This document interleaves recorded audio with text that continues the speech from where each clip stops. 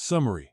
Luke Rogers, a 24-year-old rancher from Cedar Hills, was close to losing his ranch when he came into some financial problems. He was refused an extension on his payment, and when the man who offered him a deal, he felt he had no choice but to accept. He had worked too hard to get where he was, so he agreed to marry the man's daughter, which would only last 1 year, and then he could divorce her and keep his ranch. But when he brought his new bride home, he never figured out how much drama and hectic his life was about to become. Sophia was not only beautiful but very seductive, and was always trying to entice him, using every trick she knew to get him into bed. She was spoiled, lazy, and yet there was a sadness about her, and Luke felt she was hiding a deep, dark secret. That secret would soon be revealed, and will shock everyone who had gotten to know her and found her to be a good person. Chapter 1. 24-year-old Luke Rogers was finding life hard these days. His girlfriend Sarah of 2 years left for Paris on a 2-year internship for a high-fashion modeling agency as a fashion consultant. They promised each other that they would resume their relationship when she returned to Cedar Hills. He owned a small ranch, cattle, and a few horses. His house was a 2-story with 3 bedrooms, 2 bathrooms, large modern kitchen, and a cozy living room. Having lost his cattle to poisoning and the mortgage on the ranch coming due, he found himself in a financial bind. Since the bank in his hometown wouldn't give him a loan, he went to the nearest city and took out a loan 6 months prior with an investment company run by Mr. Martino. He was known for being heartless and a shrewd businessman. He grew up in Italy, but having to escape the mafia as a young man, moved to America and started up his new business. Luke's loan payment was coming due, and he didn't have the money to make the payment, so he decided to take the 3-hour drive into the city and see if he could get an extension. It was worth a try. All he had to do was explain that once he took his cattle to the auction, he would be able to pay the loan off in full and still have plenty of money left to start over. The problem was the auction wasn't for another 4 months. He sat waiting patiently in Silvio's office, arms crossed, and ignoring the looks he was getting from the receptionist. She was eyeing him as though he was a piece of meat and wanted to devour him. It didn't go unnoticed how she undid a couple of the buttons on her top, showing off her cleavage. "You can go in now, Mr. Rogers," she said as she leaned over her desk, letting him get a good look at her breasts. "Thank you," he said, removing his hat, walked in the door she pointed to, shutting it behind him. He looked at the man behind the glass desk. Silvio Martino was in his mid-50s, tall and lean with dark hair that was turning gray. "Mr. Rogers, take a seat," he said, not bothering to look up as he signed some papers. Sitting down, he crossed his right leg over his left, hat resting on his knee. He waited for him to finish doing whatever it was he was busy doing. "I take it you're here to make your payment. You could have sent it from your bank," Silvio said snarkily when he looked up. "I'm a busy man, Mr. Rogers. Why are you really here?" "Well, sir, things have been a bit rough the last few months.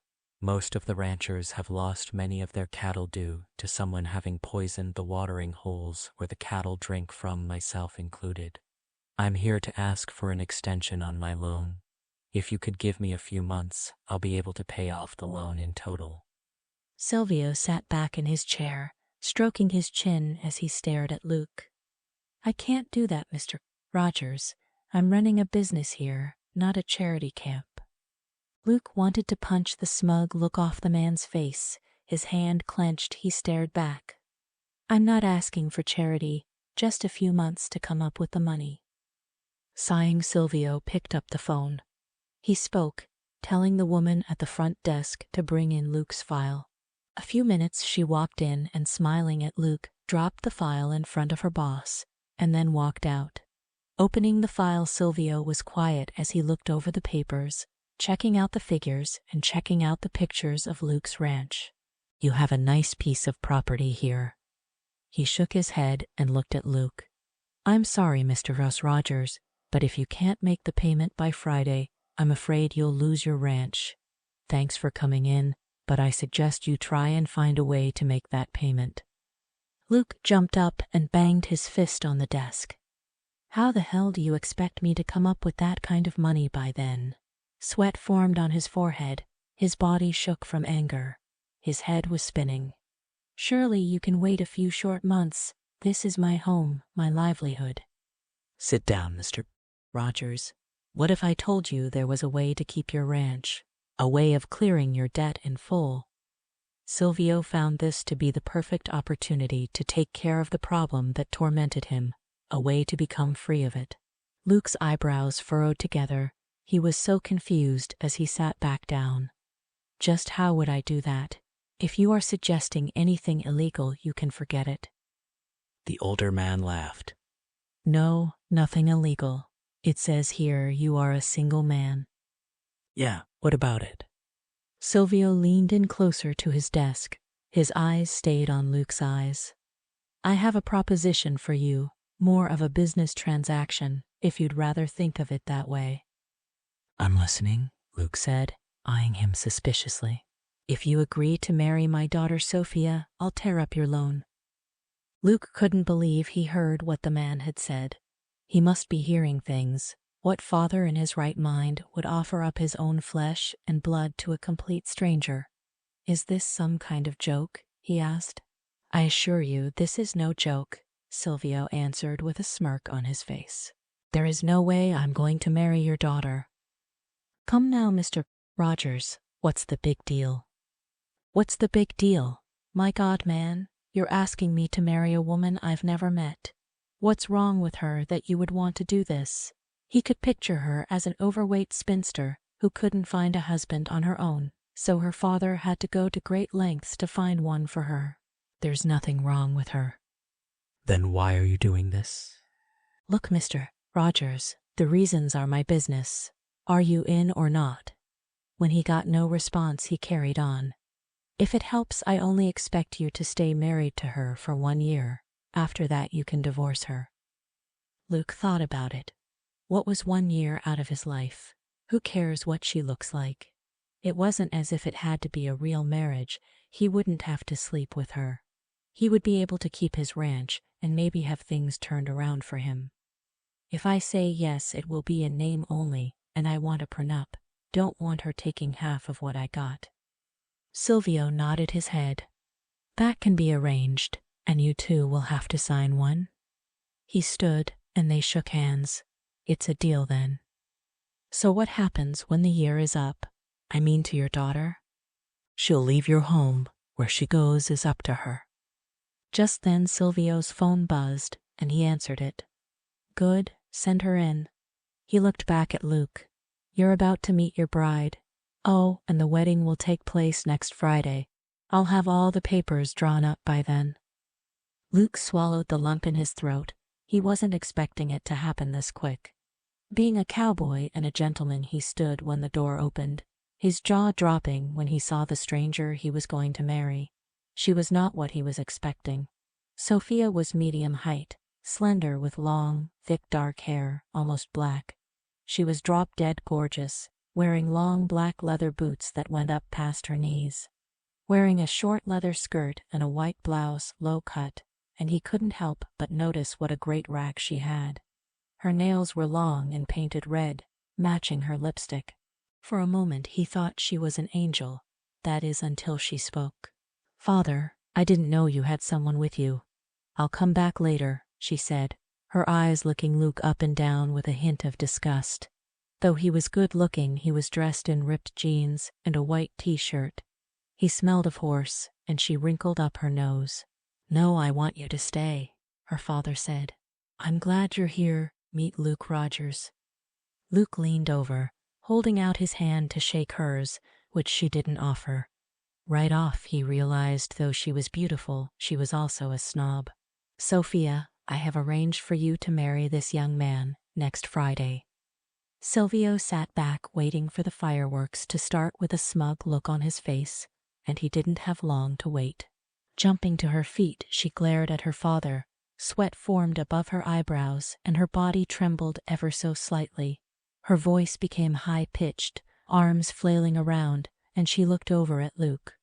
No way I'm going to marry this loser, this country hick. You can't make me, she screeched at her father. Sit down. he yelled at her, slamming his fist on the desk. Turning to Luke, he handed him a piece of paper. Be here at this address around 2 p.m. on Friday.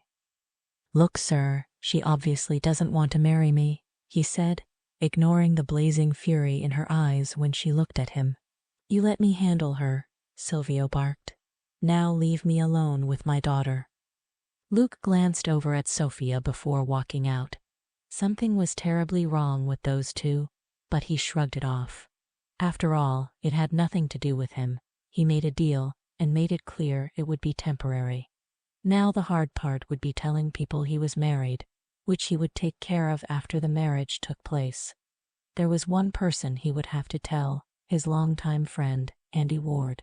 As soon as they were alone, she whirled around, facing her father defiantly.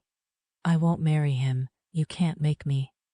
Sit your ass down, he growled. You listen to me, young lady. You will do as I say and marry that man. Sophia started crying, looking at him. Why are you doing this to me? Silvio shook his head, knowing her tears were fake.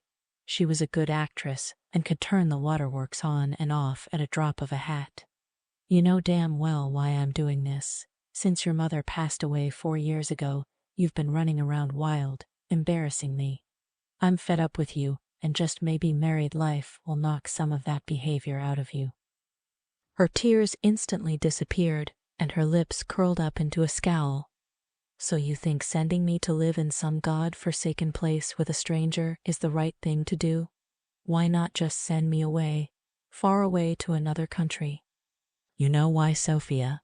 Now get out, go home and pack whatever you want to take with you. Here is my credit card. Go buy a dress to get married in, something conservative and fitting for a wedding. Standing up, she takes the card. Why do you hate me? She asked, but not receiving an answer, she turned and walked out. Chapter 2. By the time Luke arrived home, it was late, and his friend Andy was already there helping himself to a sandwich and a beer. Grabbing a beer for himself, he sat down across from him. Sorry that I didn't get back in time to help with the chores, but things took longer than I expected. So how did it go? Did you get the extension? Andy asked, taking a swig of his beer. Luke started squirming in his seat, not wanting to have this conversation, but saw no way out of it. Not exactly. Well, what then? I couldn't get the extension, but Mr. Martino made me an offer I couldn't refuse. Seeing that Andy was waiting for an explanation, he continued on. If I marry his daughter, he will void the loan and give me back the title to my property. I'll be debt-free. Andy sat, mouth open, and was lost for words. Aren't you going to say anything? Luke asked as he got up and grabbed them both another cold beer from the fridge. He would soon regret that question when Andy let him have it with both barrels. Have you lost every bit of common sense that you had? Who in their right mind agrees to marry a stranger? Marriage is a lifetime commitment, not one to be taken lightly. You don't love this woman who you've never met, and what about Sarah? This is going to break her heart. She expects to come back here and pick up where things left off with you. You both made a promise to each other. He was livid. He was friends with both Luke and Sarah. He didn't want to see her get hurt, and what Luke was about to do was wrong in so many different ways.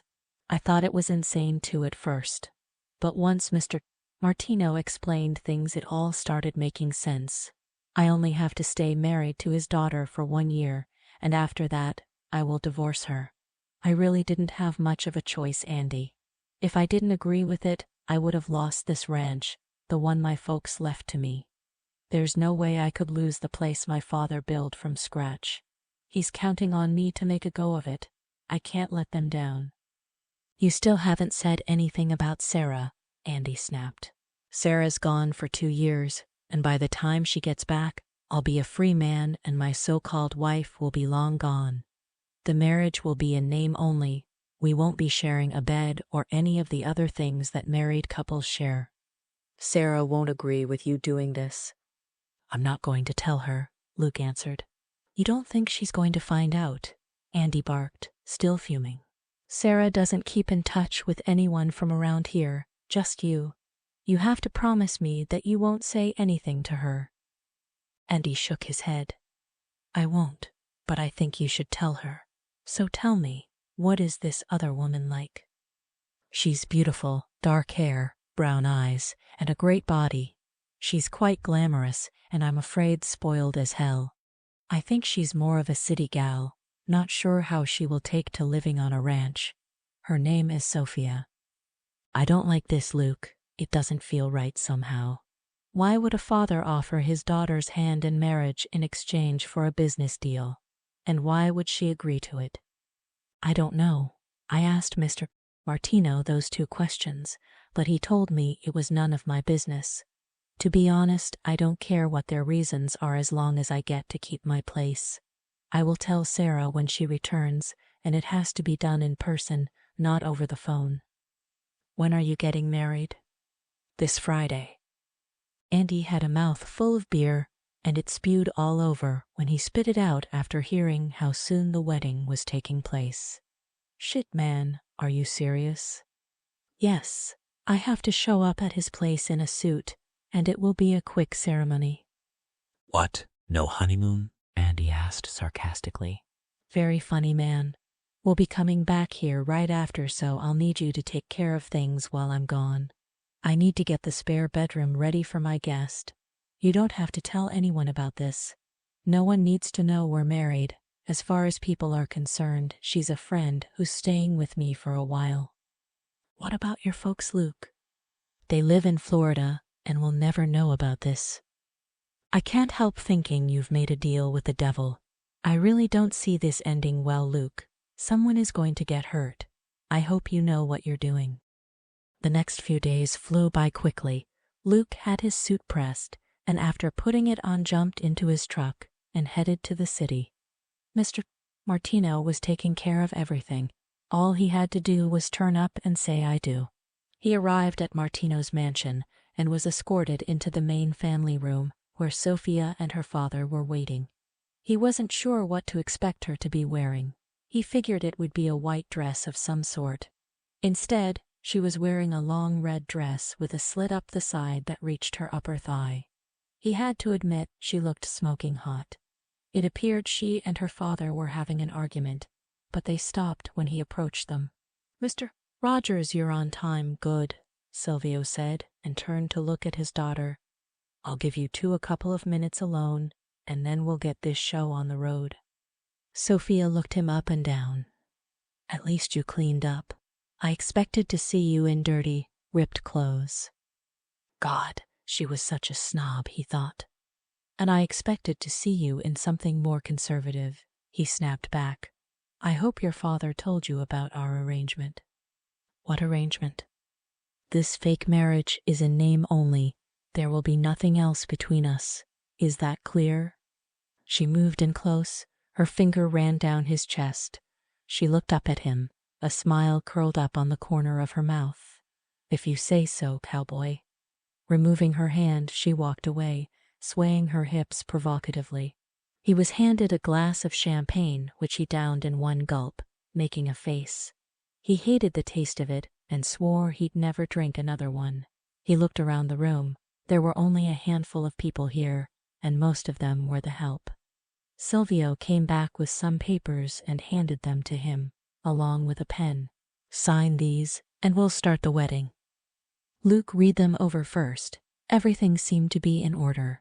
Glancing over at Sophia, who was flirting with one of the guests, as if she didn't have a care in the world. Maybe Andy was right. He was making a deal with the devil, more so 2 of them. Signing the papers, he put his copies in his breast pocket. They stood before the minister, who was given instructions to just skip to the I do's.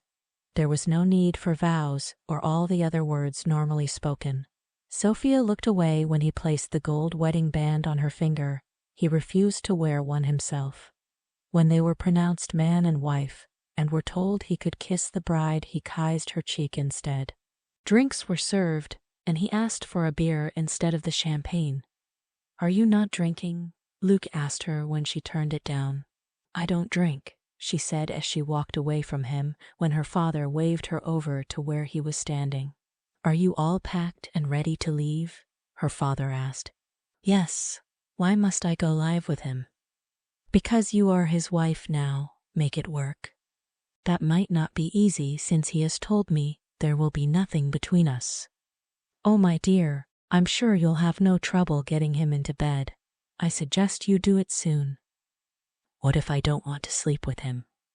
He grabbed her arm and shook her. I don't give a fuck if you want to or not. Just do it, or the plan will not work. You need to get him to fuck you right away. Tears sprang to her eyes. You're a cruel and evil man. I hate you. If my mother were alive, she would never let you do this to me. His anger exploded, and he slapped her. Do not mention your mother to me again. For the next few months, behave yourself or else. Or else what? She hissed at him as she touched her cheek, which was red from the slap. You know, He said, letting go of her just as Luke walked over. Luke looked around for Sophia. It was time for them to leave. He spotted her standing with her father, and again it appeared as though they were fighting. He walked over and saw that her cheek was red, and wondered if someone had hit her. Now he may not care for Sophia, but he didn't believe in hitting a woman, no matter the reason. We have to head out now. Are you ready? She's ready. Her father answered for her. I'll have the help take her luggage to your vehicle. Sophia was quiet as they walked out till they got to his vehicle. To her horror, it was a truck. She was expecting a car as she was wearing a dress and high heels. You expect me to ride in that? She pointed to his truck. Wearing this? She asked, indicating her outfit. What were you expecting? A limousine. It's all I own. Now get in. He opened the door and watched as she struggled to pull her dress up and climbs in. Starting the engine, he pulled out of the driveway. It's a 3-hour drive from here, so I think we should try and get to know each other a little. I have no desire to get to know you, she said with bitterness in her voice. Fine, he said, giving up on trying to be sociable. I do want to make one thing clear. As far as everyone knows, we are just friends, and you're staying with me for a while. No one needs to know that we're married. He glanced over at her ring finger. You can take off the ring. Her eyes filled with anger when she looked at him, and removing the ring, tossed it into her purse. Did your father hit you? He wasn't going to mention it, but it was gnawing on his mind. Did he force you into marrying me, and why? What if he did hit me? Christ, Sophia, a man should never hit a woman, especially his own daughter. Why did he hit you?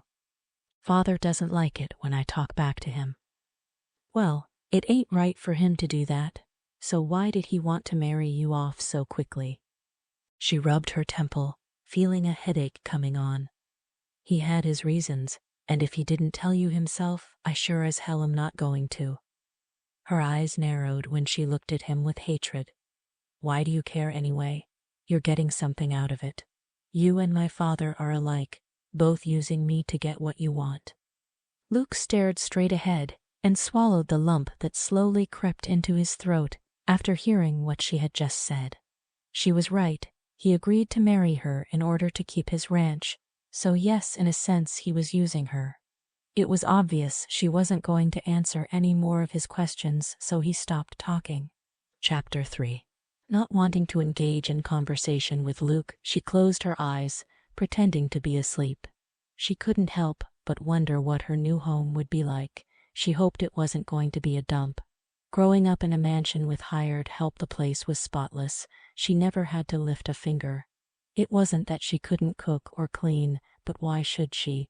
And she would have to tell her new husband that she had no intentions of doing any of the duties that were expected of a wife. She opened her eyes when he stopped the truck and stated that they were home. Sophia looked at the house before her. It was quite large and seemed to be in remarkably good shape. It was painted white and had a wraparound porch. Further away there was another large building, a barn or stable, she couldn't be sure. Horses were grazing inside a fenced-off area and cattle were grazing. There was a pond. It was really beautiful, and she thought maybe living here for a year wouldn't be so bad after all. Luke hopped down from the truck and grabbed her luggage from the back. "Can you be careful with the luggage? They're expensive," she said when he dropped them on the ground. Stepping out of the vehicle as gracefully as she could, she had trouble walking in her heels and called out to him, "Wait." He stopped, his hands and arms full turned back to look at her. "What?" he asked. "How do you expect me to walk on the gravel in my heels?" "Take them off," he growled. "Seriously? You want me to walk barefoot? You're going to have to carry me to the door." Muttering under his breath went and put her bags down on the porch and went back over. Picking her up in his arms, he carried her. She put her arms around his neck and smiled.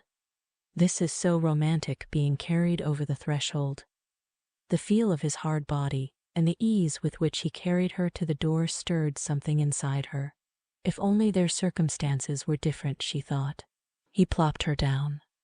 "There's nothing romantic about this." He looked down at her feet. "I hope you brought some proper footwear. Those shoes won't do you any good around here." "Actually, no, I didn't. I guess you'll have to take me shopping for some." He shook his head and opened the door for her to enter. Following behind, he set the bags down as she looked around. The entrance led to a staircase leading upstairs, walking further as she inspected the living room. It was cozy with a sofa, 2 large chairs, and a fireplace. It was a little untidy. She ran her finger along the tabletop. Dust clung to her fingertips, and she looked at Luke. "You should have a talk with your maid. She's not doing a very good job." He answered with a smirk on his face. "Maid? Oh, darling, I have no maid." "Then who cleans this place?" "I do when I have time, but now that you're here you can." "Like hell I will," she scoffed. She was not about to be turned into a maid, not for him or anyone. "Yeah, you will. If you think you're going to sit on that cute as of yours for a year, you have another thing coming. Now let me show you to your room." She followed him upstairs, where he stopped and opened one of the doors. "You should be comfortable in here," he said, dropping her pieces of luggage on the floor. My room? Don't you mean our room? After all, we are married. He turned to her before leaving. "As I told you before, this is not a real marriage, and we will not be sharing a bed or anything else for that matter." He walked out, shutting the door behind him. After inspecting the room, which was deemed hers, she went exploring. Outside one door, she stopped to listen and heard running water. Going inside, looked around the large bedroom and heard the shower running. She knew this had to be his bedroom, and when the shower turned off, she waited, sitting on the bed for Luke to come out. He came from the bathroom, a towel wrapped around his waist, and stopped short when he saw her. "Can I help you?" he snapped, annoyed that she had the nerve to enter his bedroom unannounced. "I like this room better, and it has an ensuite. Mine doesn't." Her eyes traveled slowly down his hard, lean body. A tingle coursed through her when she saw his muscular form. He had broad shoulders, his arms strong with muscles, and he had an amazing six-pack. The towel he wore hung low, showing a perfect V-line leading down. Droplets of water dripped from his dark hair down his chest. She could picture herself licking the drops of water off him. Man, he was one hot-looking cowboy. "Now that you got an eyeful, you can leave," he said as he started drying himself off. "Switch rooms with me," she said as she leaned back, crossing her leg over the other one so that her dress rose up her thigh, letting him get a good look. Well, of course he looked. What man wouldn't? Walking over, he grabbed her arm, pulling her off the bed. "No, this is my room. You have your own." But my room doesn't have an ensuite. This one does. Walking her towards the door, snapped. "There's a bathroom down the hall you can use and a guest bathroom downstairs." She turned to face him, her arms going around his neck. "But it's so small." Removing her arms, he stepped back, his temper flaring. "Look, lady, I don't have time for this nonsense of yours. I have work to do, so just accept things as they are." He shut the door behind her. This didn't discourage Sophia. She would break him. and would use whatever tactics she needed to, so she went to her room to change. Luke threw on his clothes and headed down to the kitchen to grab a snack before heading out. A robe was laying on the floor, so picking it up, he walked into the kitchen. His breath caught in his throat when he saw the scene before him. She was sitting on the table, leaning back on her hands, wearing some SXY lingerie. He swore under his breath. She looked so damn hot, and him being a man couldn't help getting turned on, his manhood straining inside his jeans. "Hi there, hubby, like what you see?" she asked. Arching her back, she seductively licked her lips. Running his thumb over his bottom lip, walked over and stood between her legs. His hands going around her waist, he heard her gasp. Her waist was so tiny, and he could feel the warmth of her skin through the thin material. He lifted her up and off the table and let go of her. "I don't know what game you're playing, but it won't work. I'm going to work." He started walking out, saying over his shoulders, "Put on some clothes. I'll be back around 7, make dinner." Jerk, she screeched when he walked out. Luke met up with Andy. He was still feeling the heat from Sophia.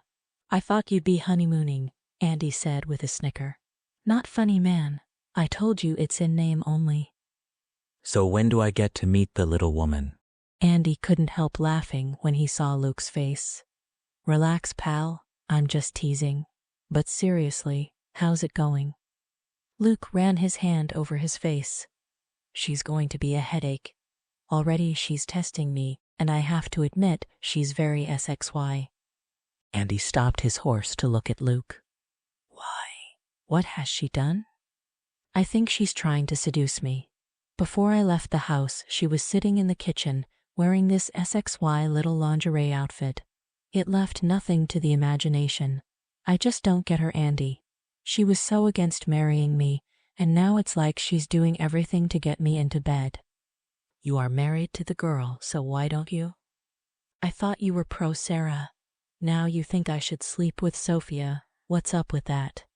"Sarah's gone for 2 years, and you both did agree to see others till she comes back, so I guess I don't see the harm in you having a little fun. Just make sure to cover your willy before sex." I have no desire to bed, Sophia, and I wish you would stop talking. Andy was starting to get on his nerves, so he galloped away, leaving him in his dust. Several hours later, Luke was heading home when he noticed Andy following him. "Just where do you think you're going?" "To your place for a cold beer. You owe me. Besides, I want to meet your bride and see her for myself." He knew Luke wasn't pleased, but he didn't care. Once the horses were unsaddled, the two went inside. They could smell something cooking from the kitchen. Luke didn't really think she would make dinner. She surprised him. Going into the living room, they found Sophia sitting, her legs dangling over the arm of the chair as she flipped through a magazine. She wore short shorts and a halter top. Her hair hung down past her shoulders. "You're late," she said, not bothering to look up. "I'm here now, and I brought a friend home for dinner." She looked up and gave Andy a friendly smile and stood up, holding out her hand to shake his. "Hi, I'm Sophia, and you are?" Andy Ward. "Hope I'm not imposing." "Not at all. Any friend of Luke's is always welcome. I only made a pot of stew since I didn't know we were having company. Come into the kitchen, and I'll dish you out some." As she walked towards the kitchen, the two men's eyes followed her, moving down to her shorts that just barely covered her as Andy poked Luke in the ribs and winked. She grabbed 2 beers from the fridge, handing them to the guys, then started dishing out the food, placing bread on a plate. Since she had already eaten, she sat with them and started up a conversation with Andy. "So how do you know my husband?" Placing her fingers over her mouth, looked coyly at Luke. "Oops, guess I just let out our little secret." Luke rolled his eyes at her. "No, Andy knows what's going on. I told him everything." When the men finished their meal, she picked up their plates, taking them over to the sink. "I hope it tasted okay. I'm not a good cook." "It tasted just fine, Mrs. Rogers," Andy answered. "Please call me Sophia." When Andy was gone, Luke went up to her, while she was washing up. Maybe next time you could wear a bra. Why? She asked, giving him a smile. Around these parts, it's the proper thing to do. You wouldn't want to give the men a heart attack, would you? He said, his eyes going to her breasts that were straining against the small halter top. Leaning back against the counter and resting her hands behind her, making her chest stand out. Don't you like me better without one? I think maybe you do since you can't take your eyes off my rack. She smiled knowingly. It was true. He had a hard time keeping his eyes off her chest. It's late and I'm going to bed. He turned to leave but stopped to look back at her. Most men around here are gentlemen, but there are some who may take it as you coming on to them and will try to take advantage of you, so cover up. Which one are you? I wouldn't mind if you wanted to take advantage of me. Give it up, Sophia. I'm not in the mood, he said angrily and walked out, shaking his head. Chapter 4. Luke had just crawled into bed when his door opened, and she walked in. Dropping her robe, she gets in next to him. Just what the hell do you think you're doing? He hissed. He couldn't believe the nerve of her. Sleeping with my husband, she said and climbed on top of him. It's our wedding night. She looked down at him, her hair falling around his face. Her scent was alluring. Her body, through the flimsy material of her short nightgown, felt warm against his skin. He looked into her eyes, his hand going to her neck. His arm around her, he flipped her over onto her back, where he now rested on top of her. He lingered for a moment before jumping out of bed, dragging her with him. How many times do I have to tell you, we aren't going to sleep together?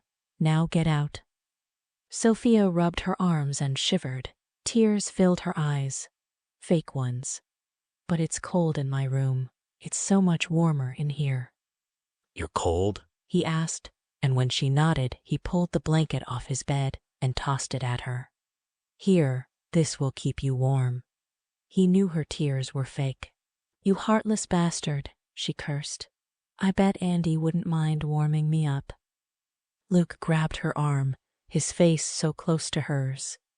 You leave him alone. He's too nice a guy for the likes of you. What do you mean for the likes of me? You're spoiled, and I think you enjoy using and hurting men. Andy is my best friend, and I won't let you hurt him. Just so you know, he's a good guy, and will not touch you as long as we're married. Now get out. I can't stand to look at you another minute. Turning, she fled the room. This time her tears were real. His words stung, making her feel bad about herself. She knew he really didn't like her, but she was still determined to get him into bed. She would have to come up with a plan, and soon. He was gone by the time she woke up the next morning, so she dressed and checked out the rest of the house. There was a third bedroom, a smaller one, but it was empty. Another living room with a large TV and stereo, 2 large sofas and a chair. Sitting down, she smiled to herself. She liked this room. It was much nicer than the other one, so she decided it would be hers. He could have the other one to himself. Going outside, she walked along the porch, which went all around to the back of the house. Closing her eyes, she took a deep breath. The air was so clean and fresh, and when she opened her eyes, she took in the view. It was breathtaking. If it weren't for the fact she didn't have proper footwear, she would have explored the grounds. When Luke returned home later that day, she asked if he'd take her shopping. He agreed, so after showering they drove to town. For a small town, they had a decent clothing store, and she was able to find some jeans and shirts. She also picked out 2 pairs of boots. Handing the salesperson her credit card, was shocked to find it had been canceled. Turning to Luke, her eyes wide with disbelief. My father must have canceled them, the son of a bitch. He actually felt sorry for her at that moment. I'll pay for it, he said and pulled out his wallet. He stopped and looked at the sales clerk when he heard how much it cost. There must be some mistake. Surely it can't cost that much. It's the necklace, sir. It's over $300. What necklace? He asked, looking from Sophia to the clerk. When he was shown the piece of jewelry, he stared at Sophia. No fucking way I'm paying for that. But I want it, she whined. Tough. he replied, and turning to the lady behind the counter told her to put it back. It was a gold heart with a diamond in the center. Sophia did not take it well. Cussing, she stomped out of the store, leaving Luke to carry the bags. He came out and walked over to the truck where she was standing with her arms crossed. Tossing the bags in the back seat, he confronted her. Let's get one thing straight. I don't have a lot of money, so you'll have to curb your expensive spending habit. Or get a job, and then you can buy whatever you want. What kind of work can I get in this hick town? She asked sarcastically. He didn't bother to answer. The way he figured it, she had probably never worked a day in her life. Let's grab a bite to eat. He then led her to the town's only bar, and taking a seat, they ordered some food. He ordered a beer for him, and since she didn't drink alcohol, she was served a soda. When they were done eating, and he was getting ready to pay, a couple walked up to their table. A man in his 30s and a woman who appeared to be his wife. Hey Luke, we haven't seen you in a while. What have you been up to? The woman asked. Who's the lovely lady with you? The man asked. Before Luke could get out a word, Sophia put her hand on his arm. Hi, I'm Sophia, Luke's wife. She smirked when he turned his head sharply to stare at her. Anger flashed across his face. The couple stared wide-eyed at her. Wife? They both spoke at the same time. I didn't know you were seeing anyone, the man said, looking at Luke. Sophia let out a small laugh, her hand still on his arm, showing off the wedding band that she was supposed to keep hidden. We've only been married 2 days. It was kind of sudden. Wasn't it, sweetheart? She said as she smiled at Luke. He cleared his throat, shrugging off her hand. Hi, Aaron, Carol. Meet Sophia, my wife. He almost choked on the words. The couple sat down and Sophia was introduced to them. Well, now we have to have a party to celebrate your marriage. Luke shook his head in protest. No party. We want to keep this low-key. His eyes locked on Sophia's, sending her a sign that he was more than a little furious with her, and got a cynical smile in return. Sophia ran her finger along his arm. I think a party would be a wonderful idea. That way I'll get to meet all your friends and neighbors. She turned to the Hustons. We'll have it at our home, say this coming Friday night. Would you be a dear and spread the word around? Carol clapped her hands together in excitement. Oh yes, I'd love to. You leave it all up to me, dear, she said to Sophia. I love organizing parties. Around here we all chip in so you won't have to do a thing. Leave the food to us. The couple stood up to leave. It was nice meeting you, dear, and the others will be thrilled getting to know you, Aaron said before he and his wife walked away. Luke waited till they were in the truck and alone before he unleashed his anger. What the fuck are you playing at? I thought we agreed to tell people that you were just a friend staying with me for a while. You have now complicated my life. Jesus, when this gets out, it'll get back to my parents, and I'll have a lot of explaining to do. I ought to strangle that pretty little neck of yours. Yelling, he slammed his fist on the steering wheel. Putting her fingernail to her lips, smiled shyly. You think I have a pretty neck? What? He asked. Looking at her, he growled. God, you are unbelievable. Chill out, Luke. Did you really think no one would question why I'm with you for a year? At least this way there won't be a lot of unnecessary questions and speculation. Then when the year is up and I'm gone, they'll figure the marriage didn't work out. Besides, I'm already bored and a party will be fun. A scowl appeared on his face when he glanced at her. I'm sure where you come from that's all you did. Life here in the country, and especially on a ranch, is hard work. We don't have time to party, too damn busy trying to make a living. Tusk, so bitter for one so young. I think a party would do you a world of good, maybe loosen you up a little. Don't you like having fun? I like having fun, he said sulkily. Undoing her seatbelt, she got on her knees and leaned over into the back seat and grabbed the one bag that held a pair of flat shoes. A smile curled on his lips when he glanced over, seeing her as sticking up in the air. She had a nice as and her dress rose up, giving him an eyeful. His eyes kept wandering over her as she removed her heels and put the flats on. "This feels better already," she said out loud. "What I don't understand is why didn't you bring some decent footwear with you? You knew where you were coming." "I guess I just didn't think about it." Lifting up her feet, she inspected her new shoes. "Don't you think these look good on me?" Shaking his head, turned his attention back to the road. "Why did you want that necklace? You have tons of jewelry. Those earrings you're wearing must have cost 3 times what the necklace cost." She started biting her fingernail. "I'm not sure. I just thought it was pretty." The rest of the drive home was in total silence. She took her bags up to her room while he tended to his horses.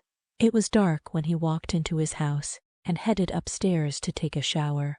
He found Sophia in his bathroom taking a bath with bubbles. She wasn't at all embarrassed when he walked in, only smiled at him. His eyes went to the top of her breasts, which were barely covered by the mountain of bubbles she had in the tub. "What are you doing in here? We've talked about this," he said, his voice coming out choppy.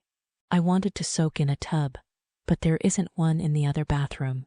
I didn't think you would mind." "Well, I do mind," he barked. "Do you want me to get out?" "Yes," he replied. Have it your way. Getting up while he still stood there, stepped out of the tub butt naked and dripping wet. She grabbed a towel, wrapping it around her. "The room is all yours now," she said as she walked past him with a smirk on her face. Luke felt as though he lost all movement in his legs. He never expected her to do what she did, and he was frozen to the very spot where he stood. Her body was amazing, her breasts so firm, and seeing the bubbles clinging to them, he wanted to lick them off her. His eyes moved down and noticed she had no hair, and his cock grew hard, her legs so long and shapely. God, she was making it hard for him to resist her. When she walked past him, he took in her scent. She smelled so good. He was in desperate need of a long, cold shower. How was he going to keep his distance from her for a year? He had a feeling she wasn't going to make it easy for him. Chapter 5. Over breakfast the next morning, he tried not to look at her. Images of her naked were still fresh in his head. "I'll see to it that there's a tub installed in the other bathroom. In the meantime, if you want to take a bath, warn me ahead of time." His eyes stayed down, looking at the food she had prepared. She really wasn't a very good cook, but at least she tried. "Why won't you look at me? Is it because you saw me naked?" He did look up at her, into her eyes. This girl had no shame, and he knew she was trying to get a rise out of him. "You're not the first woman I've seen naked." She raised her eyebrow and smiled back at him. "Did you like what you saw?" Dropping his fork, he rose to his feet. Grabbing his hat, put it on before leaving. "Make sure to warn me next time." He was almost at the door when she called out to him. I need a new outfit to wear to our party Friday night. He stared at her, wondering if he heard her correctly. "We just bought you a bunch of clothes. Wear them." "But it's a special occasion, and I should have." She didn't get to say anything when he held up his hands. "I'm not made of money. If you want a new dress, then call your father. I'm sure he will be happy to give you whatever you want," he snapped. "I called him, but he won't. He's cut me off financially, and he canceled all my credit cards." Crossing her arms, she pouted. Luke walked up and cupped her chin in his hand. "Well, princess, it looks like you're shit out of luck. You will not be getting any more money from me. I'm sure you have something nice you can wear Friday. Now, if I were you, I'd get this place cleaned up before the party. We wouldn't want our neighbors to think you're a lousy homemaker, now would we?" Eyes blazing angrily, she slapped his hand away and cursed. "If you can jerk, clean it yourself." "Sophia, you are a spoiled brat, and it's time you grew up. You're the one who agreed to this damn party, so get busy cleaning," he said and stormed out. She looked around the room and had to admit the place needed a good cleaning. Since she had been living here, she hadn't lifted a finger to do much cleaning. She cooked for him. What more did he want from her? Luke returned home late and walking in the door was pleasantly surprised to see the place was spotless. He called out to her, but got no answer, so he went into the living room. There she was, asleep on the sofa, one leg hung over the edge. Her chest rose and fell with every breath she took. Her eyes opened, and she sat up, rubbing her eyes. "What time is it?" 8 o'clock. "You did a nice job cleaning, but I don't smell anything coming from the kitchen. I'm starving." She made a face at him. You've got to be kidding me. I've been slaving all day cleaning this place, and you have the nerve to complain about no food on the table.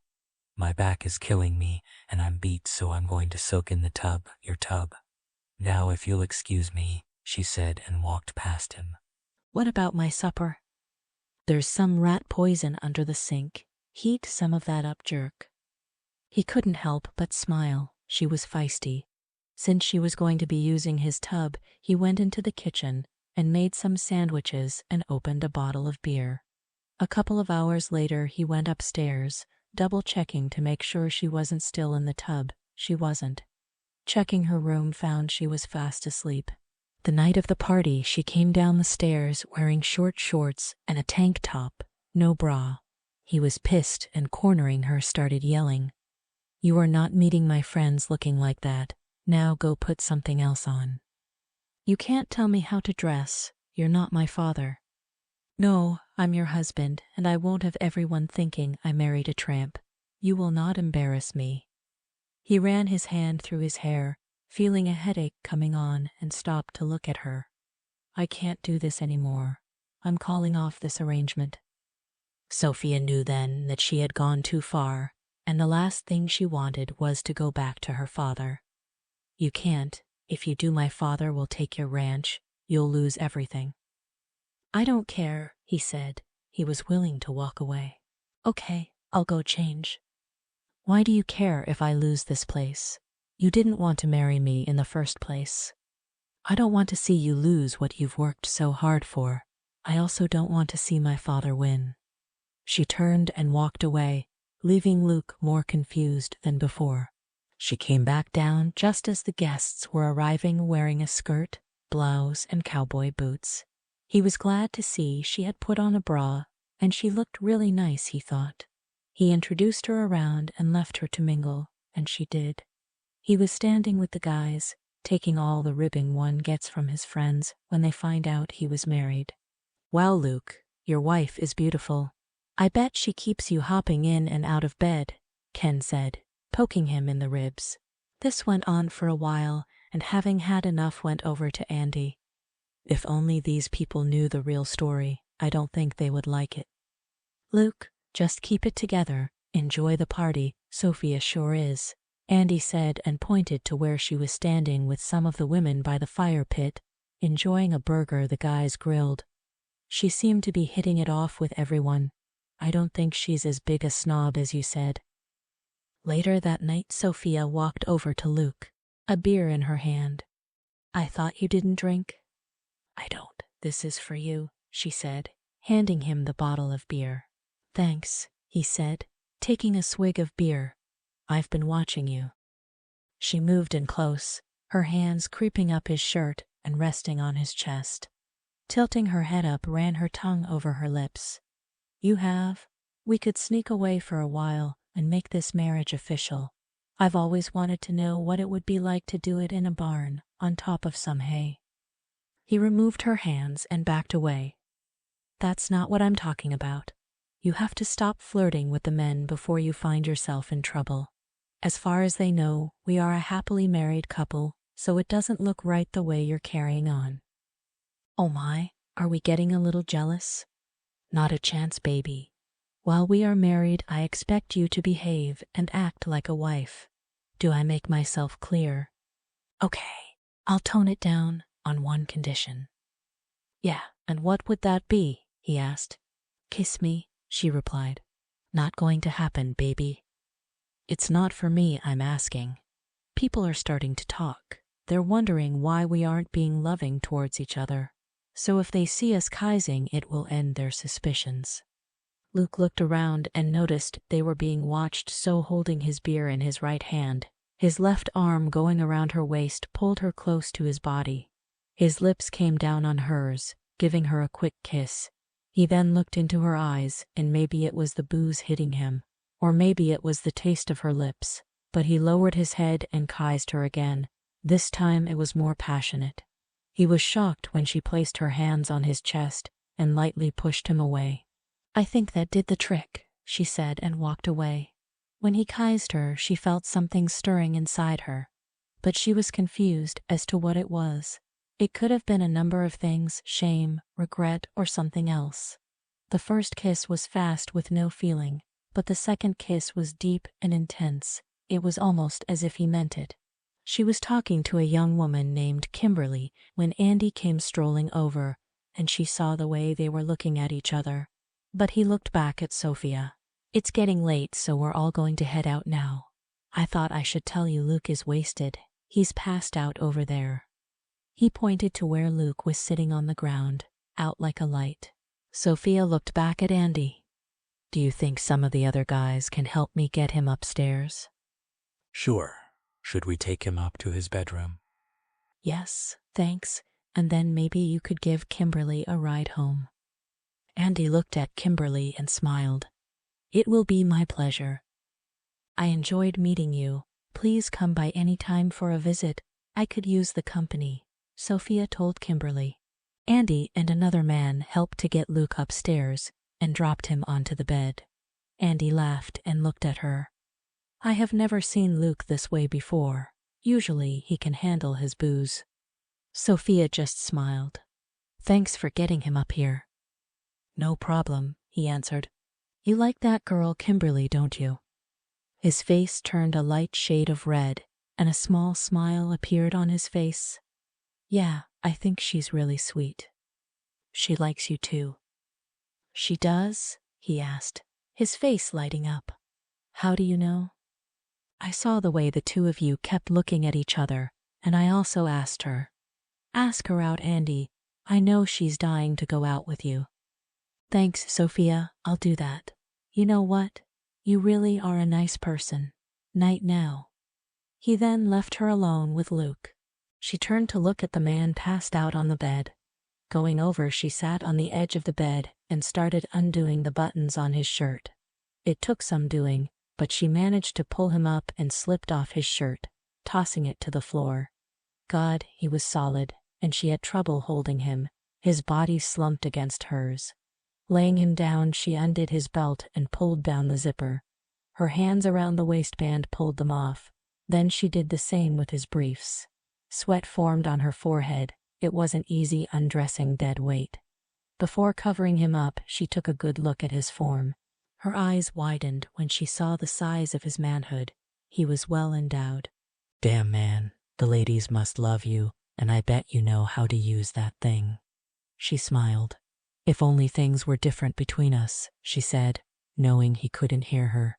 Placing the cover on him, she started removing her clothes, letting them fall next to his. Going over to the other side, crawled into bed next to him and laid there watching him. There was no way she could lay there and not touch him. Placing her hand on his chest and ran it over him. A tingle of excitement raced through her right down to her core, which started to throb madly. His muscles were so hard and his stomach was flat and hard as she moved lower till her fingers felt the curly hairs. She was tempted to touch him lower, but stopped. That would have been wrong considering he was passed out. She did snuggle closer. His skin was so warm and his manly scent was very pleasing. Closing her eyes, she went to sleep. Chapter 6. Luke opened his eyes and sat on the edge of the bed, holding his head. It was throbbing and his throat was as dry as a bone. He pondered over what happened last night. He couldn't remember drinking that much to warrant such a painful hangover. He looked down and saw he was completely nude. He didn't remember getting undressed or getting into bed. He went to grab his pants, and that's when he saw Sophia's clothes lying next to his. He turned his head, causing a flash of pain to shoot through it.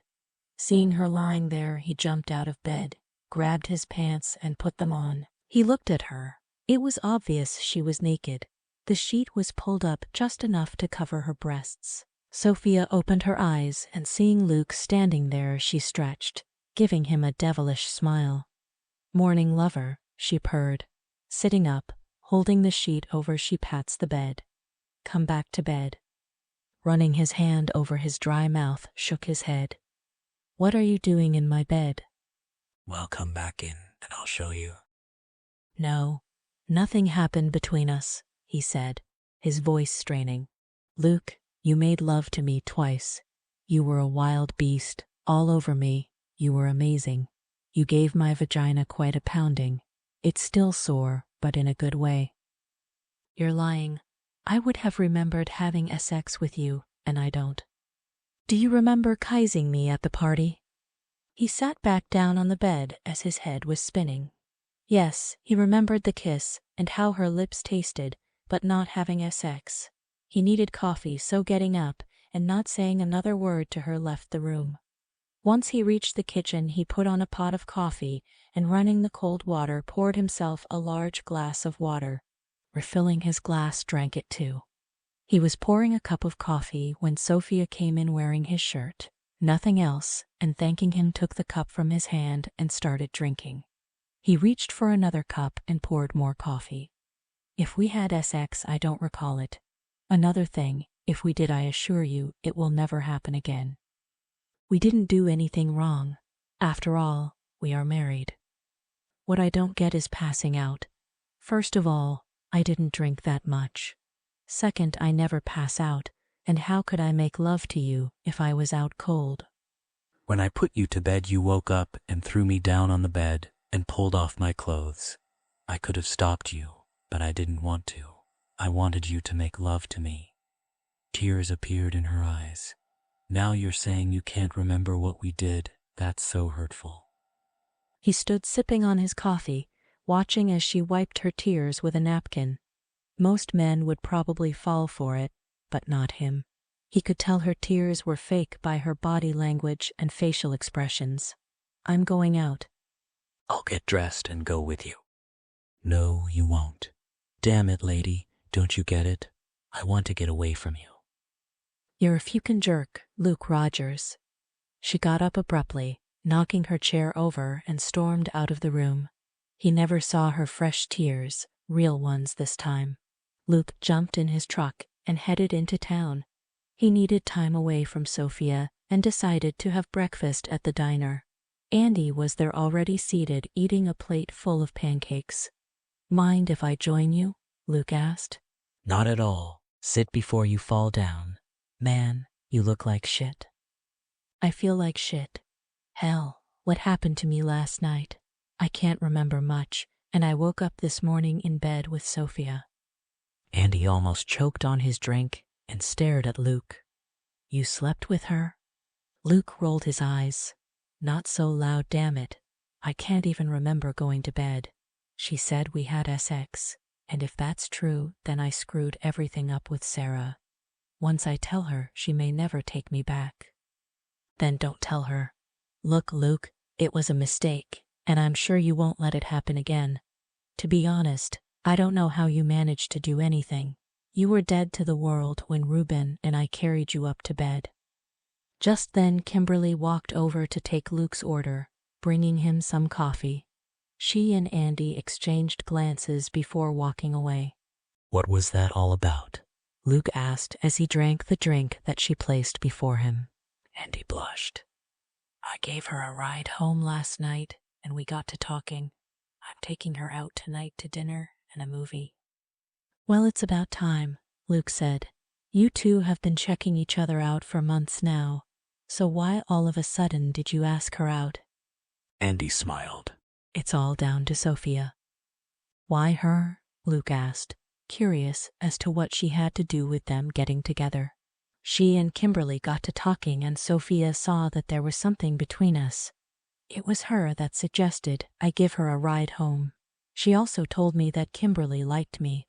It was just the push I needed to get the courage up to ask her out." Luke sat back, thinking. He had only known her for a few days, and in that time she proved to be spoiled and selfish. But this was a sweet thing for her to do. not like her at all. Maybe she wasn't as bad as he thought she was. I have to ask you something, and I don't want you to get mad at me. Is there something going on between you and Sophia? I mean, it's just that I saw you kissing her, and it looked kind of serious. Luke looked down at his plate of food. His stomach rolling, he pushed it away. That was just for show. Are you sure that's all it was? Andy asked, his eyebrows raised.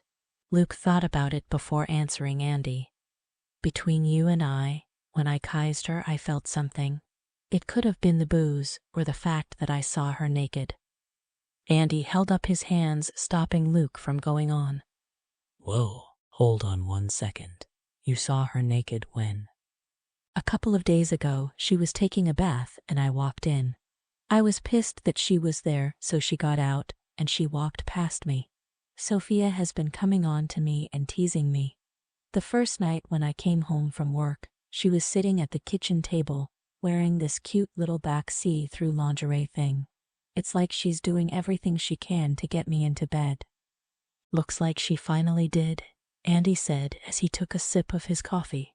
I feel like I betrayed Sarah. If you felt something when you kissed her, then maybe Sarah's not the one for you.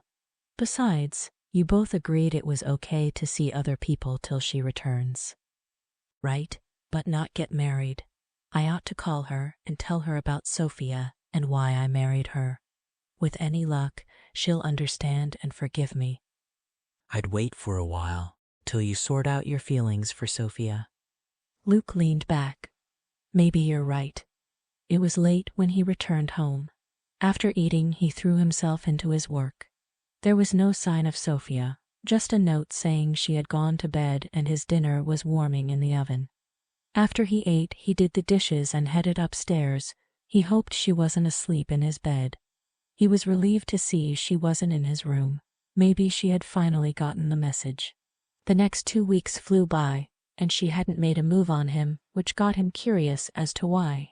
She cooked and cleaned for him, and they were civil to one another. He even had a tub installed in the bathroom she used. This way she would have no excuse for being in his room. She and Kimberly became good friends, and often they would go for coffee, or Kimberly would come over to his place where Andy would pick her up. Luke actually thought it was strange that the two women hit it off.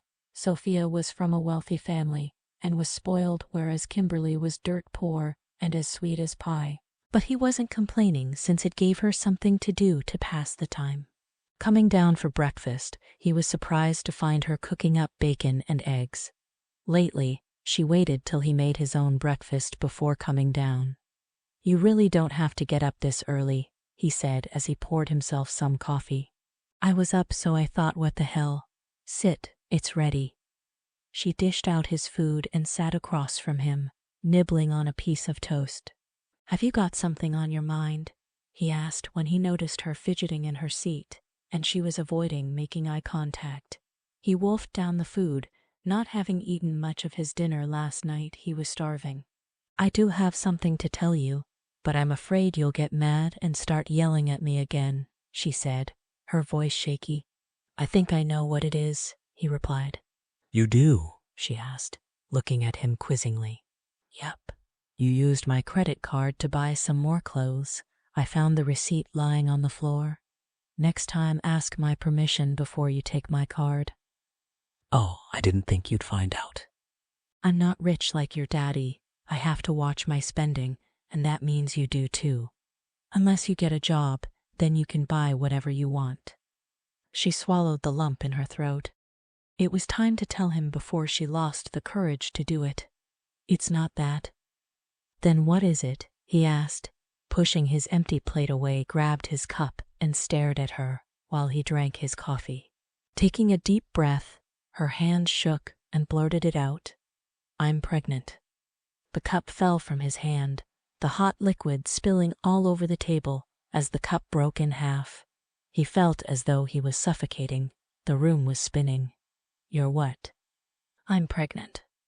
He jumped up, grabbed her arm. He pinned her up against the counter as he stared angrily into her eyes. You can't be, he hissed, his teeth grinding together. We did sleep together the night of the party, And you didn't wear a condom, so yes, I can be. You're lying. I don't believe we had sex. Pulling her arm from the tight grip he had on her, reached into her back pocket and pulled out the home pregnancy test, handing it to him. Here's your proof. Taking the stick from her, stared at it. It was one of those new ones that showed how many weeks a woman was pregnant. It read 2 weeks. In his state of anger, he broke it in half and threw it across the room. Fucking shit. You have just destroyed any chance I had of getting. He didn't finish what he was going to say. Getting what? She asked. Never mind. It's none of your business. So now what do we do? She asked, afraid that he would suggest aborting it. He ran his hand through his hair and paced back and forth before stopping to face her. I don't know. I need time to think. I'm going to work. We'll talk later, but in the meantime, you better make a doctor's appointment. I want to make sure you're pregnant before I decide what we're going to do. I already made one for this afternoon. He tossed the keys to his truck down onto the table. Take my truck. Placing his hat on the top of his head, walked out without looking back and slammed the door behind him. Chapter 7. The moment Andy saw Luke's face, he knew something bad must have happened. Riding over to him, stopped. What's wrong, pal? Luke looked over at the cattle grazing. Already he felt the heat from the sun hitting him. Sophia's pregnant, he said with no emotion. Andy stared at him. Holy shit. I guess you did have sex with her after all. Yeah, I guess so. So what are you going to do about it, Luke? What can I do? If it's my child, then I'll do right by it. What do you mean, if? How can I be sure it's mine? How far along is she? 2 weeks. 2 weeks ago was the night of the party, the night you spent in bed with her. No way she could have been with anyone since she came to live with you. You know you're going to have to call Sarah and tell her. It's one thing to keep your marriage from her, but a baby, no way you can keep that a secret. I know, and I know this will be the end of us. Even if she were to accept this, I can't abandon Sophia or the baby. I'm so sorry, man, but just think, you're going to be a dad. Let's quit work early today and go into town. I could use a few drinks, Luke said, and took off riding, Andy right on his tail. Sophia was sitting in the living room reading when there was a knock at the door. She got up to answer it. Her breath caught in her throat, and she backed up when he pushed his way in. Father, what are you doing here? Silvio looked around at the small room, his eyes taking in the old furniture and worn carpet. He obviously wasn't impressed and flicked a speck of lint from his tailored jacket. This place is a dump. Her lips felt dry, and she felt sick to her stomach. It's not that bad, she said. He continued walking around, inspecting each room before stopping and turning to look at her. So is it done? Lowering her head, she stares at her feet and answers, yes. Does he knows you're pregnant? Yes, she answered, her head still down. He grabbed her chin in his hand and tightened his grip. Look at me when I'm talking to you. Make sure to stick to the plan, or I swear to God you'll regret it. Shoving her face away, he let go of her. Word is out that you are married, so I'm hosting a party for you in 10 days to celebrate your marriage. Make sure you're there and bring your husband. He won't go. His eyes turned an evil shade of dark as he glared at her. Make sure he comes. I will not be embarrassed by either one of you. He reached into his pocket, took out his wallet, and pulled out a few $100 bills and threw them at her. Get your hair and nails done and a new dress. You're starting to look like a dumpy country housewife. She watched as he walked out the front door and got into his limousine.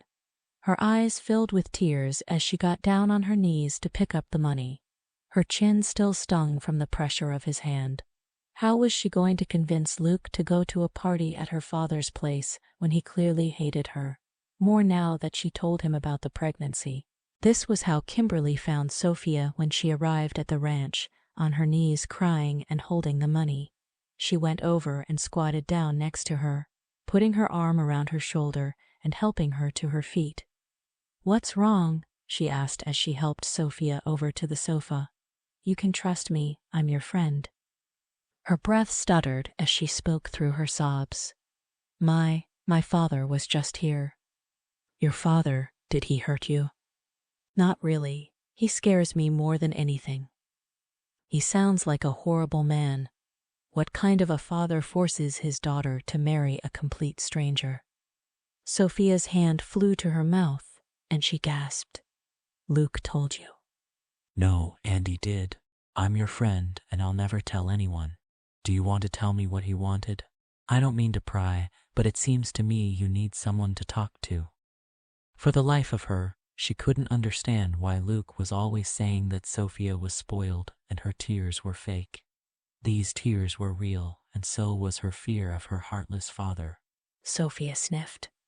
"He was here ordering me to show up at a party he's hosting and to bring Luke. I know he'll refuse to go. If we don't show up, my father will make sure we pay, one way or another. He can be very vindictive and cruel. He threw money at me and told me to get my hair and nails done, said I was looking dowdy." "And the mark on your chin, did he do that?" Touching her chin, she nods. Fresh tears sprang up, and she wiped them away. "Father doesn't like it when someone talks back to him." "Let's go into the kitchen and I'll make us some tea," Kimberly said and helped her up. Sophia sat down while Kimberly boiled some water, and seeing something lying in the corner on the floor went and picked it up. She held up the broken pregnancy stick and turned to look at Sophia. "Are you pregnant?" Sophia nods. Kimberly pours them each some tea and sits down across from her. "What did Luke say?" "He was furious, and as you can see, he broke the test in half. He also started to tell me that I ruined any chance of him getting, but then he stopped and wouldn't finish his sentence." "He must have been talking about Sarah." Sarah, who's that? Sophia asked as she set down her cup. "I shouldn't have said anything." "Please, Kimberly, I need to know." So she told Sophia all about Sarah and the promise she and Luke made to each other. "But now that you're pregnant, I think that will change. He's a good man and will be by your side and will do the right thing for his child." Sophia looked at Kimberly. "You know this marriage was arranged, and yet you are being so nice to me. I really don't deserve your kindness." "Well, it sounds to me like you had no choice and Luke did it to save his ranch. I'm also your friend." "I've never had a girlfriend before, not a real one." Kimberly placed her hand over Sophia's. "You have one now. Luke doesn't want anyone to know about the baby yet." I won't say a word to anyone, I promise. As far as the party goes, talk to him. And if he says no, I'll get Andy to have a word with him. Sophia smiled. "Things are going great between you two, right?" "Oh yes, we've always had a thing for each other, but we're afraid to say anything. We have you to thank for getting us together. Now I want you to go lay down and I'll start dinner. That way when Luke gets home, he'll have a nice hot meal waiting for him. Feeding a man's belly always softens them up. That's what my mother always says." Feeling tired and worn out, she went and laid down on the sofa, and within moments was fast asleep. Luke and Andy walked in and saw Sophia asleep in the living room. He was still angry, but thanks to the talk Andy gave him, he realized it wasn't her fault alone. He was just as much to blame. The smell of meat and potatoes drifted from the kitchen, so that's where they headed, leaving her to sleep. Andy took Kimberly in his arms, giving her a kiss. "You smell good, babe." She giggled. "That's the food, you silly man," she said, kissing him back until Luke cleared his throat. "Oh, hi, Luke. Supper's almost ready, so why don't you go wash up?" He knew she just wanted to be alone with Andy, so he headed upstairs to wash up, glancing over at Sophia on his way. 15 minutes later, he came back down. She was no longer on the sofa, but he could hear her voice coming from the kitchen. When he walked in, she turned her head, and their eyes locked. He looked away and sat with Andy while the women dished out the food. He would have to wait till he and Sophia were alone before they would talk about the baby. The conversation was a wee bit awkward, and after the meal was consumed their guests left, leaving them to do the washing up. Luke walked them outside while Sophia started in on the dishes.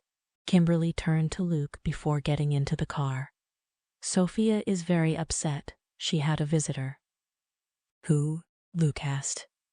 Her father. And she's terrified of that man. You also need to take it easy on her about the baby. She told you. Not really. I found the test that you broke in half. Saying goodbye, he went back into the kitchen where she was washing the dishes. He went over and picked up the towel and started drying. You don't have to do that, she said, glancing at him. I want to. We have to talk about your situation, the baby that is. Her bottom lip quivered. I won't abort it, she said, close to tears. I know. I wasn't suggesting that. I want you to know that I'm going to take responsibility for it, and you aren't alone. I'll be by your side through it all. But for now, let's keep it to ourselves. Earlier you said I ruined things for you. Were you talking about Sarah? Letting out a deep breath, dropped the towel. Taking her hand, led her over to a chair and had her sit down. Sitting in front of her, he frowns. Sarah is or was my girlfriend. She's been away on an internship for 2 years. We were going to get back together when she returned. There was talk about us getting married.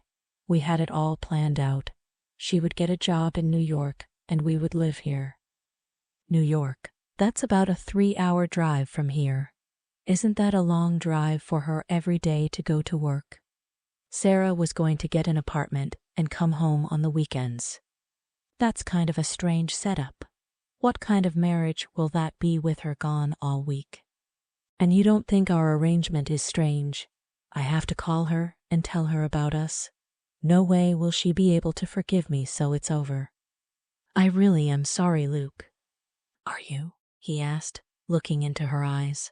Getting up, she walked over to the counter and turned to look at him, resting her back against the cool marble. I know you have no reason to believe me, but I am sorry. Kimberly tells me your father was here. What did he want? He got up and went over to her. He came to invite us to a party given in our honor. I'm not going. Luke, we have to. You can go if you want, but I won't be there. Please, just do this for me. What else did he want? She pulled out the money her father had given her from her back pocket. He gave me this, said I looked dowdy, and ordered me to get my hair and nails done for the party. Is that all he gave you? He said, his finger touching the bruise on her chin. Did he do this to you?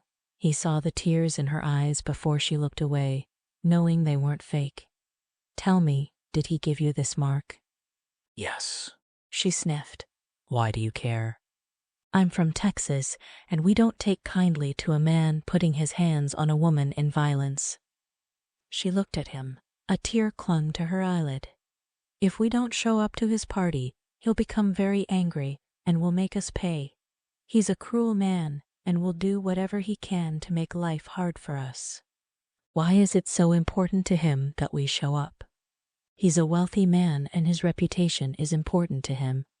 For years I've been an embarrassment to him, and he wants to show everyone that I finally settled down and behaving like a lady. Is that why he forced us to marry? Partly, she replied. What do you mean, partly? Biting her bottom lip, she realized how close she came to blowing it, so she walked away, her back to him. It's nothing. I'm going to bed, and I hope you'll think about going to the party. Chapter 8. Sophia had just gotten into bed when she heard the knock on her door. Pulling the covers up told him to enter. Luke walked over, and in his hands was a glass of milk and a plate of cookies Oreo, her favorite. Setting them down on the bedside table, he sat on the edge of the bed. With the back of his fingers, he stroked her chin. He shouldn't have done this to you. I'm used to it, she said, liking the feel of his fingers on her skin. Removing his hand, shook his head. I've decided to go with you to the party, but just to make an appearance. We'll stay just long enough to satisfy him, and then we're leaving." Her eyes lit up, and without thinking threw her arms around his neck, resting her head on his broad shoulders. "Thank you so much." He held her for a few minutes, taking in her scent, which he found intoxicating. She felt so soft and small in his arms, and he quickly withdrew from the embrace before the impulse to kiss her became any stronger. "Get some rest." "Thanks for the snack," she called out when he walked away.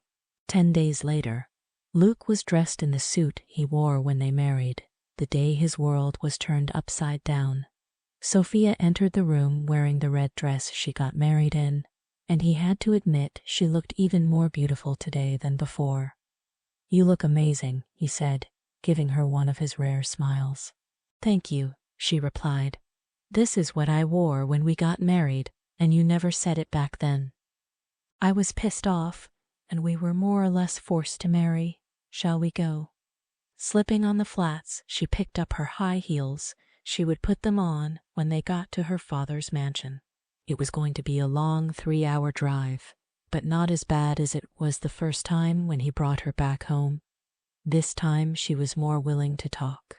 "You know, you have never told me anything about your mother," he said, and glancing over, he took a peek at her thigh where the slit in her dress had written up, "She died 4 years ago from cancer.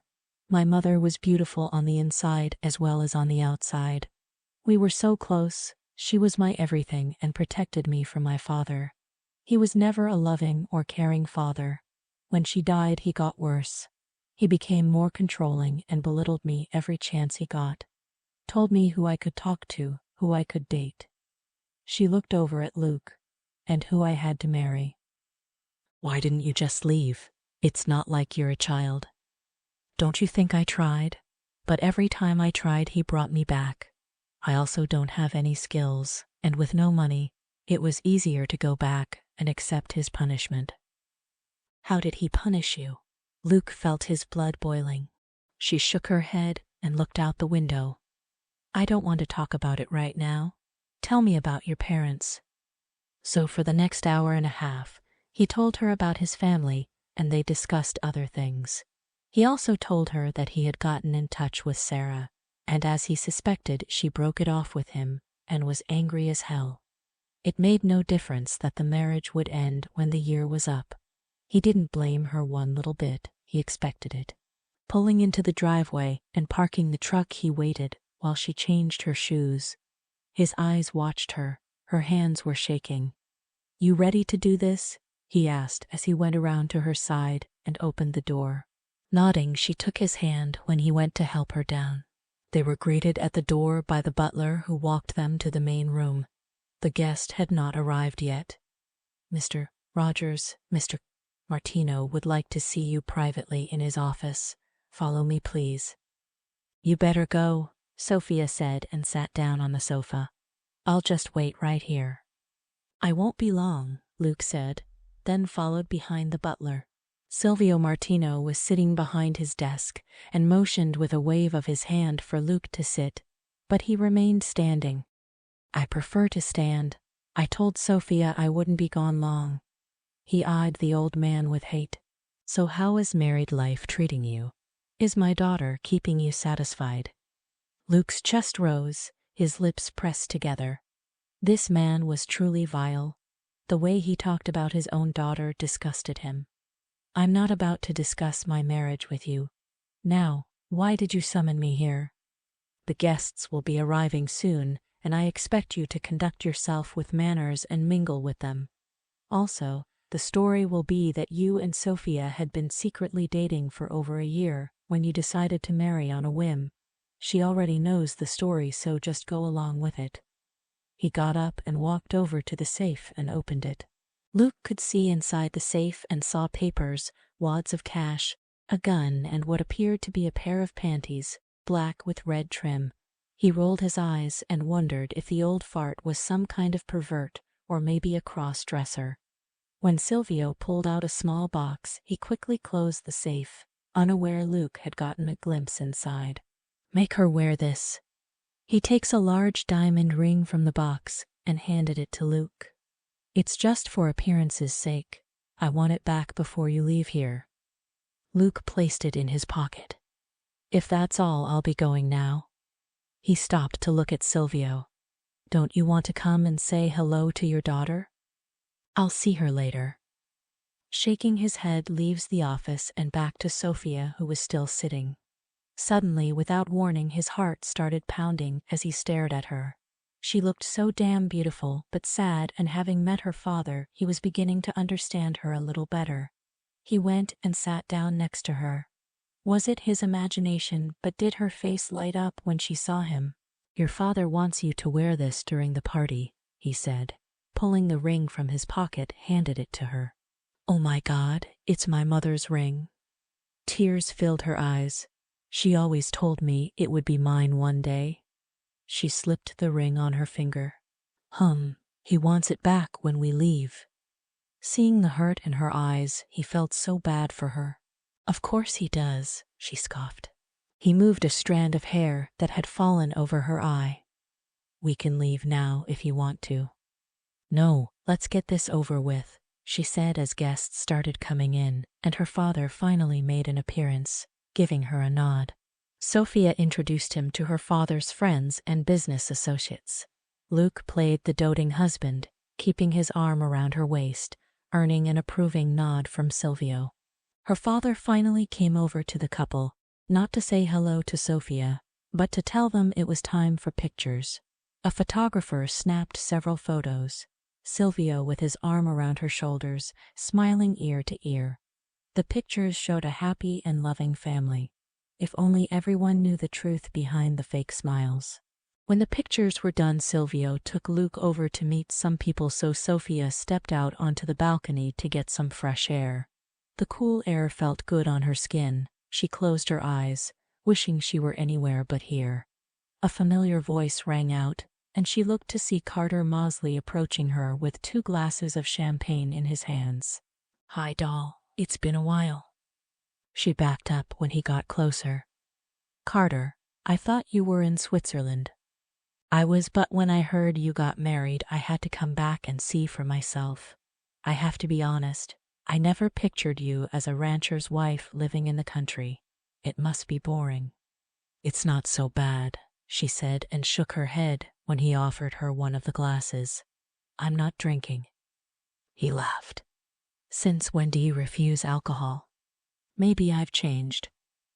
He moved closer, backing her up till she was pinned between him and the railing. Come on, doll, drink with me. I said no, she screeched at him. You heard my wife, she doesn't want it. Luke's voice rang out, and moving towards them gave Carter a push away from her. Carter looked Luke up and down and sneered. You obviously don't know your wife very well.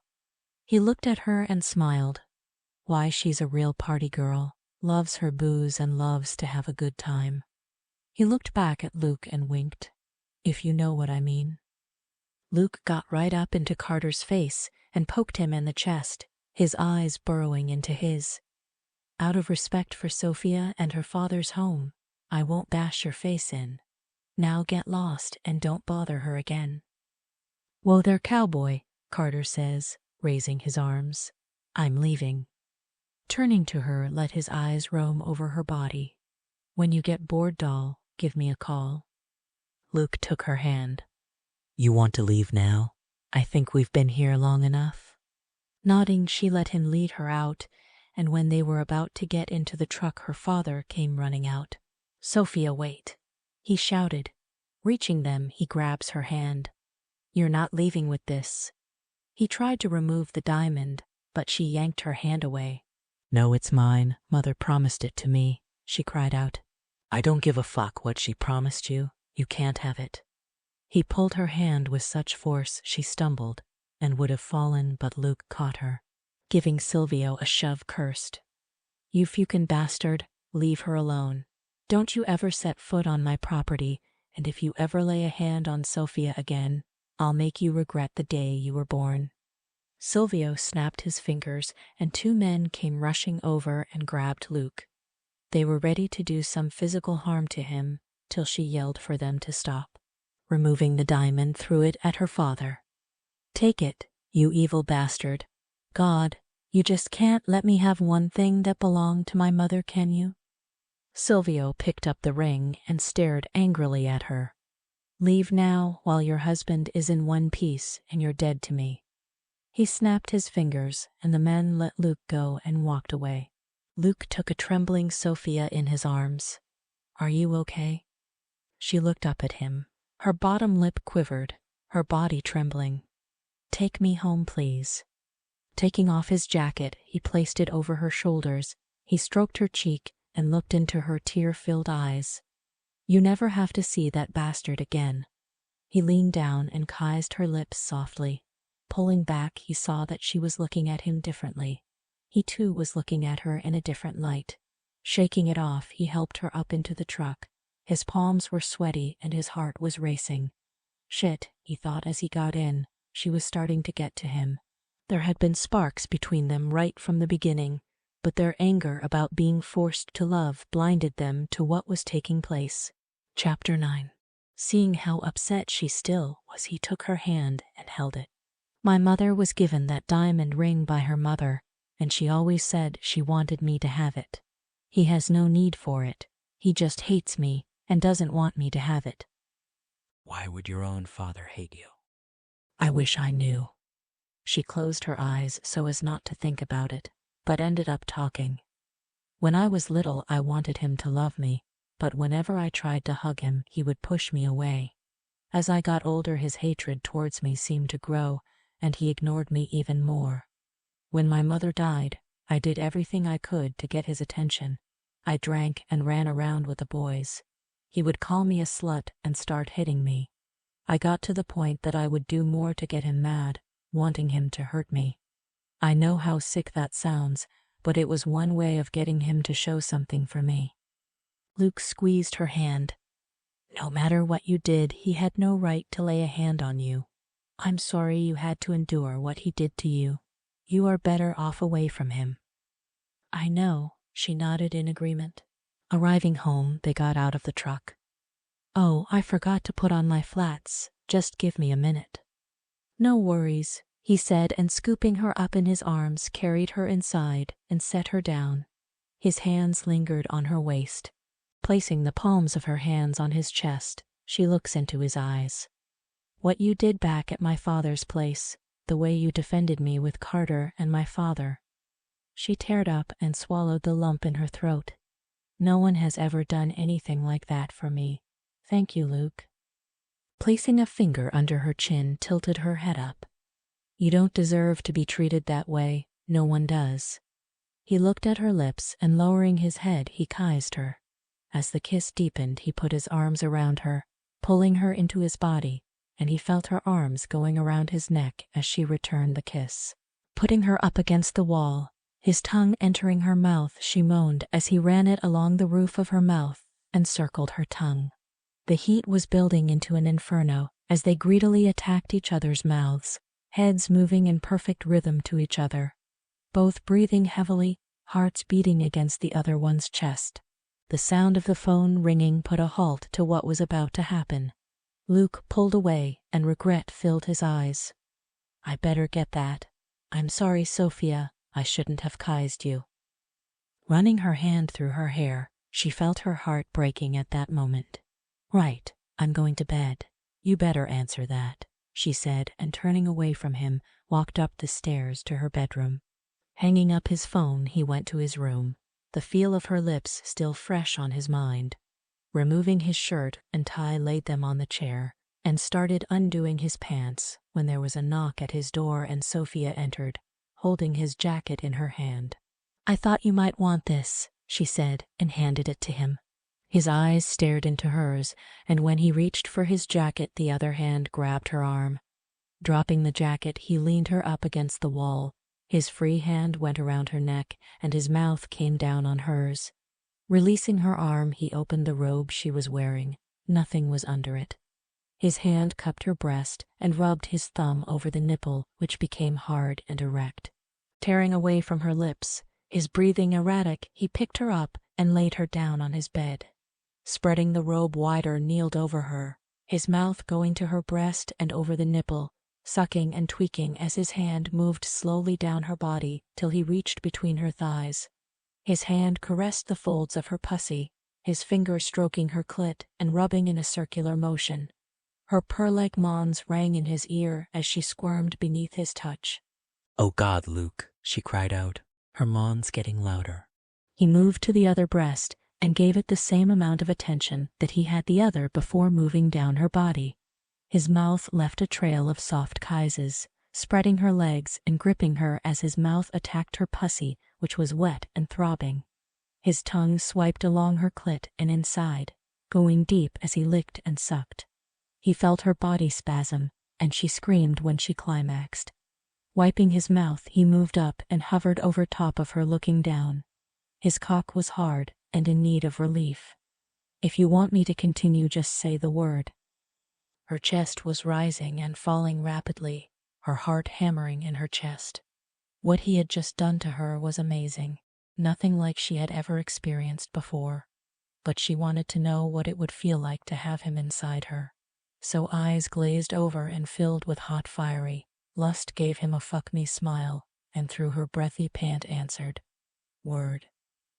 Her hands moving over his back felt good. She had a soft touch. He thought it was cute that she used the word to answer him. His shaft moved over her clit, rubbing as he teased her before entering her. He watched as her eyes closed and lips parted, and a moan escaped her lips, her tongue swiping across her lips. He was so horny and wanted to ride her hard and fast, but forced himself to go slow.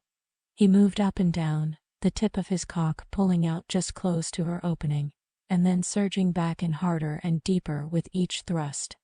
A tremor ran through him, the muscles in his stomach tightened, and her spicy feminine scent aroused him as he moved intimately inside her.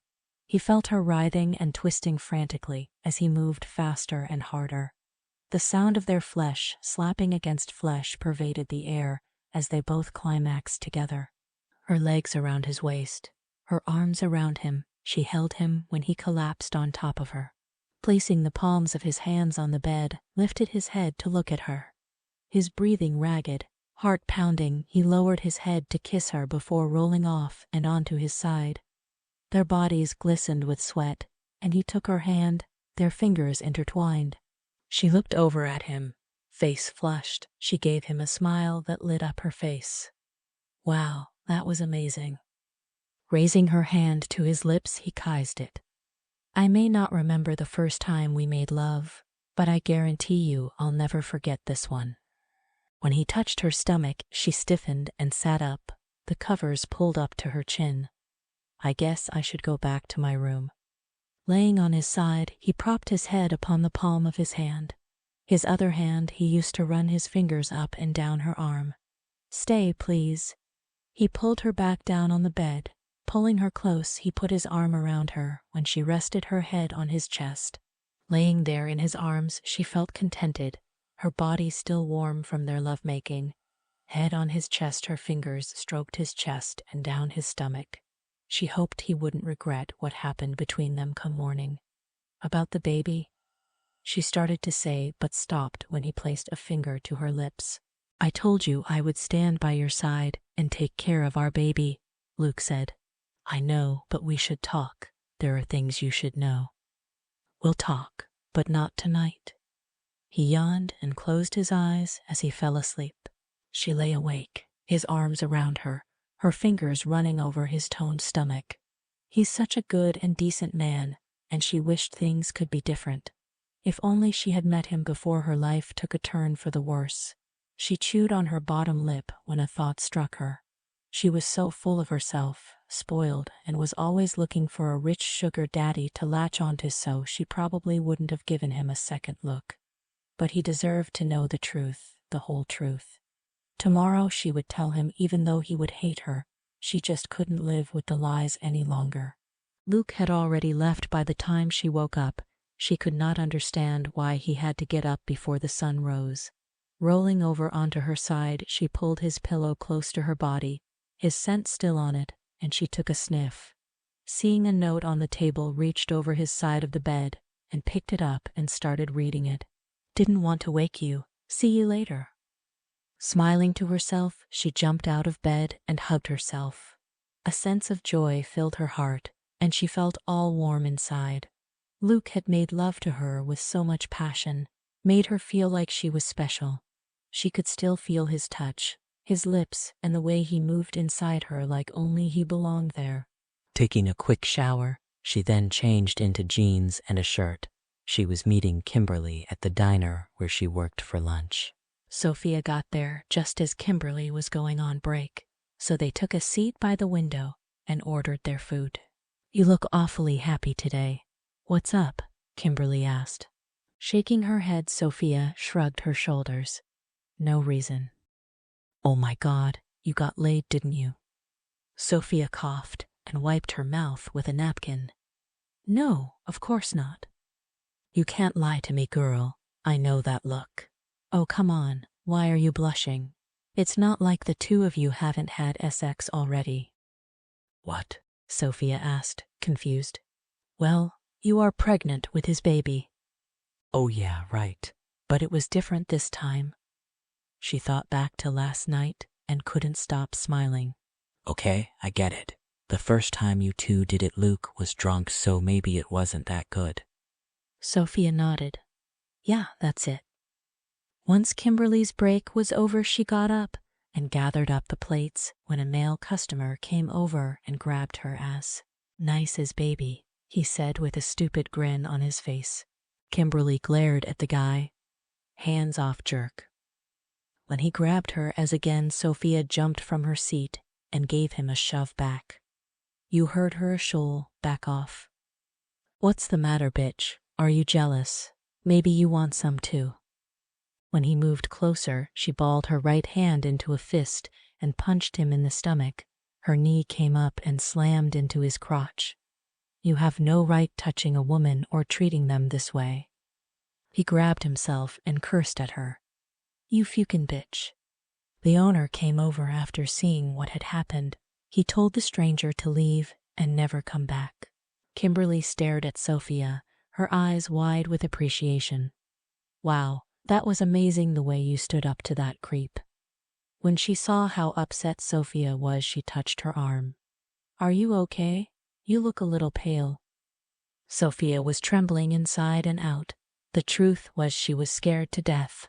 But seeing how that man was touching her friend, she felt the rage inside her exploding. Knowing what it felt like to be touched without giving consent, she had to do something. "I'm just a little tired, that's all. I should get home. I want to make a special dinner for Luke." The women said their goodbyes. Chapter 10. Luke got home later than usual. His shoulders ached, and he needed a shower. As soon as he walked in the front door, he noticed something was different. The place was spotless. Either Sophia cleaned or had someone come in to do it, which meant he would have to dish out the money to cover the bill. The aroma of food drifted throughout the house from the kitchen. Hanging his hat on the rack, he walked towards the kitchen. He could hear humming. She was wearing a skirt and a pullover. Her hair was tied back into a ponytail. "Something smells good." She hadn't heard Luke come in and was startled, dropping the plate in her hand, which shattered into pieces. "You startled me. I didn't hear you come in." He reached her in 2 strides, and kneeling down, he gathered up the broken pieces. "I didn't mean to scare you." He stood and opened the bottom cupboard and tossed in the broken pieces. "What are you cooking?" "Pot roast, baked potatoes and corn," she replied. He looked into her big brown eyes. He started to sweat when he thought about last night when he made love to her. How good she smelled, the way her skin felt when he touched her, and the way she moved her body against his. It was too tempting. He had to leave the room now before he let his lust take over. "Do I have time for a quick shower first?" he asked, backing away. She couldn't help but notice how the bulge in his pants grew, and blushing, she turned back to what she was doing. "Yes, it'll be another 20 minutes. She looked over her shoulder as he walked out, already having removed his shirt. Even his back is SXY. By the time he returned, she was dishing out his food. A beer sat open for him. Sitting down, he took a long swallow of his beer, watching her walk over and setting his plate down in front of him. You cook this? Do you see anyone else here? She asked, rolling her eyes. I just don't see you as the type to cook. What do you think I've been doing all this time? She didn't wait for him to answer. I don't usually, and I'm not very good, but Kimberly gave me a recipe book. So how is it? Lately Luke had been seeing a different side to her. She was more relaxed and not as snobby as when they first got together. It's really good, tender, and has a nice flavor to it. The place looks good too. Did you clean it? Do you think I had someone come in and clean? His eyebrows lifted when he looked over at her. Well, the thought did cross my mind. No need to worry, it didn't cost you a penny. I did the cleaning all by myself, she said with a smug look on her face. Later he helped her with the dishes. So what else did you do today? I went and had lunch with Kimberly and came back here, she said, handing him a cup to dry. Did anything interesting happen while you were there? No, she replied, not looking at him. That's funny. Andy was talking to Kimberly, and she says you punched and need some guy for getting fresh with her. She wasn't sure where he was going with this, so she glared at him. What if I did? Sophia, you can't go around doing that to a guy, not around here. You could have put yourself in a lot of danger. Am I supposed to just stand by and let him assault another woman, or me? This got the hairs on the back of his neck standing up.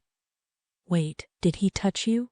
Kimberly hadn't mentioned anything about the guy getting nasty with her. He tried to grab Maya, so I need him hard. He started laughing. Remind me not to piss you off. She too laughed. Okay, I will. Seeing him rubbing his shoulder and seeing pain flash across his face, she reached up, touching his shoulder. Did you hurt your shoulder? Not really, just overworked it today. Taking his hand, walked him into the living room. Sit down and take off your shirt. I'll give them a good rub down. Straddling him from behind, started massaging his sore muscles, smiling when he started moaning in relief. Luke. What? Why did you agree to marry me? He looked back over his shoulder at her. Your father never told you. No, all he said was that I was to marry you. Sighing, he closed his eyes. His muscles were loosening up. It's a long story. It's been a tough couple of years, what with the weather being unpredictable, and then someone poisoned the river, and a bunch of us ranchers lost our stock. Anyways, to make a long story short, I needed to buy some cattle and do a bunch of repairs, so I took out a loan with your father after the banks turned me down. Things only got worse for a while till it started turning around. My payment was coming due, and I didn't have the money. So my father forced you to marry me. He turned around to face her. You already know that. I would have lost everything. I couldn't let that happen. So when he offered me this deal, I took it. You have to understand that my parents left this ranch to me. I couldn't lose it. Nodding, she stared into his eyes. I do understand. When my father finds someone's weakness, he takes advantage of them to get what he wants. Taking her face in his hands, stared into her eyes.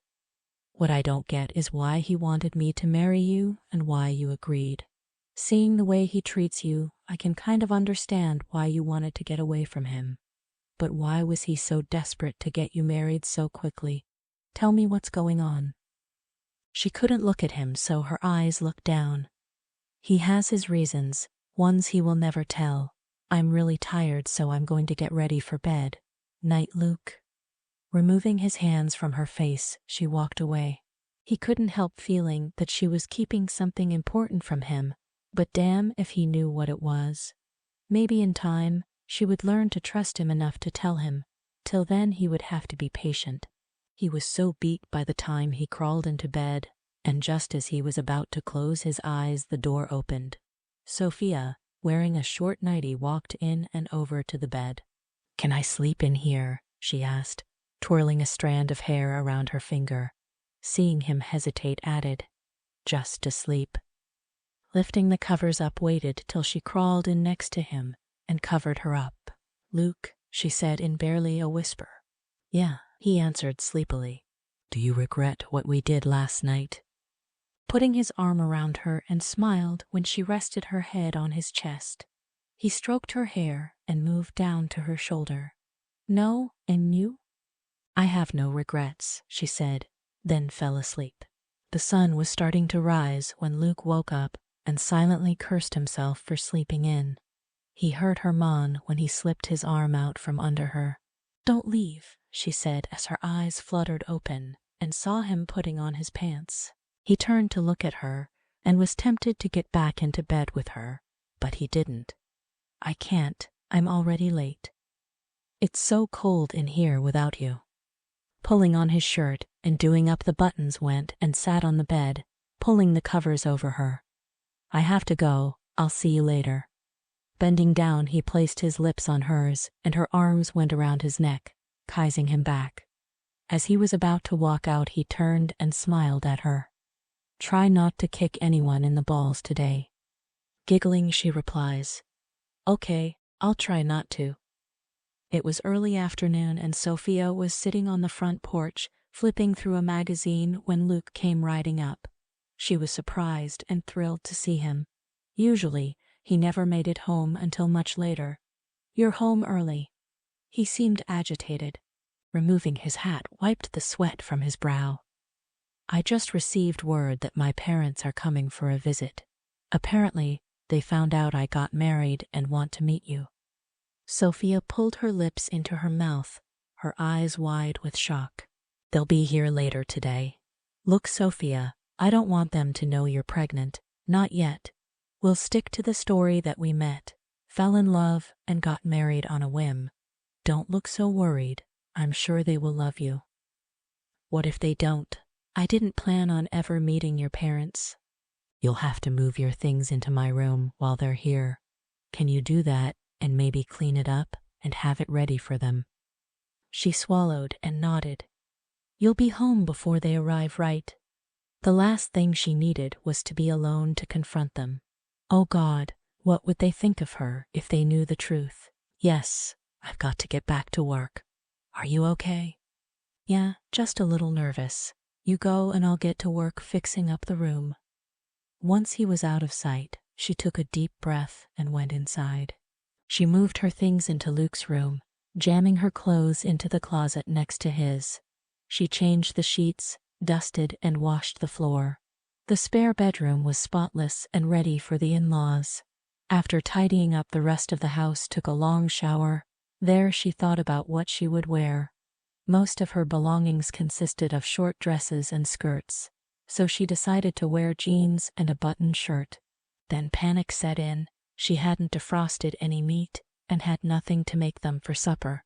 She couldn't very well serve them soup and sandwiches, so picking up the phone dialed Kimberly and asked her what she should do.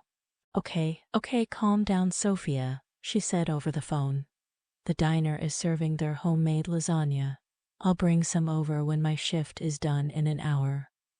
Sophia hung up and collapsed on the sofa, exhausted. She must have fallen asleep as she was awakened by a knock at the door. Thank God you're here, she said, her eyes going to the packages in Kimberly's arms.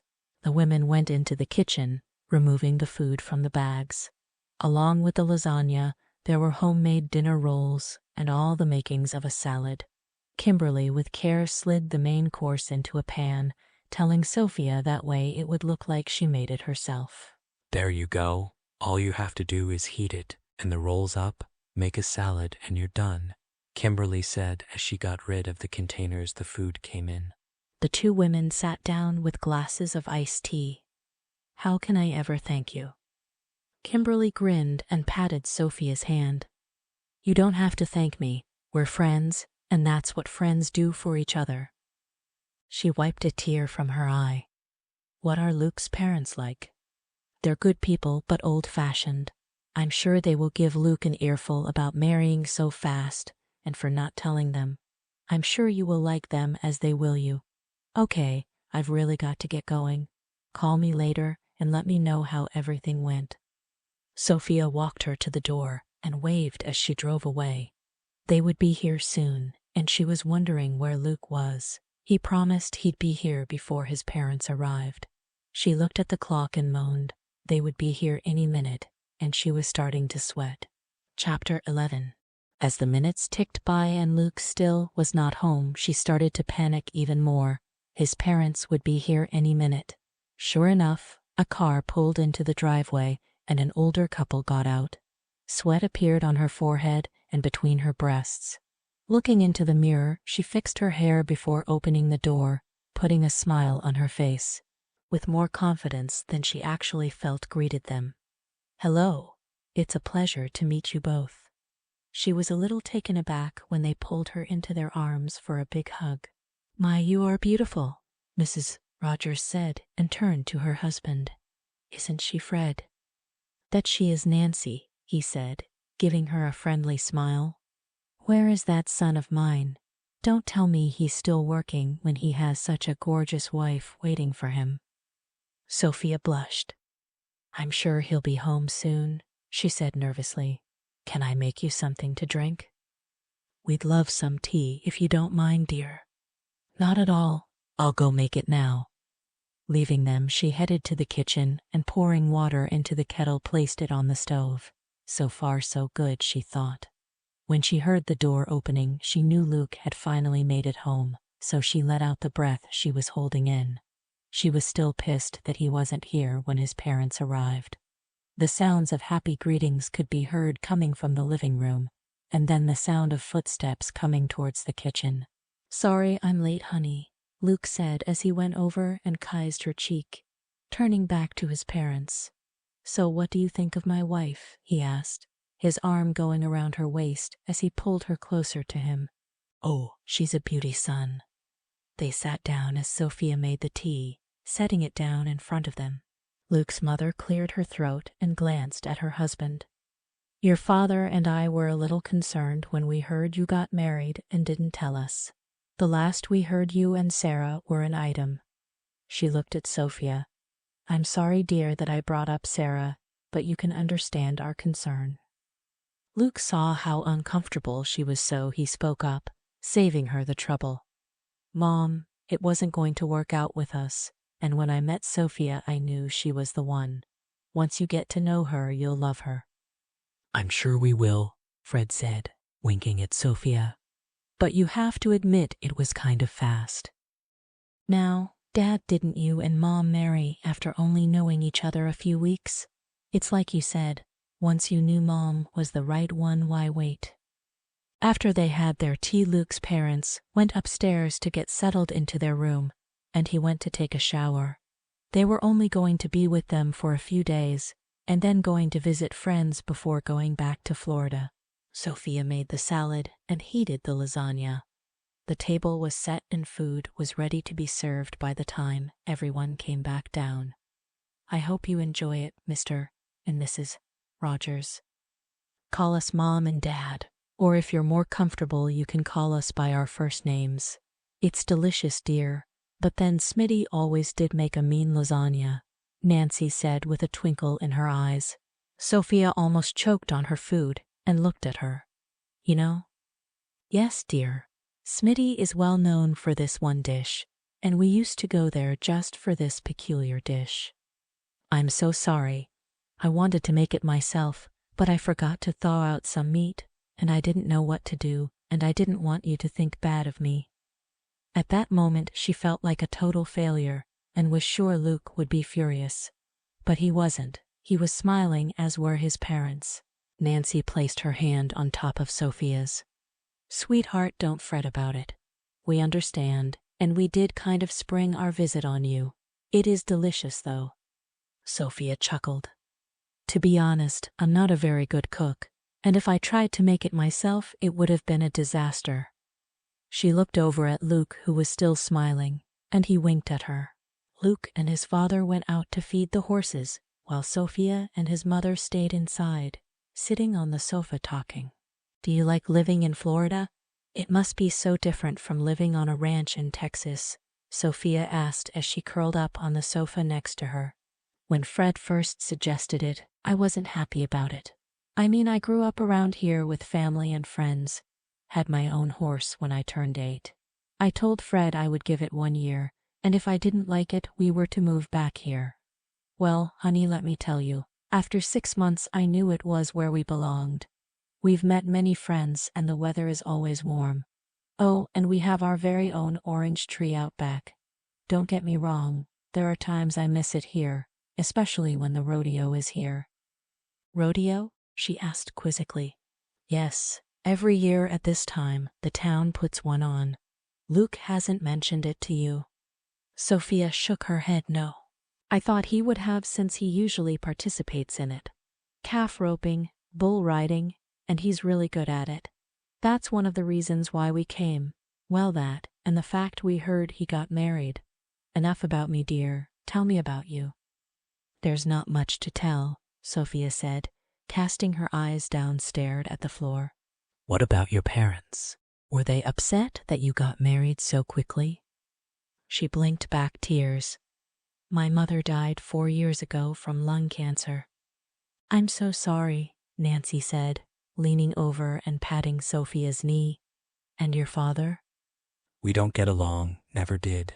He's actually glad that I'm out of his home, and truthfully, I'm glad to be away from him. It's not that she didn't want to be close to her father, but whenever she tried, he always pushed her away and would become more cold and cruel towards her. She often wondered what she had done to make him hate her as much as he did. After a while, she gave up trying to win his love. The guys walked in, therefore, interrupting their conversation. What are you two ladies talking about? Fred asked as he bent down, kissing his wife's cheek. Sophia looked from one man to the other. The resemblance between them was incredible. From their dark hair to their muscular form, only Fred's hair was starting to gray at the sides. Even Nancy looked amazing for her age, her hair a light brown with blonde highlights, and she still had a great figure. I was just telling Sophia about the rodeo. Why haven't you mentioned it to her? Nancy asked her son, who took a seat across from them. I didn't see the point since I won't be in it this year. Oh, come on, son. Your mother and I were hoping to see you win again this year. Fred looked over at Sophia. You have to see him ride the bull. He's really good, and for the last few years he has won for cattle roping. Sophia smiled at Luke. I'd like to see that. I haven't been practicing, he said, shaking his head. You've got a couple of days, son. With all 3 of them pleading with their eyes for him to enter the rodeo, he raised his hands up in exasperation. Okay, you win, I'll enter. After they had tea and pie, his parents went up to bed, leaving Luke and Sophia to tidy up. You can go on up to bed, and I'll take care of this. Are you sure you don't mind? I am tired. It's been a busy day, Luke said, checking to make sure she was all right alone. Yes, silly. It's only a couple of plates and cups. I'll be up in a few minutes. Luke was already in bed and almost asleep, but his eyes opened when she walked in. He watched as she picked up a nightgown and, stripping down, she put it on. He wasn't sure if she knew he was awake or not as she stood there naked, though it was only for a few seconds. But it was long enough to get a good look, which his little buddy below appreciated. Oh, I thought you were asleep, she said, getting into bed next to him. Not yet, he replied. I like your parents. They're really sweet. Rolling onto his side, he rested his head in the palm of his hand, looking at her. They like you too. Thanks for being so nice to them. Turning her head towards him, glaring angrily at him. Oh, wow. Do you really think that little of me? What did I say wrong? He asked, sitting up in bed. You make me sound like a bitch who has no social manners. Did you think I'd be rude to your parents or make them feel unwelcome? He knew she was pissed, and when she folded her arms across her chest, causing her breasts to rise, he found her reaction humorous. For some reason her being mad turned him on, and he pushed her back where she laid flat, and he climbed on top of her. When she tried to push him away, he pinned her hands above her head. You have no idea how SXY you look when you're mad. I'd get off me if I were you, or you'll get the same treatment the man who harassed me and Kimberly got, she said with a smirk on her face. She knew he was sexually aroused when she felt his hard shaft pressing into her thigh. "Fuck, you're so beautiful," he said as he lowered his mouth to hers. He could taste the cherry flavor of her lip gloss that still lingered on her lips. Her mouth opened ever so slightly as his tongue found its way inside her mouth. His cock grew harder when he heard her moan, and she raised her hips. Still kissing her, he released her hands, and his one hand moved down her body and back up her leg, under her short nightgown. He reached for her panties and his hand went inside. She was wet and started to squirm when he began rubbing her pussy that was damp. "Luke," she moaned. Tearing his mouth away, moved down and pulled off her panties, tossing them to the floor and getting back on top. He started breathing heavily and grunted with pleasure when she took hold of him and guided him inside her. He kissed her neck and his pace sped up, and he started thrusting harder and faster inside her. He felt her muscles tightening around his cock. It felt so amazing, so warm. As they both came to a climax, he kissed her. It was deep and passionate to muffle her screams. He didn't want his parents to hear. Hovering above her, he brushed her hair from her face, looking into her eyes, saw the tears in them, and thought maybe he had hurt her. "Have I hurt you?" "No," she sniffed. "This was so sweet and tender the way you made love to me. I feel as though I cheated you. It was too fast. I should have taken my time and given you more pleasure, but I'm afraid I got carried away. Next time I'll make sure it'll be all about you." She smiled, reached up and traced his lips with her fingertips. "You didn't cheat me, it was perfect." She looked at his mouth, his lips, and as her core still throbbed from the impact of his erection pounding inside her, she wondered where he learned to kiss. He was an amazing Kaiser. Luke rolled off and pulled her into his arms, falling asleep with a smile on his face. Chapter 12. The smell of bacon drifted up to the bedroom and Sophia opened her eyes and stretched. Luke was of course already gone for the day, so throwing on a robe, walked barefoot down to the kitchen. Nancy was busy cooking and turned to smile at her. "I know this is your kitchen now, but I hope you don't mind that I made breakfast for the guys before they left and for you. Sit, honey, and I'll dish it out for you. Would you like some orange juice? I also made you some tea since Luke told me that's what you like." Sophia slid into the chair. "I'd love some juice, please. This was and will always be your home, so feel free to do whatever you want. I know that's what Luke would want." Nancy poured Sophia some juice and went back to cooking. "So I gather Fred went with Luke." "Yep. Fred was dying to get back in the saddle again." She chuckled. "My husband is not as young as he used to be, so they'll be back by lunchtime. I thought we could make them some Western sandwiches." Taking a long swallow of her juice, set it down. "Western sandwiches, what's that?" she asked, curious. Nancy brought Sophia's plate over, and after putting it in front of her sat down and poured them both a cup of tea. "Well, it's egg, ham, onions, and some peppers all fixed together on toasted bread. You'll love it. Would you like me to show you how to make them?" "I'd like that very much.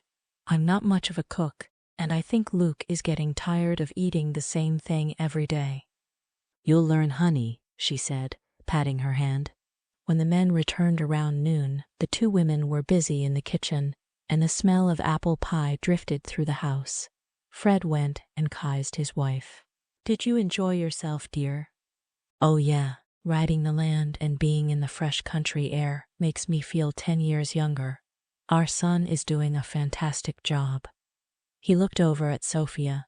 "You should be very proud of your husband." She looked at Luke and smiled. "I am." After they ate, father and son discussed the rodeo and made plans to practice the calf roping before the event. When Fred excused himself, he and Nancy left to go for a walk, and Sophia did the washing up. "Your mother gave me some recipes and showed me how to make apple pie, which we'll be having for dessert later." He walked over and, placing his hand on her chin, turned her to face him. "Are you feeling okay?" he asked with concern. "I'm fine." "You're pale. When is your next doctor's appointment?" "Next week. and I'm just a little tired, that's all. You need to take care of yourself and our baby, so I'll finish the dishes. You go upstairs and rest." She was touched by his kindness and felt tears coming. Placing her hands on his chest, felt his heart beating. Closing her eyes, she took in his scent, even mixed with sweat. It was manly and intoxicating. "Why are you being so nice? I thought you hated me." "I never hated you. I was just angry that we were forced to marry. I never meant for you to get pregnant, but now that you are, I will take care of both of you." "You will?" she asked. He cleared his throat when he saw the way she was looking at him. "Well, yes.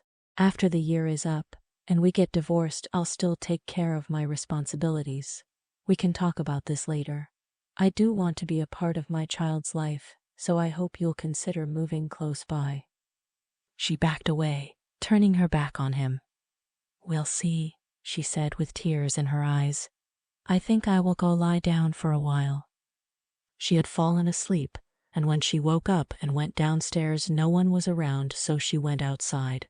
She could see the other three further off in the field, so she walked over to where they were. Luke had a rope in his hands, so going over, she stood next to his parents and watched as he did some tricks with it. She smiled as he then roped a calf. "Does that not hurt the animal?" she asked them. "Nah, it's only for a second, and he's careful not to hurt them," Fred answered her. "I'll go back in now and start dinner," Sophia said and started walking away.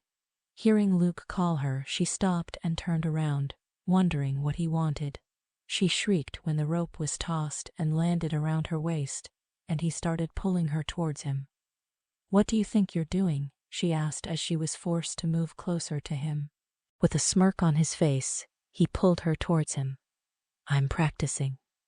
Now they were so close their faces were only an inch from each other.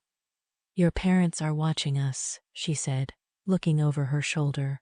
"Yeah, they are, and since they think we are a happily married couple in love, we better put on a show." Before removing the rope from around her waist, planted a big kiss on her lips. She was shocked at his show of affection in front of Fred and Nancy. Shaking her head at him, turned to walk away, and she let out a squeal when he gave her as a slap. Rubbing her butt, she gave him a dirty look and walked back to the house. Sounds of the other three laughing rang out.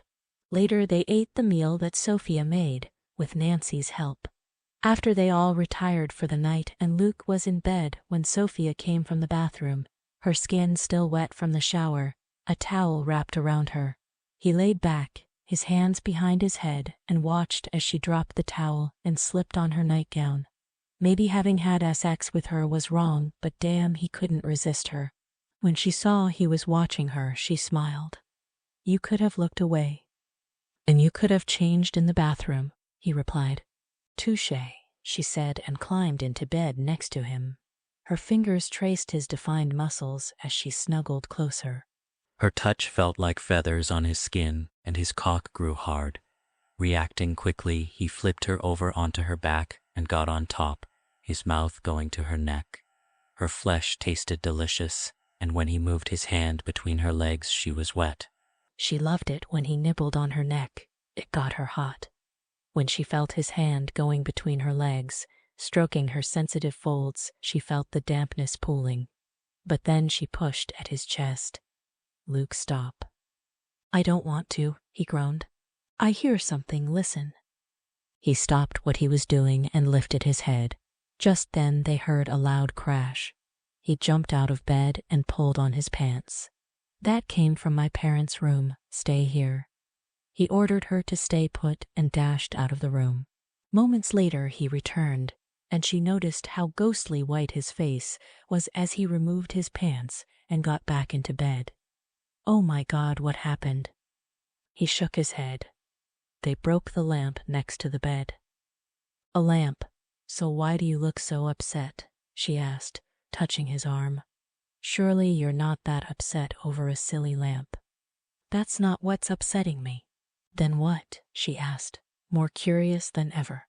He looked at her and pulled the covers up to his chin. He stammered. They were in the middle of doing it. Her eyes opened as wide as saucers. You mean they were having sex? Yes, he snapped. Sophia covered her mouth and started laughing. He glared at her. I'm glad you find this funny. Oh God, no one should see their parents having sex. Luke, I think it's great that after all these years they can enjoy a healthy sex life. Why shouldn't they? They are both still young and in fantastic shape. I think it's sweet. I just hope that when we're their age that we are still having great sex. She realized her mistake once the words were out of her mouth. They both knew when the year was up she'd be gone. There would be no we. I meant with our future partners, not you and I.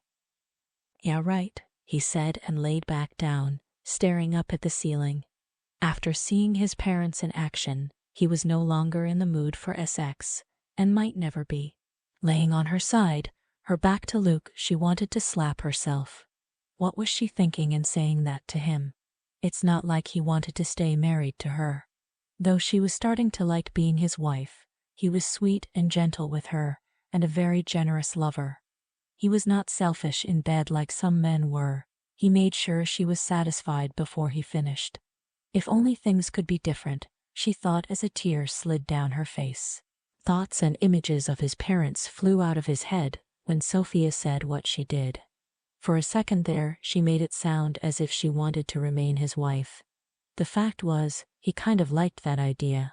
She was changing and carrying his baby, and his house felt more like a home since she's been here. Not to mention that they had this sexual chemistry between them, one that was so strong that drew them together. He'd be lying if he said he never thought of making love to her whenever she was near. God, he felt like a horny teenager around her. He looked over at her and saw she was asleep, her hair fanned out on the pillow. Touching a strand, he leaned over and inhaled its scent. Morning. Sophia was still asleep when Luke got up and went down to the kitchen and saw his parents cooking breakfast. He sat down and tried to avoid looking at them. Morning, honey, Nancy said as he sat down. Fred was reading the paper, but set it down. About last night, son. Luke shuddered, held up his hand. Please, Dad, let's not mention it ever.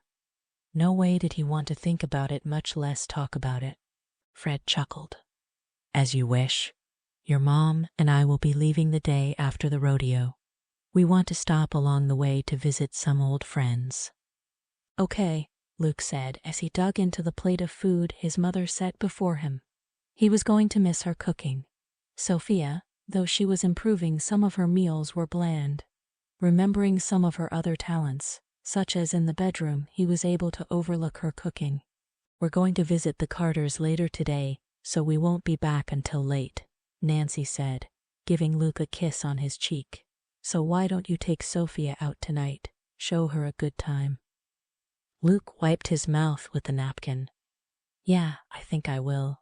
I have to get going, so I'll see you both tonight or tomorrow. Bye, Mom, Dad. Sophia was excited when she was told he was taking her out. Things were going well between them, and she could picture a life with him. She thought she might be falling in love with Luke. Her heart would beat fast inside her chest whenever he was near. But when he wasn't around, her heart ached, and she felt lonely. In her mind, all men were pigs, controlling and physically as well as mentally abusive. But Luke was different. Even though he started off rough, he was now gentle and loving, and she knew he was not the type to hit her. Chapter 13. They made plans with Andy and Kimberly to go into town to the bar. There they would have wings and drinks and play some pool. Sophia wore a short denim skirt, white blouse, and her cowboy boots. She also wore the cowgirl hat that Luke had gotten her a few days prior. He couldn't help but smile when he saw her. She looked so damn hot, and his heart did a flip. How do I look? She asked, moving closer and standing in front of him. Like you fit in here. He adjusted her hat and smiled. Quite a change from your leather boots and expensive clothes. She tilted her chin up, her lips moving closer to his mouth. True.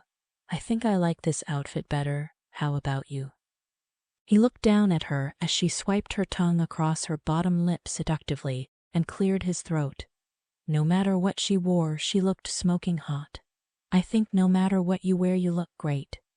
Lowering his head, he kissed her, his arms going around her waist, and pulled her in closer to his body. Just as he placed his hand on her breast and heard her moan, there was a knock at the door, and he knew it was Andy there to pick them up. Damn, he cursed out loud and heard Sophia laughing softly. Finding a booth in the already crowded bar, they sat and ordered a pitcher of beer and wings, sparkling water for Sophia. Andy had some sauce on his lips, so Kimberly leaned over and licked it off. Sophia and Luke looked at each other and rolled their eyes, though they thought it was kind of cute. Up for a game of pool? Andy asked Luke. The girls sat talking and watched as the guys played. When Andy had enough playing, he came back over and sat next to his girlfriend, leaving Luke with 2 other guys. What's he talking to them about? Sophia asked when she saw how intense they looked. That's Charlie and Bart. They're trying to talk Luke into playing for money. Those guys are good, so I backed out. Is Luke any good? Sophia asked Andy. Yeah, he is, but he needs a partner, and I'm not that good. Sophia got up and walked over to the 3 men. I hear you need a partner, so here I am.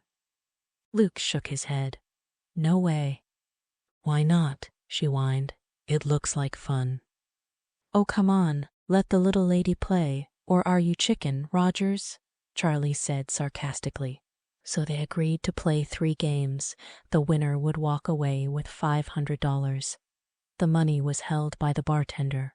Let the lady break, Bart said, looking at his partner and grinning. Sophia picked up her cue and bent over, fingers placed and ready to break. She looked up at the guys and gave them a coy smile. How many of these pretty little balls do I need to hit? Charlie and Bart grinned at each other, and Luke ran his hand over his eyes and rubbed them. He was going to lose his shirt, and why did he ever agree to let her play? Luke went over and started giving her instructions, and then stood back and watched as she went to break. His eyes almost popped out of his head when the white balls smacked into the others, sending most of them into the side pockets. She then pointed to the remaining balls and stated which one was going where. A crowd gathered around and watched in awe as she put them all in the pockets, clearing the table. Charlie and Bart, with their mouth open, stared at each other. Charlie cleared his throat. What the hell was that? She's a ringer. You tricked us, Luke. With a grin on his face, he looked at Sophia and answered, I didn't know she could play. God, he couldn't believe his eyes. She was always surprising him. They played the next games with Charlie and Bart and won hands down. When Luke was handed the winnings, he held it out to her. Here, you earned this. Tell me, how did you ever learn to play so well? We had a pool table at the mansion, and I started playing when I was 8 years old. One of the hired help taught me, and every chance I got I would practice, she said.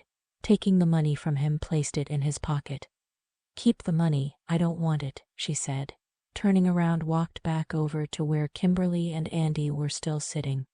Wow, you are one hell of a pool player, Kimberly said, giving her a hug. Thanks, she answered, looking around to see where Luke was. She was sure he would have followed her back to the table and was a little disappointed. Let's dance, babe, Andy said as he took Kimberly's hand. We've been dancing since we got here. I know, get Sophia up for a dance since Luke has disappeared. How about it, Sophia? Andy asked, standing up and holding out his hand.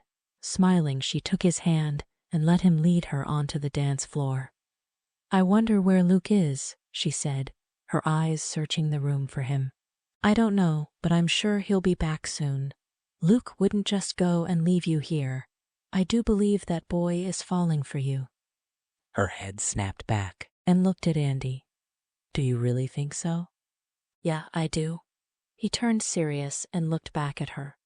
Sophia, please don't hurt my friend. If you don't have any feelings for him, let him know. Be honest with him about everything. Any secrets you're hiding, tell him before he finds out from someone else. Her eyes teared up, and she looked away. Luke is unlike any man I've ever known. He's warm, kind, and I am in love with him. But none of that matters. I'm no good for him, and when the year is up, I'll be leaving." After a couple more dances with random strangers, Luke finally showed up, an hour later. He didn't like seeing her in the arms of another man, so he walked over, tapped the man on the shoulder, and asked if he could cut in. He noticed how rigid she was when he held her and sensed she was pissed off. "You're angry with me, aren't you?" She looked up into his eyes. Her own held a hint of fury. "Should I not be? You've been gone an hour and didn't even tell me you were leaving. Were you with some skank? Are you jealous?" "Yeah, as if," she scoffed. He pulled her in closer when she started pulling away. "No, I was not with another woman." Releasing her waist, grabbed her hand and started walking towards the door. His grip tightened when he felt her resisting. "Where are you taking me?" she cried out. "Outside where it's quiet and we can talk." Once there, he had her sit down on the bench, and he sat next to her. "I left because I wanted to go buy something." "What?" she asked. Reaching into his pocket, he took out a small package and opened it. "I remembered when you first came here and you tried to buy this with my money. The look of disappointment on your face broke my heart, but I didn't know you then and I was angry." Tears fell down her face when she took it from him and stared at it. "That's so sweet of you to remember." She looks at him. "But you can't afford it, so please just take it back." She tries to hand it to him, but he refused it. "You won the money by playing pool, and since you wouldn't accept the cash, I called the owner of the store, and he was kind enough to meet me and to let me buy it." He took it from her hand. "Turn around and I'll put it on you." When she did what he told her, lifting her hair up, he placed it on her, doing it up. Turning back around, she held the necklace between her fingers. "You asked me back then why I wanted it. The truth is that when I saw it, I had to have it. It reminded me of my mother. She had one that looked identical to it. She once told me that someone very special gave it to her, but she never did tell me who that person was. My mother wore it all the time, and she never took it off." She sniffed before continuing. "When I was 10 years old, I heard yelling coming from my parents' bedroom. I was curious, so I snuck up to their door. It was opened a crack, so I sneaked a peek in. They were fighting, and I saw him rip the necklace from her neck, and he threw it into the fireplace." "I'm so sorry," Luke said sadly. "My mother was heartbroken, and she sobbed and called him a bastard, so he slapped her. He slapped her so hard her lip was bleeding." "Was he always abusive towards her?" "Yes," Sophia nods. "Why didn't your mother take you and leave him?" Luke felt the heat in his blood boiling. He could never tolerate a man hitting a woman, no matter what she had done. He was brought up that way. She wanted to, but she was afraid of him. They met and married in Italy. She was only 18 and naive. After they were married for a few weeks, she found out he was involved with the mafia, and he became violent towards her. 3 years later, he got in trouble with the boss, so they fled here to America. She was carrying me at the time. I don't know the whole story. All I know is he threatened to kill us if she ever tried to leave him. He soon became very wealthy, and his reputation and what people thought of him became his priority. A man who beats and threatens a woman is not a man but a coward. When our year is up, you aren't planning on going back to him, are you?" "God, no," she said, shaking her head. "I have plans to go as far away from him as I can." "How will you do that with no money?" "When I turn 21, I will receive the trust fund my mother had set aside for me. She wanted me to use it to leave the country so that I could get away from him." "You look tired. Should we head home?" Nodding her head, she stands up, touching the necklace. "Yes, please. Thanks for buying me this. It means a lot to me." "You're welcome. Wait here, and I'll let Andy know we're ready to leave." Placing his hands on her face, he couldn't resist kissing her. While she stood there waiting for him to return, a car slowly drove by. The windows were tinted, so she couldn't see who was driving, but it came to a stop and drove off when Luke returned. The hairs on the back of her neck stood up, and she had the strangest feeling they were watching her. Andy and Kimberly want to stay, but he gave me the keys to his truck and said he'd pick it up tomorrow. Are you okay? He asked when he saw her staring at the car that was driving away. Yeah, I'm fine. I just got the feeling whoever is in that car was watching me. Luke looked over at the vehicle. I've never seen that car before. It's not from around here. A shiver ran through her, making her body shake. Luke, thinking she was cold, took off his jacket and draped it over her shoulders. Chapter 14. Pulling to a stop in the driveway, Luke cursed quietly to himself. His parents' car was there. He was hoping they wouldn't be home yet. His intentions were to have his way with her, in a way that would have her screaming out loud. But since they've been here, he had to hold back, as Sophia was very loud when she was being sexually satisfied, which he liked, adding to his own excitement. As soon as they walked in, they could hear Fred and Nancy in the kitchen. They're up late. We should go say goodnight before going to bed, Luke said, helping her out of his coat. Fred and Nancy were sitting at the table drinking tea and smiled when they saw the couple walk in. Want some tea? Nancy asked, getting up to boil some water. No thanks. I'm tired, so I'm going to head upstairs, Sophia said, giving her mother-in-law a hug goodnight. Me too, Nancy answered her. I'll walk up with you. Fred got up, kissed his wife goodnight, and going over to the fridge grabbed 2 beers. Have a drink with your old man, he said to his son. Luke looked at Sophia. He really wanted to go with her, wanted to make love to her, but his father already opened the beer for them. I'll be up soon, he told her, and took the drink from his father. An hour later, Luke checked the clock on the wall and stood up. I really should get some sleep, Dad. The rodeo is tomorrow. Saying goodnight, he headed to bed. His heart melted when he saw Sophie's asleep. She looked so at peace, so innocent. He didn't have the heart to wake her, so looking down at his erection, he spoke quietly so as not to wake her. Sorry, buddy, not tonight. Getting into bed, she immediately moved close, snuggling up to him, though she stayed asleep. He watched her as she slept. She was still a mystery to him. He knew she was hiding things and hoped that she would trust him enough to tell him. No matter what her secrets were, he would take care of her.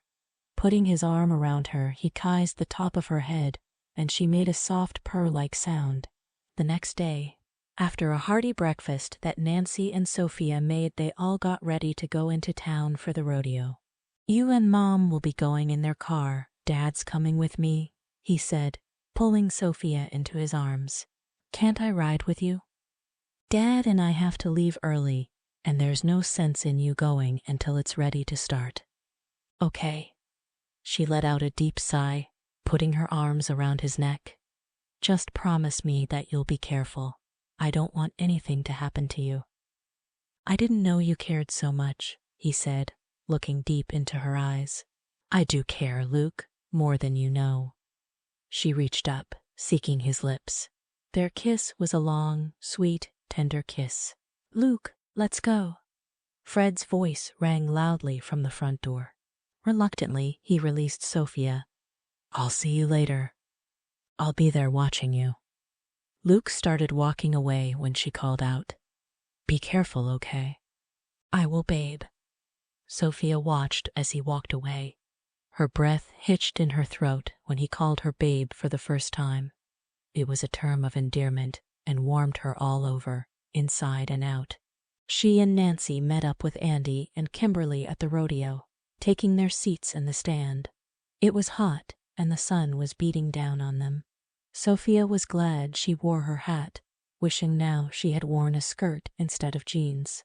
The bull riding was the first event up. Luke was third up.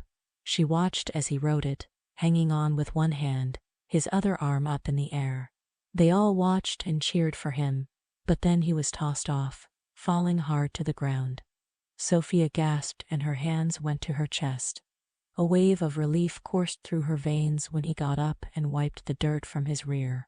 Shit, he didn't break the record, Andy mumbled. Luke looked over at the stands where he knew Sophia was, Spotting her, he smiled, took off his hat, and waved it at her.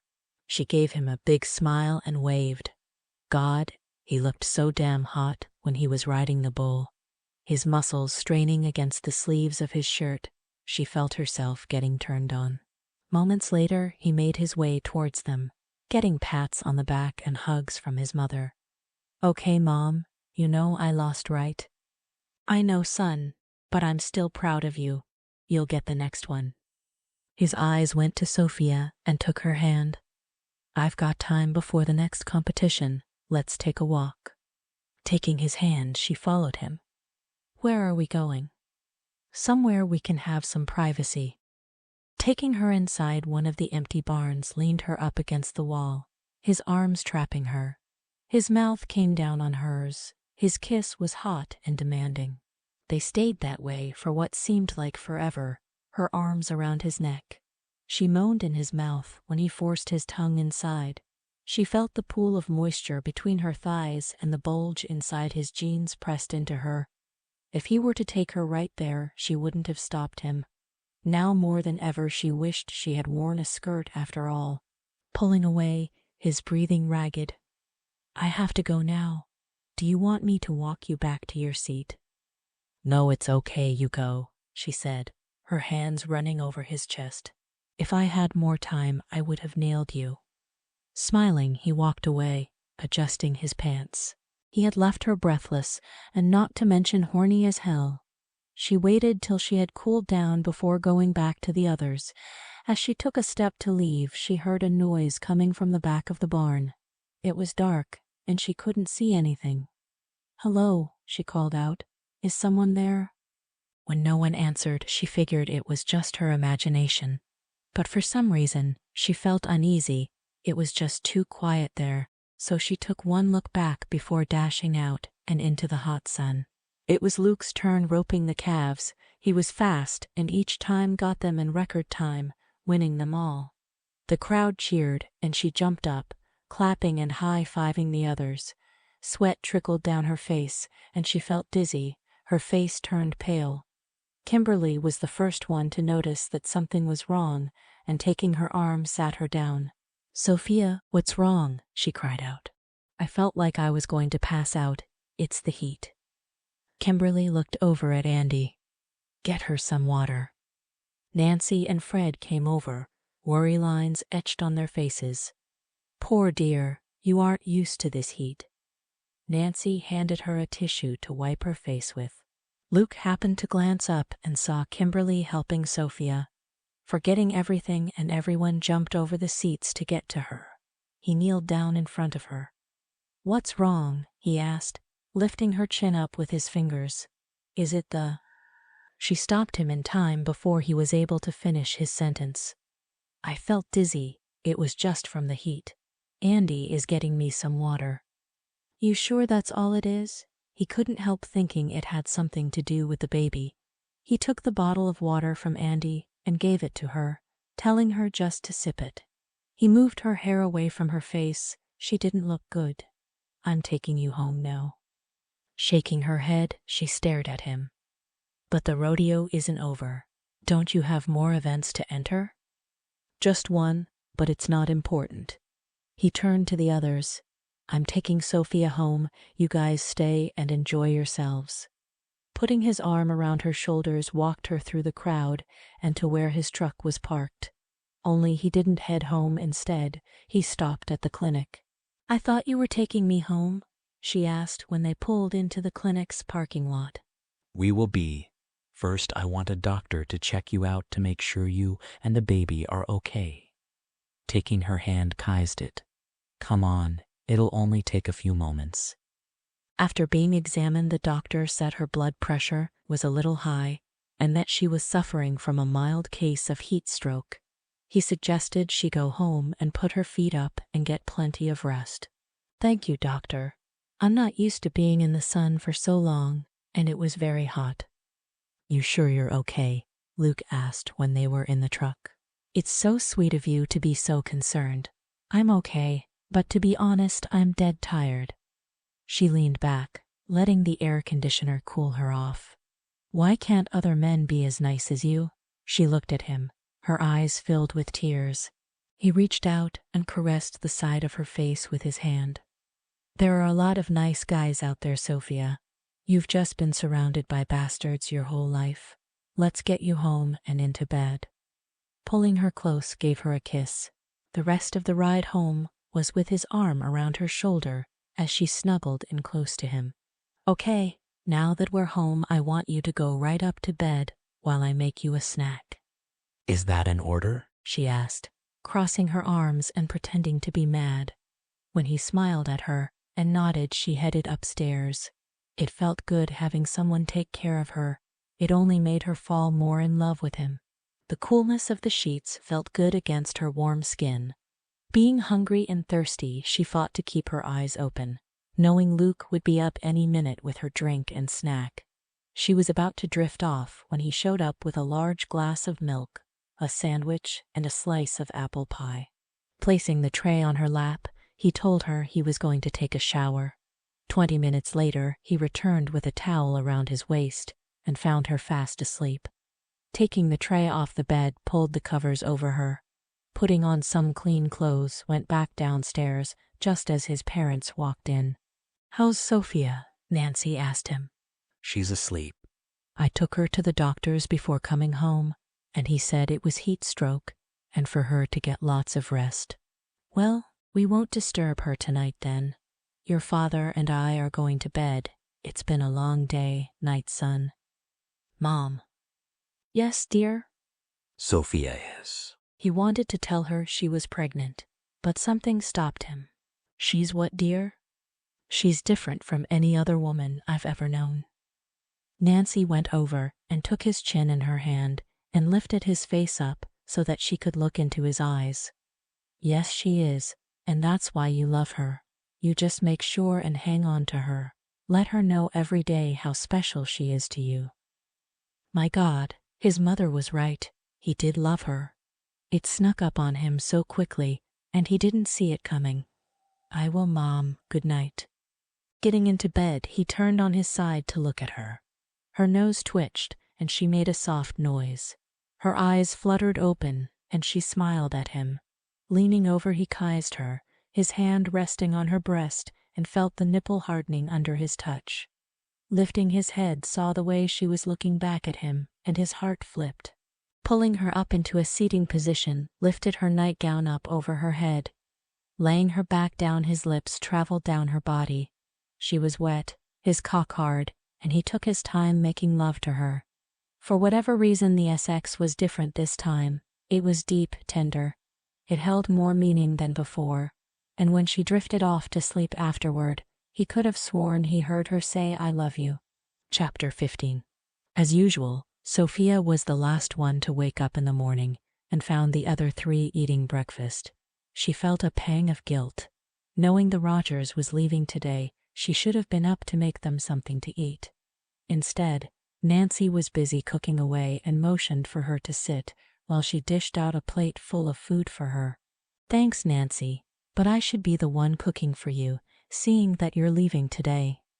She felt Luke's hand on her knee, giving it a reassuring squeeze.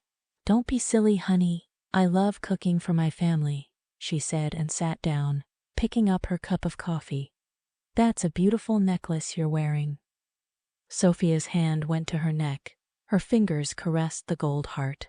Thank you. Luke gave it to me. Looking over at him, smiled. His hand was still on her knee. Fred chuckled. My son always did have good taste. Just look at the beauty he married. Sophia blushed. She would truly miss these two. Then I must also have good taste since I married your son. She looked at the couple and sadness gripped her heart. I do wish you both could stay longer. I will miss you both. Maybe it was her hormones, but whatever it was, she couldn't stop the tears from falling down her face. Besides her own mother, these two felt like her parents, even though she had only known them a short time. But they showed her more love than her father had in all her life. Nancy got up and rushed over to her side. We'll miss you too, sweetheart. Taking a napkin, wiped away her tears. We will come back and call all the time. I always wished I had another child, a girl. It seems I got my wish." The tender scene between the two women had both men tearing up. Luke was amazed at how his parents warmed up to Sophia so quickly. After the dishes were washed up, they all went into the living room. Luke's parents wanted to talk to them before leaving. Nancy did the talking. "Luke, honey, it was always your father and my intention that when you found the woman you wanted to spend the rest of your life with, we wanted to give you this diamond ring to give to her." She took off her engagement ring, the one that had been passed down through generations, and held it out to him. "Mom," Luke started to protest. Nancy holds up her hands, stopping him. "This ring you will someday pass down to your son to give to his wife. Now you take it and place it on Sophia's finger." Luke took the ring and turning to her, she shakes her head. Sophia was beside herself with guilt. The ring was beautiful. It was a family heirloom and was meant for someone who Luke truly loved and would be married to forever. It was not right that she should wear it. "I can't," she cried out. Luke went to her, taking her hand. "It's going to be okay," he said as he slipped the ring on her finger. She looked at the large diamond in the center, small ones surrounding it. "It's really beautiful. I've never seen anything like it before." Her eyes were moist with tears. "My, it does look good on you, dear," Nancy said. She takes Sophia's hand to admire it. "It suits you." After all the hugs and kisses, Fred and Nancy head off with the promise that they would come back for another visit. Sophia takes off the ring and hands it to Luke. "Put this somewhere safe and give it to your real wife someday." Every part of her wished that she could be that person, the one he would love and want to be with forever. Luke's palms were sweaty, his heart ached. Holding the ring, he looked at her. There was so much sadness in her eyes, matching what was in his heart. "Maybe you should keep wearing it." "Why?" she asked, turning to look back at him. "I was thinking that a child needs two parents, ones that live in the same home.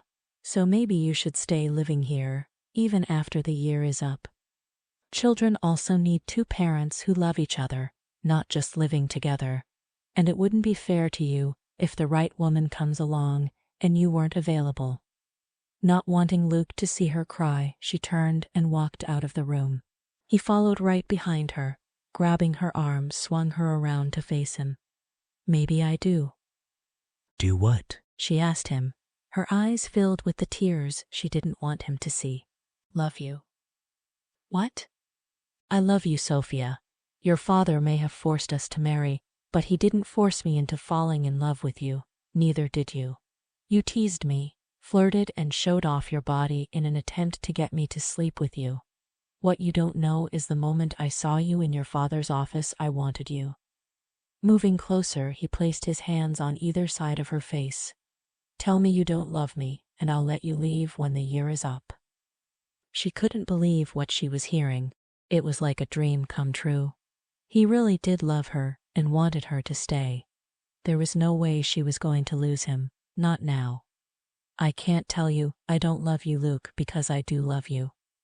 His heart was bursting with joy when she told him she loved him. "You do?" "Yes, I love you, Mr. Rogers." "I love you, baby." Letting go of her face, he undid his shirt and removed it, his eyes glued to her face. The warmth of her hands when she placed them on his bare chest had the blood pumping faster through his veins. Ripping open her shirt, his mouth went to her breasts as he slowly edged her backward towards the sofa. Laying her down, he removed his pants and, undoing the button on her jeans, pulled them down and off. He stood looking down at her in her bra and panties. She had a small baby bump. "God, you are so beautiful." Unhooking her bra, he tossed it away and with his lips left a trail of wet kisses as he moved down, pulling off her panties. She arched her back and moaned when he stroked her into a climax with just his fingers and mouth. He then embedded himself inside her, thrusting in and out, letting her know she belonged to him and no one else. Her scalp tingled, toes curled when she felt the hot, velvety length of him moving faster and deeper, sparking the heat in the pit of her belly. When she had come for the second time, He then allowed himself to let loose, and he too came. His body shook and trembled and collapsed on top of her. His breathing ragged and choppy, he shifted his position. His arms slid around her waist as he lowered his head and took her mouth with heated desire and vengeance. She had her hands tangled in his hair, holding him closer as their mouths continued their attack on each other. There wasn't much room on the sofa, but with them laying face to face they made do. His one hand moved along her curves. He loved the way her skin felt like silk. Now that you'll be staying, I want to let you know your father won't be a problem. I'll make sure he stays away from you. I know you will, but knowing him, he won't even bother with me anymore. You know we're going to have to fix up that spare room and turn it into a nursery for the baby. I'll pick up some paint tomorrow. What color would you like? She smiled, tracing her lips along his mouth. I haven't really thought about it. Pressing her body into him felt him getting hard, and she then kissed him, letting him roll her onto her back. Later she went with him to feed the horses. I would love for you to take me riding someday. I haven't been riding in over 2 years, she said as she patted the one horse. I didn't know you knew how to ride. There's a lot about me you don't know, she said, winking. Pulling her into his arms, looked deep into her brown eyes. Well, we have years ahead of us for me to find out all there is to know. Leaning her up against the fence, his hands on either side of her went to kiss her, but she stopped him, looking over his shoulder. What's wrong? He asked, turning to see what got her attention. I thought I saw someone behind the trees, over there. She pointed to the woods. Luke shook his head. How can you see that far away? I have perfect vision. Maybe I was mistaken. It could have been an animal. This is what she tried to convince herself of, though she again had the feeling someone was watching them. Will it make you feel better if I go and check? Yes, she said, nodding her head. Okay, you stay here and I'll be right back. Jumping on the back of one of his horses bareback, he took off towards the woods. 15 minutes later he returned. Getting down, he put the horse back inside the fenced area. I didn't see anything or anyone, no tracks, nothing. Though he said those words to her, he had to wonder if there was something going on. First the car with the tinted windows, and now this. It couldn't be a coincidence. Sorry, Luke. It must be the hormones making me crazy. Let me take you out to a nice steak dinner, he said, wanting to change the subject. Wrapping her arms around his neck, she smiled. That sounds good. Anything to get out of cooking and cleaning. They called Andy and asked if he and Kimberly wanted to go with them, which they gladly accepted. Over dinner, they discussed what color to paint the nursery. Andy said he'd help. Since she didn't want to know the sex of the baby, they picked a powder blue for the paint. Luke asked them if they had noticed any strangers coming into town, describing the dark car with tinted windows, or if Kimberly had anyone new come into the diner. Neither one knew anything. We also have some good news to tell you, Luke said, putting his arms around Sophia's shoulder. What's that? Andy asked, taking a bite of his steak. Sophia and I are staying together when the year is up. We are going to make this marriage work. We love each other. Kimberly clapped her hands together. I knew it. I just knew you two were falling in love. Oh, I'm so happy for you both. She looked at the couple and turned serious. As evil as your father is, Sophia, he did you both a great favor. He brought 2 people together who found love with each other. Yes, he did, Sophia agreed. But I won't be calling him any time soon to thank him. She touched Luke's face. I am glad we met and married. I can honestly say that I would never have thought I'd like living in the country, but I love it here, and I don't miss the city one little bit. Aw, Kimberly squealed with delight. Go ahead and kiss you too. You know you want to. She's right about that. I do want to kiss those gorgeous lips of yours. Go ahead, cowboy, before someone else comes along and does it, she said teasingly. Like I'll ever let another man kiss you, he said as his mouth came down to hers. He didn't care who was watching as he kissed her with deep passion, pulling her close. Okay, that's enough now, Andy chuckled. Chapter 16. A few weeks later, they were shopping for maternity clothes, now that she was showing and her clothes were getting tight on her. Their town didn't carry maternity wear, so he took her to the next town, where she got several pieces of clothing. Leaving the store, he was wondering why she was being so quiet. Anything wrong? He asked, looking over at her. Climbing into the truck, she crossed her arms and wouldn't talk to him. A couple of miles out of town, he was fed up with her behavior, so he pulled down a dirt road and parked. Okay, what's wrong? Well, if you don't know, I'm not going to tell you. The palm of his hand slapped against his forehead. Oh my God, if I knew what was wrong, I wouldn't have to ask you. Why do women always say that? Damn it, just tell me. Don't you curse at me, Mr. Rogers. Shifting her body, she turned to stare angrily at him. You were flirting with that horny bitch in the store. He couldn't stop the laughter from coming. Horny bitch, the woman was just being friendly, and I wasn't flirting. You wouldn't want me to be rude to her, or any other woman, would you? He tried to touch her, but she shrugged him off. Do you know how SXY I find you when you're mad? I might have to take you right here. In your dreams, cowboy, she snapped at him. Take off your panties and straddle my lap. No, she said, giving him a look that could kill. Take me home, but first let's stop for ice cream. Removing his seat belt, moved over to her side. His hand on her leg moved up under her dress, his mouth going to her neck. Don't be mad, baby, he said as he kissed and sucked on her neck. He knew how much she liked it when he did that, making her putty in his hands. He gasped in pain when her hand went to his crotch and squeezed. If I ever find you flirting with another woman, I'll cut off your dick and feed it to your cows. Letting go, she smiled. Now are you going to take me for ice cream or not? Moving back to his side, rubbed where she had squeezed him. Man, she was one feisty woman, and he knew she was still a little mad, and that he wasn't about to get any. Usually kissing her neck got her in the mood, but not today. Oh well, he would try again once they got home. Okay, just don't hurt the little guy again. Smiling, she looked down at his crotch. There's nothing little about him. After the ice cream, they headed home. That night, as he lay in bed, she came from the bathroom wearing nothing but one of his shirts and climbed into bed.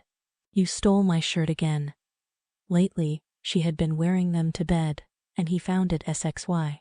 If you want it back, you'll have to take it, she said, licking her lips. Well, he didn't have to be told twice as he quickly undid the buttons and removed it. She was no longer angry with him, so he wasted no time as he got on top of her, his mouth going to her neck. Next day, Andy and Kimberly came over. The guys were going to paint the baby's room, and the girls were going to relax, looking through baby books for furniture for the nursery. When Sophia wanted to check to see what the paint looked like, Luke refused to let her in. You can't go in there till the paint has dried and the fumes are gone. It won't be good for you and the baby to inhale. I just want a peek to make sure it's the right color. I said no, now go back downstairs, he ordered her. Damn man, you are getting so bossy. Guess you won't be getting any tonight, she said, looking at him with one of those looks he had grown to love. It was a mix of displeasure and anger, yet her eyes sparkled, letting him know she wasn't all that mad. We'll see about that, he replied, winking at her. Later. Walking into the kitchen where Luke was, just getting off the phone. Hope that wasn't a woman you were talking to, she said, giving him a smile. He let out a laugh. No, I learned my lesson the other day. I was talking to my mother. I told her we were having a baby. Oh, what did she say? She was pissed off, Luke answered. Sophia sat down across from him. Why? Is she mad at me? No, at me. Seeing the hurt look on her face, he took her hand in his. Mom's mad at me for not telling her when they were here, but she is happy that she's going to be a grandma and told me that I better take good care of you. Pulling her over, set her on his lap. his arms going around her waist. I guess we should have told them sooner. Let's go to bed, Luke. Scooping her up in his arms, headed to the bedroom. Over the next little while, they learned more about each other. She learned that he was a proud man who wouldn't accept charity, but was always the first to help someone who needed it. He also had a jealous streak and would become moody if he thought she was being too friendly with another man. He was also stubborn as hell and wouldn't budge when he felt he was right about something. She also learned no matter how mad she would make him at times, he would never strike her. Instead, he would go out and chop wood, getting out his frustration that way. He learned that her favorite color was green. Flowers were white roses. She loved dogs and cats, afraid of spiders, big or small. When she was angry, her face would turn a light shade of red. Her bottom lip would stick out, and she would fold her arms across her chest, giving you her death stare. She spoke her mind, which at times was embarrassing whenever they were out amongst others. But the biggest thing was he learned how she knew to use her body to get what she wanted. To be honest, he didn't mind that part, as long as it was just for him she was doing it for. And when she was mad at him, all he had to do was bring her some white roses, apologize, and kiss her neck. If you had told Sophia a year ago that she would be living in the country with a cowboy, cooking and cleaning, she would have laughed in their face. But she loved every minute of it. It was like she had always belonged here. Loving Luke and him loving her, she was so happy.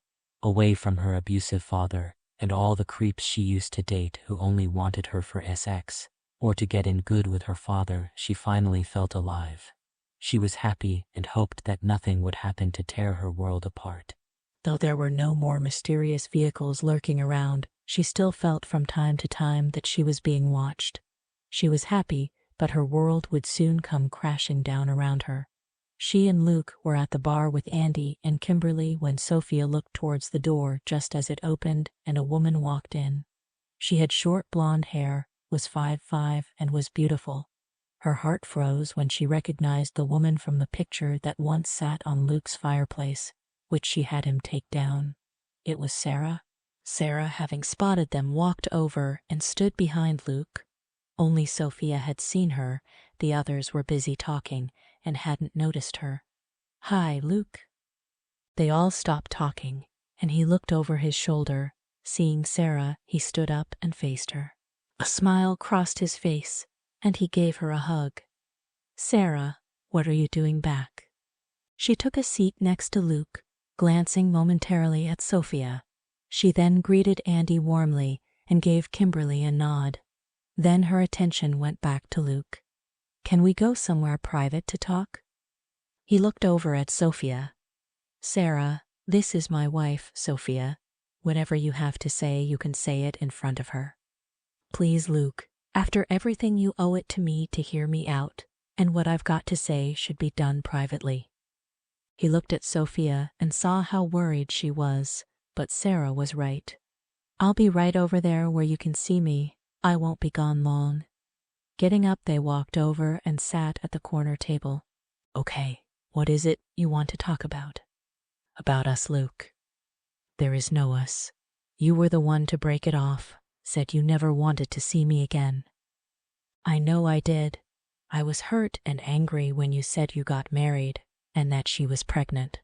"Really, Luke, how did you expect me to react?" "I told you why I had to get married and that I made the mistake of getting drunk and sleeping with her. For that I am sorry, but what's done is done." "I'm sorry I got mad, but now I've had time to get over your betrayal and would love for us to go back to our original plan. Now I know you have a responsibility to the child, and I can accept it being in your life." "Sarah, wait." "No, let me finish," she said, holding up her hands. "When this ridiculous contract runs out and you can get that woman out of your house, we'll get back together. I'll finish my internship overseas and get a place and job in New York. We'll marry just as planned." "What kind of marriage would that be with you only coming home on weekends?" Sarah shook her head, clearly annoyed. "It's what we planned, what we talked about. Just because you had to marry that woman doesn't have to change our plans." Things have changed, Sarah. I don't love you, and I never really did. I know that now. I'm married to Sophia, and we are in love. You should go back to your new life and be happy. It would never have worked out between us. I think you know that. Anger flashed across her face. Her eyes burned deep into his. How do you know the baby is yours? It seems a little fishy to me that her father blackmailed you into marrying her, and right away she gets pregnant. You're hurt, and for that I'm sorry, knowing I'm the cost. I love my wife, and nothing can change that. Forget about me and move on. Goodbye, Sarah. Take care. I'm not going anywhere until you open your eyes and see what a lying, conniving bitch she is, Sarah shouted behind his back when he walked away. Chapter 17. All eyes were on Luke when he walked back over to his table and sat down. Each one wanted to know what Sarah had to say, but waited for him to speak. Sophia, not being one to have patience, couldn't wait any longer. Are you going to tell me what she said to you? Her voice shook, afraid of what was coming. She wants you back, doesn't she? Why else would she come all this way? Luke's eyes went to Andy, then back to Sophia. Yes, she does. Her heart sank. He seemed conflicted, and she was worried that maybe he was considering going back to her. All her life, except for her mother, people had let her down. She thought Luke was different, but maybe he wasn't. Her eyes grew moist with tears, and when he didn't say anything else, she thought she had her answer. Standing up, she announced she was taking the truck and going home. Not giving them a chance to answer, fled the bar. Sophia, wait. Luke called just as she reached the truck, and he grabbed her arm, preventing her from getting in. Why are you leaving? Not being able to hold back the tears, she started sobbing. You're going back to her. Taking hold of her shoulders gave her a shake. No, you silly woman. I told her I was in love with you and that we were staying married. I also said she should go back and move on with her life, that I didn't love her. He wiped her tears away with his hand. When you didn't say anything else, I thought you wanted to be with her, she said, sniffing. Resting her head on his chest when he put his arms around her, she felt her hair being stroked. I'm sorry, baby. I was just taken by surprise and wasn't sure what to say. But I never meant to give you the impression that I was considering it. You know I love you and want to grow old with you. She looked into his eyes. I love you too. Do you want to go back inside with Andy and Kimberly or go home? Let's go home, he answered. Later at home, when they got into bed, she snuggled up to him and went right to sleep. He lay with his arm around her, thinking about what Sarah had said. She voiced out loud what was always in the back of his mind. If the baby she was carrying was his or not, could it be that she was already pregnant? Is that why her father was anxious to marry her off so quickly? But if that were so, then why not marry the baby's father? Sophia said she loved him, and he did believe her, so he was sure she would have told him the truth. He had already fallen in love with the baby, and to find out it wasn't his would break his heart. Luke was also worried about Sophia. Sarah was different. She had changed and was so angry, and her anger was directed towards Sophia. He hoped she would leave soon and not cause trouble for him and his wife. Somehow he doubted that Sarah would leave peacefully. Kissing the top of her head, he went to sleep. Luke had already left for the day by the time Sophia woke up. After showering and putting on a dress, went down to the kitchen. There she found the tea bag and her favorite mug and water in the kettle. All she had to do was turn the stove on. A note sat on the counter. I saved enough milk for your tea. Can you pick more up when you're in town for your doctor's appointment? Love you. She smiled reading this. He was always leaving notes for her before he left for work. At times she felt guilty for not getting up when he did, but he insisted she stay in bed. They both knew once the baby came, she would then be getting up early. Till then he wanted her to rest. Done with her breakfast, she got ready to leave for her appointment. He always rode his horse, which left the truck for her to use whenever she needed it. She sat in the office, waiting for her turn with the doctor. Flipping through a magazine, looked over the top, and saw the woman behind the desk glaring at her. This was something the woman did on every visit, which baffled her as she had no idea what she had done to make the woman dislike her. "Everything is coming along just fine, Mrs. Rogers. The baby is healthy and growing. Are you getting lots of rest? It's important that you take care of yourself too." "Yes, doctor, my husband makes sure of it." Wow, she loved saying the word husband, had her all tingling inside.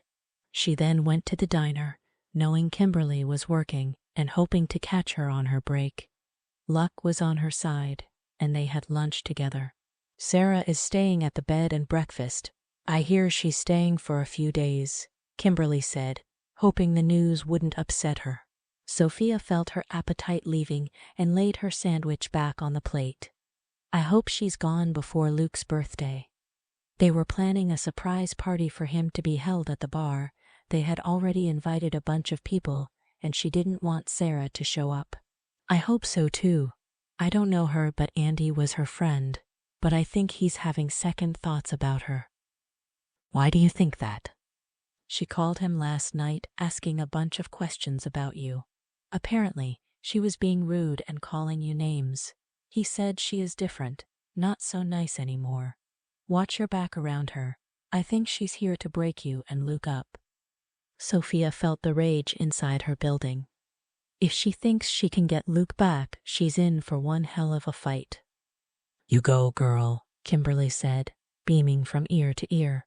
"I better get going. Got to pick up some milk, and I want to try and bake a pie. Nancy taught me, but then she was there helping. Now I'm on my own." Having picked up the milk and the ingredients for the pie, walked towards the truck, but stopped when she heard her name being called. Seeing it was Sarah, she ignored her and went to the vehicle. Before she could step in, Sarah grabbed her arm and swung her around. "Didn't you hear me calling you?" Sarah snapped. "I heard you, but I have no desire to talk to you." Sarah got closer and shoved Sophia back against the truck. "You don't have to talk, but you're sure as hell are going to listen to what I've got to say. If you think you can hold on to Luke, then you are insane. I know why he married you, and that you tricked him into thinking you're carrying his child." She looked at her stomach. "Just how far along are you?" "Not that it's any of your business, but I'm 6 months. 6 months. Looks more like you are 7 months, which means there's no way it's Luke's." "You don't know what you're talking about. Some women get big. I'm one of them. Now get out of my sight. I have to go and make my husband dinner." "Did you hear that? My husband. You had your chance with Luke, and you ended it, so back off, bitch." "Who are you calling a bitch?" "Bitch. You're so lucky you're pregnant, or I would fucking beat your ass," Sarah said, and gave her another shove. "I'm not wasting any more of my time with you," Sophia said, and turned her back to Sarah. "I know you're hiding something, and I'm going to find out what it is, and when I do I'll tell Luke. Let's see if he'll still want you when all your dirty little secrets come out. You and your father planned this all along, I bet. Why, I wouldn't be surprised if he were the one who poisoned the river." Sophia swung around to face Sarah. "That is ridiculous. Why would he do all that just to get Luke to marry me? Listen, Luke doesn't want you. He loves me, so will you please just go away and leave us alone?" "Not a chance. I'm here to get back what's mine, and you will not stop me. I'll be seeing you around." Smirking, she walked away, knowing she had gotten to Sophia. Arguing with Sarah took its toll on her. Arriving home, she put the food away and then went and laid down. Her back was sore from when Sarah had pushed her into the truck. The handle dug into her upper body. The sound of a door opening and closing woke her up. Looking at the clock, she realized she had been asleep for a few hours and Luke was home. Getting up, she rubbed her eyes just as he walked into the bedroom. "You okay, babe?" "Oh, Luke, I'm so sorry. I fell asleep and I haven't made you dinner. I was going to make you something special, and I was even going to bake you an apple pie." Taking her hand, he leaned over and kissed her. She looked so sweet as she stood there all sleepy, and he thought, SXY as hell. "I don't mind. We can heat up last night's leftovers. I'll shower while you do that. Putting her arms around his neck, she looked at him with love in her eyes. You are the best husband in the world. I want you to know how much I love you and my life here. There's nowhere else I want to be. Not wanting to be apart from her, he gave her a sly smile. Come take a shower with me. He lifted her up and carried her upstairs, not giving her the chance to say no. There he stripped down and helped her remove her clothes. As the warm water flowed over their bodies, he turned her around, his hands cupping her breasts from behind. He kissed the back of her neck, hearing her moan with pleasure. That was when he saw the bruise on her back. How did you get this mark? He asked, using his finger to trace it. God, she does bruise so easily, he thought to himself. What mark? This one, right here, he said as he touched it. Oh, that's nothing. Tell me, he ordered her. She turned around to face him. Sarah shoved me into the truck and my back hit the handle. It's nothing, so just forget about it. Like hell, I will. Who in their right mind shoves a pregnant woman? If I see her, she's going to get an earful from me. He put his arm around her, pulling her closer. No one hurts my wife. Putting her up against the wall, his hand moved down to between her legs, his mouth landing on hers. After making love, they went down and had a bite to eat. Later laid stretched out on the sofa and watch a movie. Andy wants me to help him fix his car tomorrow night, so I said we'd both be there. That way you and Kimberly can visit. She smiled to herself since she already knew it had been planned. She and Kimberly were going to make a birthday cake for Luke for his surprise party, so Andy would keep Luke occupied while they were busy. Never having made a cake, she was excited, especially since it was for him. Oh, sure, that sounds great. Not having heard from Sarah, she hoped the woman had given up her quest to ruin her life and went back overseas. Chapter 18. The following evening, they headed over to Andy's place. Kimberly had moved in with him. As soon as the guys left to go fix the car that Andy had rigged not to run, the girls got busy baking. So everything is all ready for the party tomorrow. Decorations are at the bar. Some of the women are bringing the food, and the cake is being made. So Luke doesn't suspect anything? Kimberly asked Sophia. No, he's totally in the dark. I told him we were meeting you and Andy for a few drinks. She smiled as she licked the frosting off the spoon. The cake was made, and after it cooled off, Kimberly placed it in the container and into the fridge just as the guys walked in. Something sure smells good, Luke commented. Both women looked at each other. They had totally forgotten about the smell. Oh, that's just some muffins Kimberly was teaching me to make. Are you going to let us try one? Luke asked as he sat down, pulling Sophia onto his lap and wiping the flour from her chin. No, she said a little too quickly, causing Luke to raise an eyebrow suspectly. I mean, you can't have one because they didn't turn out, and we had to throw them out. Laughing nervously, put her arm around his neck. I might never get the hang of baking. That's okay, you have other skills that you're very good at, he said, winking at her. It's getting late. What say we head home? Saying their goodbyes, they headed home, making arrangements to meet tomorrow night at the bar. The night of the party, Sophia laid out his clothes for him to wear, a new pair of jeans and a brand new white shirt. She herself had on a green dress, one she had bought the other day, and she wore the necklace he had given her. Never having planned a party before, was nervous as well as excited. She wanted everything to go smoothly. Coming from the bathroom with a towel around his waist, he looked at his clothes that were lying on the bed, then at her. Why are we getting all dolled up? We're only going for a couple of drinks with our friends.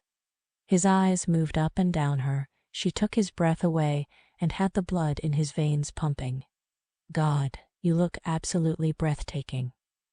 Thank you, she answered as she brushed her hair. I thought that since it's your birthday, we should dress up for a change. Putting the brush down, walked over to him. Her hands went to the top of the towel and tore it off, leaving him standing there in all his glory. Now get dressed, Andy and Kimberly are waiting for us. Grabbing her wrists pulled her to him, his hands cupping her as. "Take off your clothes and give me my present," he said, his mouth going to her neck and started kissing just below the ear. Giggling, she pushed him away. "If you're a good boy, I'll give you what you want when we come back later tonight. Now get ready, we don't want to be late." Turning, she walked to the door, stopping to look back at him. Her eyes moving down and seeing him standing with a hard-on almost had her giving in. Taking a deep breath, she left the room before she could change her mind. She had to admire him when she saw him coming down the stairs. He looked so friggin' hot in the jeans that were snug on him, emphasizing his muscular legs and rear. His face was clean-shaven, and his cologne drifted toward her as he got closer. She loved the smell of it on him. Placing his hat on, he held his hand out for her to take. "Okay, you little she-devil. The sooner we get there, the sooner we can come back for my birthday gift." Parking the truck, he got out and went around to her side and helped her down. Walking hand in hand, he opened the door and they walked in. Everyone shouted happy birthday, taking him by surprise.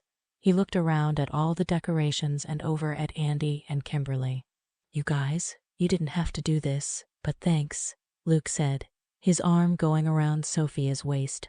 "Don't thank us, man. Sophia organized the whole thing," Andy said, a grin on his face. Luke looked at her. "You did all this?" "Yes, and I baked you a cake. You want to see it?" You bet I do. With a beer in his hand that someone gave him, he followed her to the end of the bar. There was the cake, with chocolate icing. It was lopsided. "It doesn't look very good, but I think it will taste okay." She stared at it, feeling a bit embarrassed about the way it turned out. Taking her in his arms gave her a big smile. "You did a great job. I love it, and I love you for trying." Feeling better, she kissed him. "Now blow out the candles and make a wish." With everyone watching, he blew them out. "Did you make a wish?" she asked him. Staring into her eyes, he touched her cheek tenderly. "I already got my wish when you came into my life." Not caring that they were surrounded by people, he pulled her close, his mouth coming down on hers, and kissed her with a passion that had her moaning, wanting more. Cutting the cake and dishing it out, Luke took a bite, expecting it to taste horrible. He was pleasantly surprised to find it was moist and tasted good. He was so impressed with how far she had come from being lazy and spoiled. She was going to make a great mother and wife. Putting her arm through his, smiled at him. "Have a game of pool with me." "Why, so you can show me up in front of everyone?" he chuckled. "Oh, come on, Luke. Maybe you'll get lucky and win." What are the stakes? What does the winner get? he asked her. "If I win, I get to do whatever I want to you when we get home," she said, running her fingers down his chest. Her touch was lighting the fire below.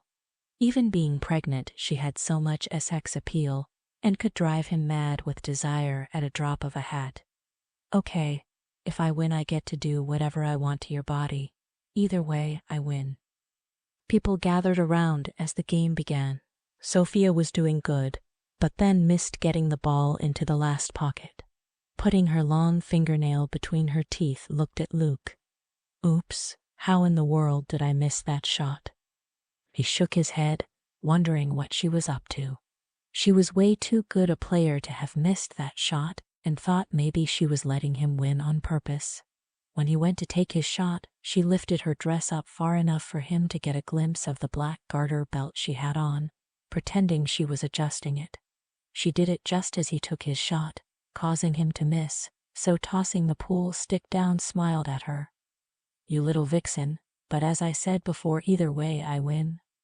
Putting her stick down, walked over to him and whispered in his ear that no one else could hear. "I win, cowboy. Tonight be prepared to have your world rocked." Kissing his cheek, she walked away and went and sat down with Kimberly and Andy. He followed right behind, his eyes on her as. The night was running smoothly. They danced, laughed, and were having a ball. At some point, Sophia went to the ladies' room, and coming out came face to face with Sarah, who had a smug look on her face. When she tried to ignore her, and walked past Sarah, placed her hand on the wall, preventing Sophia from leaving. Get out of my way. Sophia hissed. Why don't you give up this charade and go back to Daddy? Leave now before Luke finds out the truth about you. Save yourself the embarrassment before it's too late. Pushing Sarah's arm out of the way, walked past her, stopping to look back at her. Just leave, move on, Sarah. Can't you understand that Luke and I are in love? I am sorry you're hurting, but stay away from Luke. He's mine, and I'll never leave him. Walking away, she went and sat with Luke and the others, moving as close to him as she could get. Something in her gut told her there was trouble coming. Sarah looked at her with so much hate and anger it scared her. Not 10 minutes later, Sophia saw Sarah walking towards them. Grasping Luke's arm, she told him she was tired and wanted to go home. It was too late. She was there, standing at their table looking down at them. Happy birthday, Luke, Sarah said. Bending down, went to kiss him, but he stopped her. This made her even madder than she already was.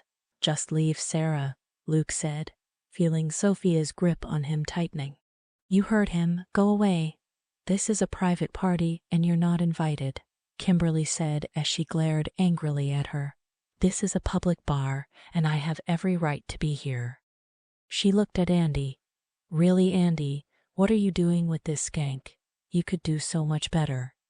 Shut up, Sarah. Don't you dare talk about my woman that way, Andy snapped at her. I always thought you were a good person, but now I see you for what you really are, a nasty and cruel woman. Sarah rolled her eyes and turned her attention back to Luke. I have a birthday present for you, she said, and reached into her purse, taking out an envelope. I don't want whatever it is you got, Luke told her. Oh, you'll want this. She dropped what she had in her hand on the table in front of him. What is it? He asked, not picking it up. Sarah looked at Sophia and then back at Luke. Proof that your sweet little wife has played you for a fool. It's a copy of her doctor's report. The tramp you married is 7 months pregnant, not 6 months.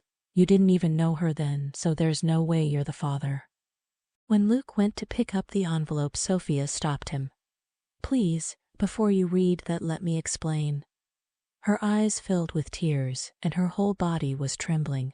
Is it true? Are you 7 months pregnant? Looking into his eyes, she saw the anger in them. But the worst part was seeing the hurt and betrayal in them.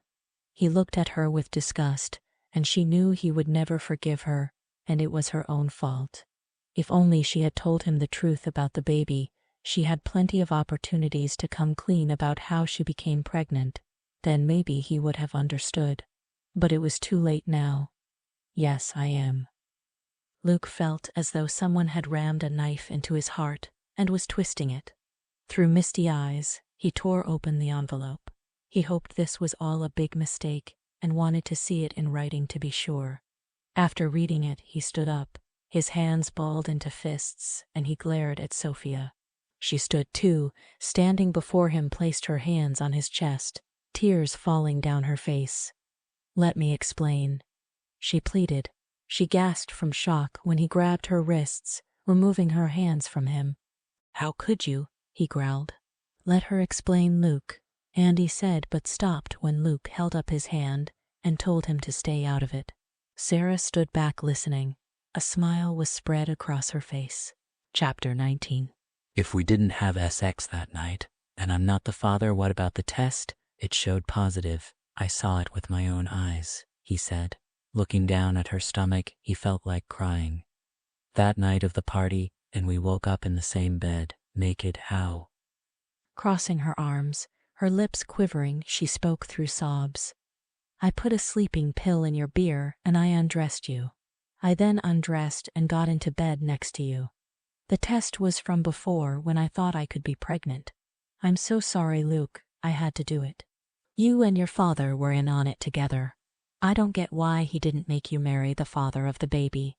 Why go to all the trouble of seducing me and lying about us having sex? You have to start telling me the truth. God knows you had plenty of opportunities to tell me. Yet you made me believe the baby was mine. You got me to love it. You are a cruel and evil bitch. Wringing her hands together, she looked down at the floor, tears streaming down her face. When she said nothing, he yelled at her to start talking. The bar held around 20 people, including their small group. Some ignored the fight, while others listened in. "Answer me," he yelled, making her jump. When my father found out I was pregnant, he was furious. I was to either abort my baby or get married ASAP. The day you walked into his office with the problem you were having, he saw it as the perfect opportunity to save himself the embarrassment of having an unwed mother for a daughter. I would also be far enough away that his friends wouldn't run into us. "You see, Luke, she and her father blackmailed you, giving back your ranch free and clear if you married her and stayed that way for 1 year," Sarah said, a little too loudly. Luke swung around to face Sarah. "Shut your goddamn mouth and stay out of this." He turned back to Sophia. "Go on," he barked at her, his eyes blazing with fury. "Luke," Andy said, jumping up, placed his hand on his shoulder. "Maybe you should take this outside." Luke's eyes narrowed, and he snapped at Andy. "Mind your own business." Turning back to Sophia. "Tell me the rest, and why, if you succeeded in making me think we slept together, why did you torment me by walking around half naked?" Sniffing, she looked at him. "My father said I had to get you to make love to me so that you would believe the baby was yours. I didn't want to sleep with you. Hell, I didn't even like you, so I drugged you and pretended we did it. I actually hated you at first for marrying me, so I wanted to tease you, to get you worked up, and to want sex so that I could turn you down. But I ended up falling in love with you. If you loved me, you would have told me the truth. I wanted to." Then why the fuck didn't you? "I was afraid," she yelled back. "Afraid of what?" he asked, shaking with anger. "Afraid that if I told you it wasn't yours, you wouldn't want me or us. I didn't want to risk losing you." "Were you ever going to tell me I wasn't the father?" Crossing her arms, her lips trembling. "No, I don't think so. I'm not sure." He shook his head, devastated. "Lies, so many lies you've told me. You say you love me, but that too is nothing but a lie." His heart was broken, his faith in her and their love shattered. Moving closer, she gripped his shirt collar. "That part of loving you is true. I love you, Luke, with all my heart, and it's tearing me apart that I hurt you. I'm so sorry. Please forgive me." Yanking her hands away, moved back. "I don't think you know what love is. If you love someone, you would never do what you did. What about the poor bastard who fathered your baby? You were going to deny him knowing his own child." "It's not like that. Oh, Luke, I wanted this baby to be yours so bad. I was going to tell you, but I talked myself into believing it was yours. After a while, it was easy for me to think of it as yours, so I shoved the truth to the back of my mind." He ran his hand down his face. "Who's the father? Damn you, Sophia, tell me or else." Closing her eyes momentarily, she took a deep breath before looking him straight in the eyes, knowing he was going to hate her. "I don't know." "Slut," Sarah shouted out. Shut up, Sarah, Kimberly snapped at her. "Oh my God," Luke replied.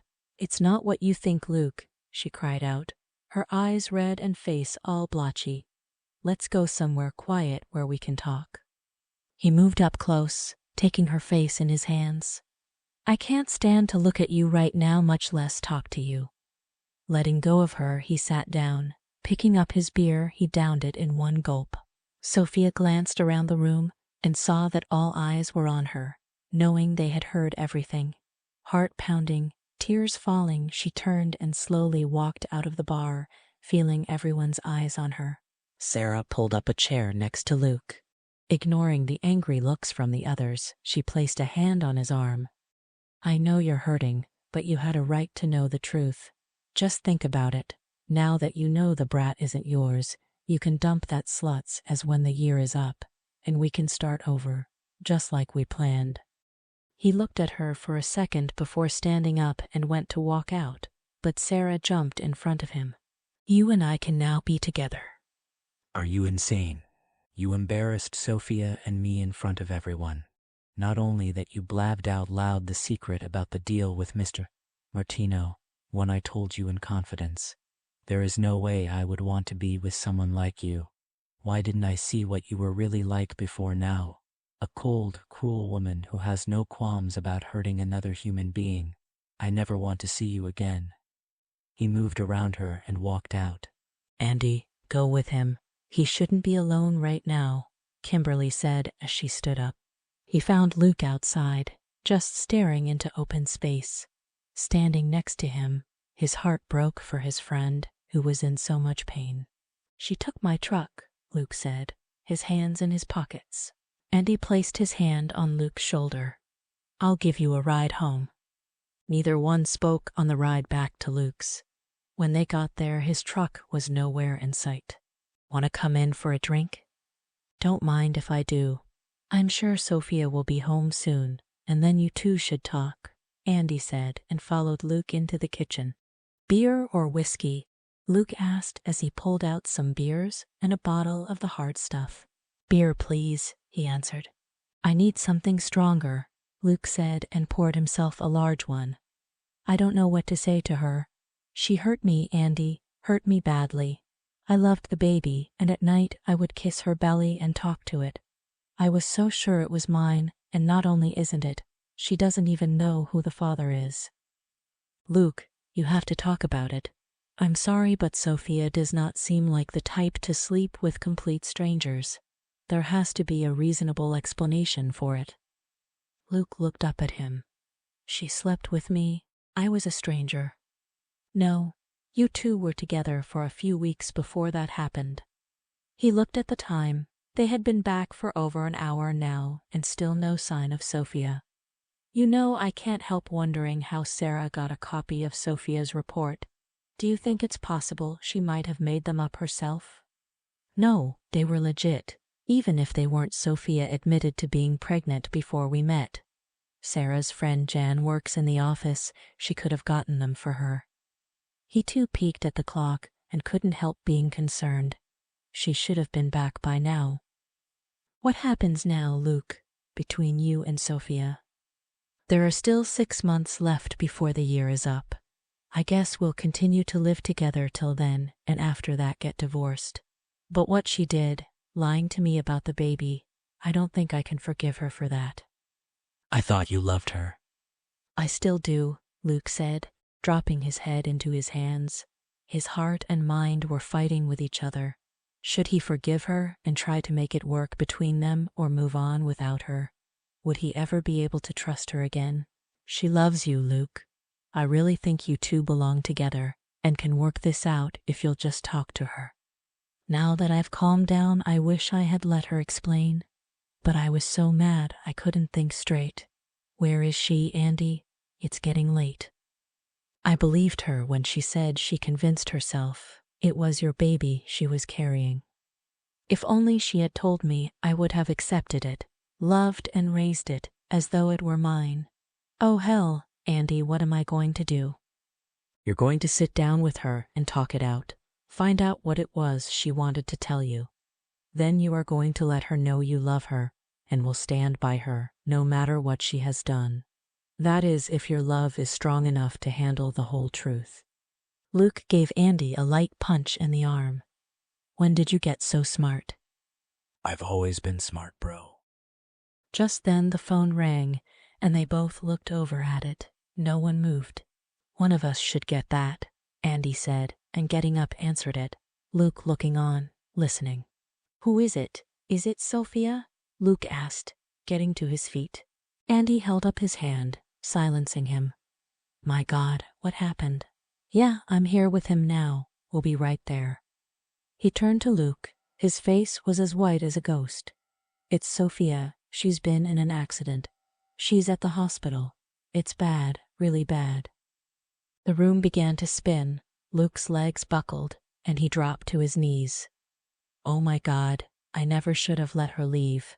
It's all my fault, he said. His throat felt like it was on fire from the bile that was making its way up. We've got to get to the hospital, Luke, Andy said, and helped him up. Reaching the hospital, Luke jumped out of the vehicle before it came to a complete stop and dashed inside the building. Kimberly was sitting, tears fell down her face, and stood up when she saw him, and Andy right behind him, out of breath trying to keep up. "Kimberly, how is Sophia?" Luke said as he grabbed her arm. "I don't know, the doctors are with her," she answered, crying. "Oh, Luke, it's bad." "Do you know yet what happened, or how she got here?" "No, the nurse said 2 men brought her in but disappeared," she said. Going into Andy's arms, she broke down and cried. 20 minutes later, the doctor came out, looking at Andy. "Are you the husband?" "I'm Sophia's husband," Luke said, and stood in front of the doctor. "How is she and the baby?" His voice shook, and once again felt the bile creeping its way up into his throat. "Your wife is pretty banged up, suffered a series of injuries, but she will pull through." "The baby?" Luke asked, not liking the look on the old man's face. It wasn't one that had good news to tell. "I'm sorry, son, the baby didn't make it. Your wife will be out of recovery shortly, then you can go in." Luke sat down. The sound of Kimberly sobbing rang loudly in his ears. He felt so cold inside, every muscle in his body seemed to seize up. He was incapable of moving, of thinking as he sat there. A single tear fell down his face and onto his shirt. Chapter 20. Earlier, Sophia. The way he looked at her, there was hate and disgust in his eyes. She knew no matter what she told him, he would never be able to forgive her. He was crushed. She had destroyed him. Over the last few weeks, he had been talking to the baby by putting his mouth on her belly. She would run her fingers through his hair and listen as he told the baby how much he loved him. Yes, he was convinced it was a boy. Her hands gripped the steering wheel so tightly her knuckles were turning white. No matter how quickly she wiped her tears away, the faster they fell, blinding her and making it hard for her to see through the windshield. She should have known that secrets always have a way of coming out. If only she had told him the truth herself, he might not hate her as much as he does now.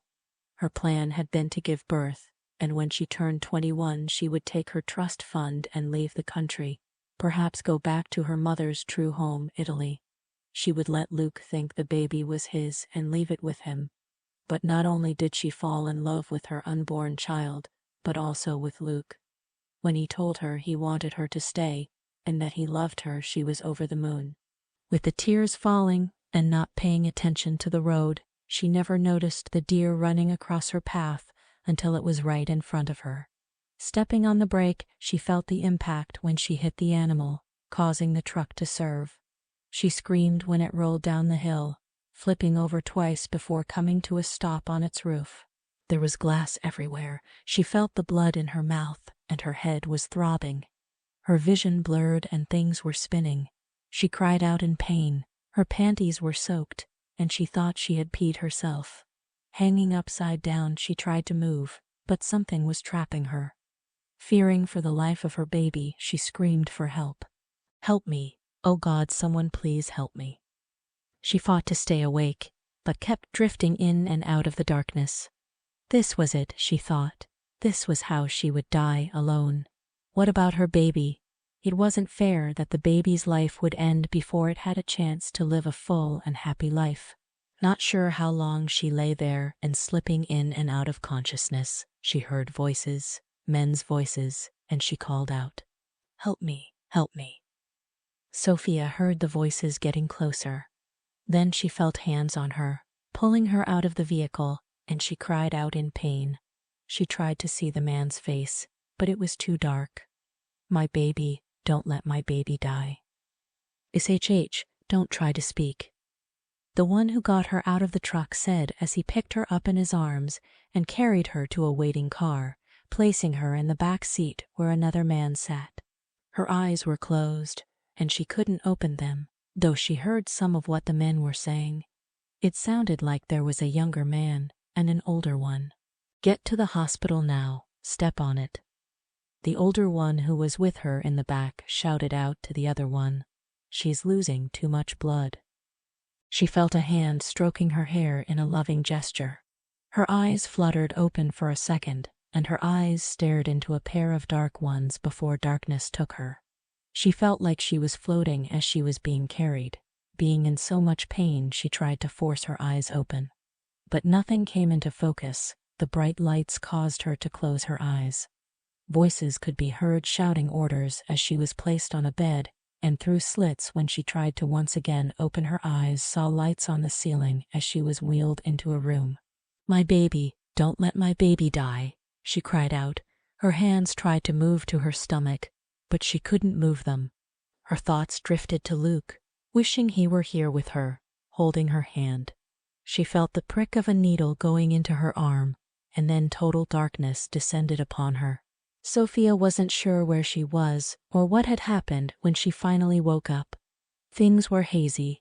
The room she was in was brightly lit. Looking around, she realized she was in an operating room when she saw the nurses and doctor. It hit her what had taken place, and she cried out, asking about her baby. "Please, my baby. How is my baby?" One of the nurses rushed to her side. "We've given you something for the pain. Can you remember what happened to you or know where you are?"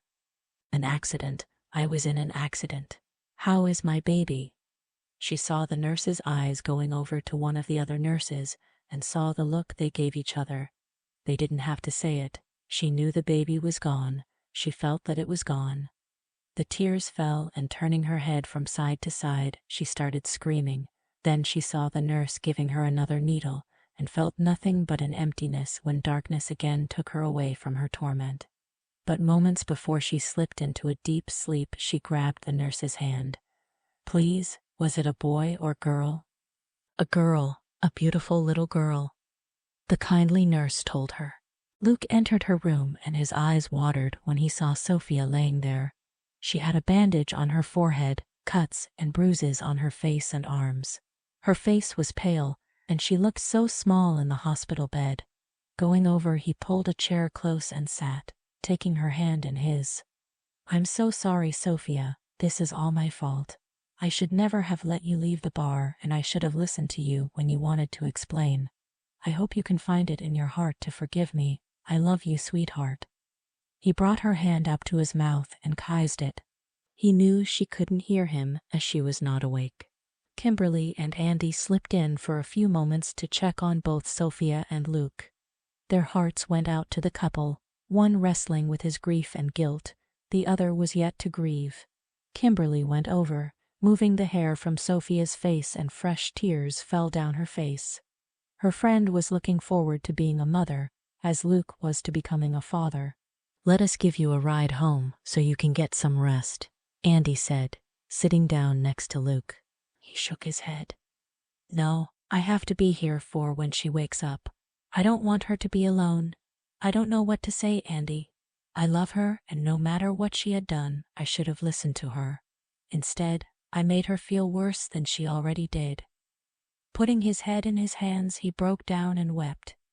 "I loved that baby, and I am responsible for its death. Sophia may never forgive me, and I wouldn't blame her."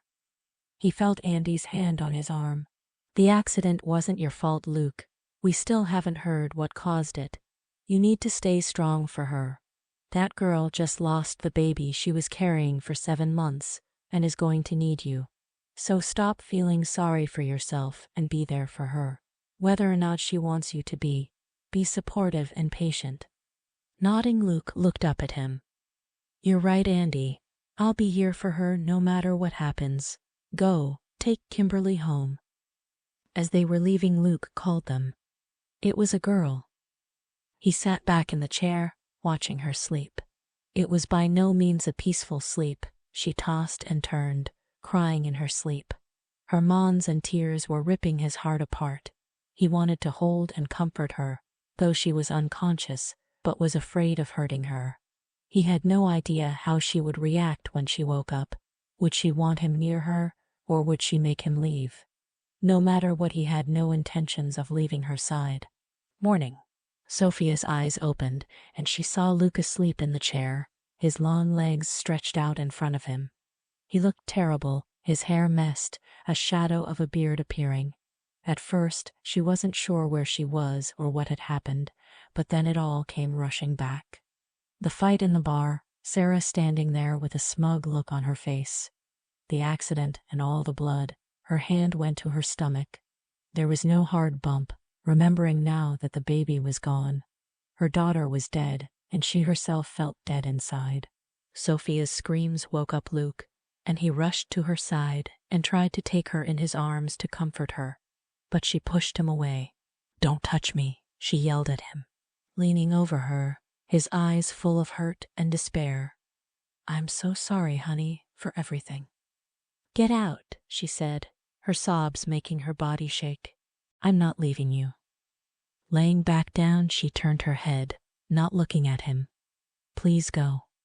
Just then a nurse walked in. "Step outside, please, while I change her bandages and examine your wife." "I'll be right outside, Sophia," he said, and stepped out of the room. Kimberly was there and went over to him. "How is she doing?" "Not good. I think it just hit her that she lost the baby. She told me to leave. I think I've lost her for good. She won't even look at me." Oh, Luke, she doesn't mean it. Sophia is in a lot of pain, and it will take time for her to get over it. Just give her time, she'll come around. She may try to push you away, but don't let her. He looked at her. "I won't. Have you or Andy heard how the accident happened?"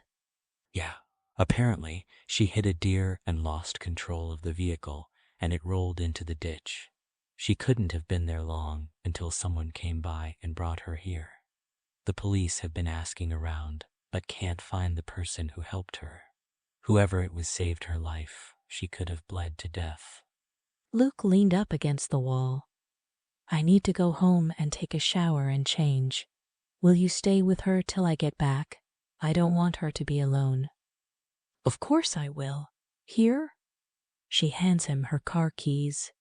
"Take my car. I'm afraid your truck is a total write-off." "Thanks, Kimberly. I'll be back as soon as I can." Walking outside, the sun was shining, but his heart was dark, a piece of it missing. As he was about to get into Kimberly's car, he heard a woman calling him and knew it was Sarah. "Luke, I heard about the accident." "Let me guess, you're here to see if Sophia is going to live," he said sarcastically. You know I don't give a damn if she lives or dies. Not after what she did to you. Lying and trying to pass the baby off as yours. He turned to her in a fit of rage, his eyes dark and dangerous looking. "What kind of a cold-hearted bitch are you? She lost her baby. Have you no compassion? Better it died than to have a mother like her. At least now you won't have to feel any responsibility for it or her." Putting his hand around her neck, he shoved her up against the car. "If Sophia didn't need me now, I would kill you. I suggest you get out of town as fast as you can before I call the cops on you. It is a criminal offense stealing someone's records from a doctor's office." Releasing her, he opened the car door, got in, he drove off. He had come close to strangling her. If it weren't for Sophia needing him, he might have. Chapter 21. Sophia closed her eyes while the nurse changed her bandages. The only thing on her mind right now was of her daughter, not of Luke. She hadn't even seen or held her baby, and wouldn't get closure until she did. "I want to see my baby," she said, opening her eyes and looking at the young nurse who was attending to her. "Are you sure you want to do that, Mrs. Rogers?" "Yes." Okay then, I'll check with the doctor and we'll bring her in soon. Gathering up the bloodied bandages, left the room. It was always hard honoring these types of requests. It tore a piece of her heart out every time. Usually, it was done right away, but Sophia was in no condition at the time. Kimberly walked in, going over to Sophia. "Hi, how are you feeling?" She could have slapped herself for asking that. It was obvious how she was feeling. "I'm sorry, that was a stupid question." "It's okay, Kimberly. I'm so glad you are here." "I feel terrible, Sophia. I should have followed you out of the bar and stopped you from getting in the truck. When the police tried calling Luke, they couldn't reach him, so they called me, and I rushed right here. It's a good thing the chief knew we were friends. I'm so sorry you lost the baby. If there's anything I can do, all you have to do is ask. They're going to bring my baby in, and I would like for you to be with me. I can't do it alone. Of course I will, but don't you want Luke with you? Tears slid down her face, and she wiped them away. Luke hates me. I doubt he'll want to be here. You heard the way he talked to me, and the look of hate was so clear in his eyes and his voice. Kimberly took Sophia's hand in hers. No, that's not true. He loves you. Luke was just in shock and angry. He loved the baby, and it crushed him when he found out it wasn't his. Don't shut him out. You need him, and he needs you. You must hate me, and think the worst since I don't know who the father is. I could never hate my best friend. I just know there is a story behind that, and if you want, when you're ready, you can always talk to me. A volunteer walked in carrying the largest bouquet of flowers that either woman had ever seen. Those are so beautiful, Kimberly said as they were placed on the nightstand. I wonder who they are from. Getting up, she looked for a card, but there was none. No card. Maybe they are from Luke. Luke returned, cleanly shaven and wearing fresh clothes, flowers in his hand. Andy was with him. Sophia glanced at Luke, but then turned her head away. She felt Andy's kiss on her cheek and his words of condolences. Luke, feeling that Sophia didn't want to look at him, inquired about the bouquet of flowers. Aren't they from you? There was no card, so I just assumed they were, Kimberly said, looking at the ones he held. No, he said and set his flowers down next to them. He wondered who had sent them. They were very expensive. At that moment, a nurse walked in carrying a small bundle in her arms, a solemn look on her chubby face. Sophia sat up, swallowing the lump in her throat when the baby was placed in her arms. Andy and I will leave you two alone, Kimberly said. Grabbing his arm, pulled him out of the room, knowing Sophia and Luke needed this time alone. Luke's stomach churned. Tears sprang to his eyes as he watched Sophia, grateful that she didn't chase him out. He watched as she slowly moved the baby blanket from the infant's face. Tears fell down her face as she traced her fingers over the tiny face.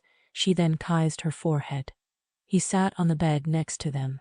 His gut was in knots, and he fought to keep from crying, though his eyes were filled with his own tears.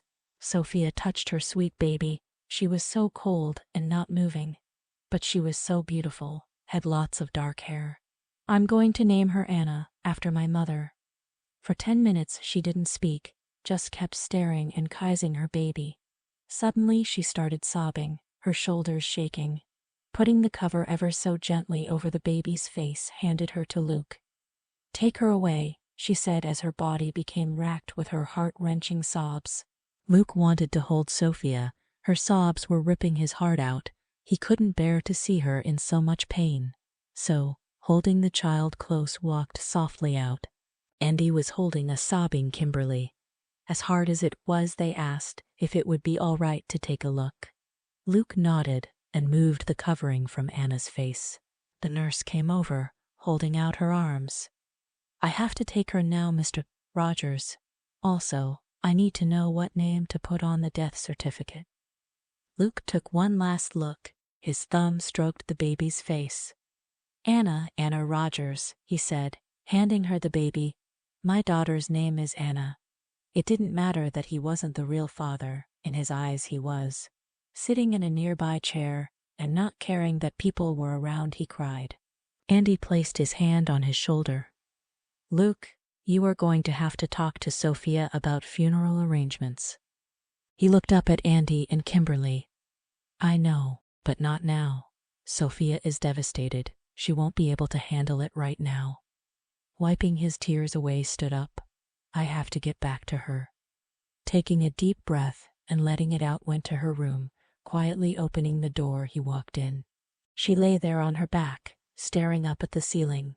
Her face was an ashen gray, her eyes sunken and dull with no emotion showing in them.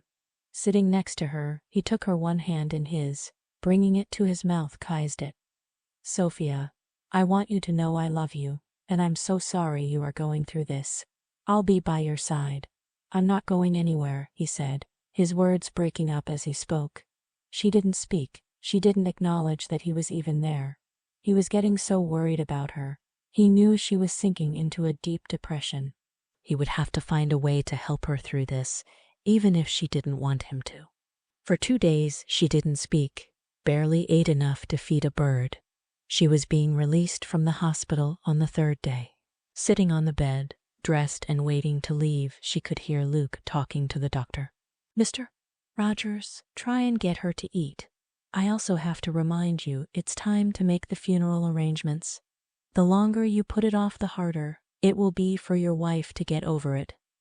Till Luke got another truck, Kimberly had offered him the use of her car.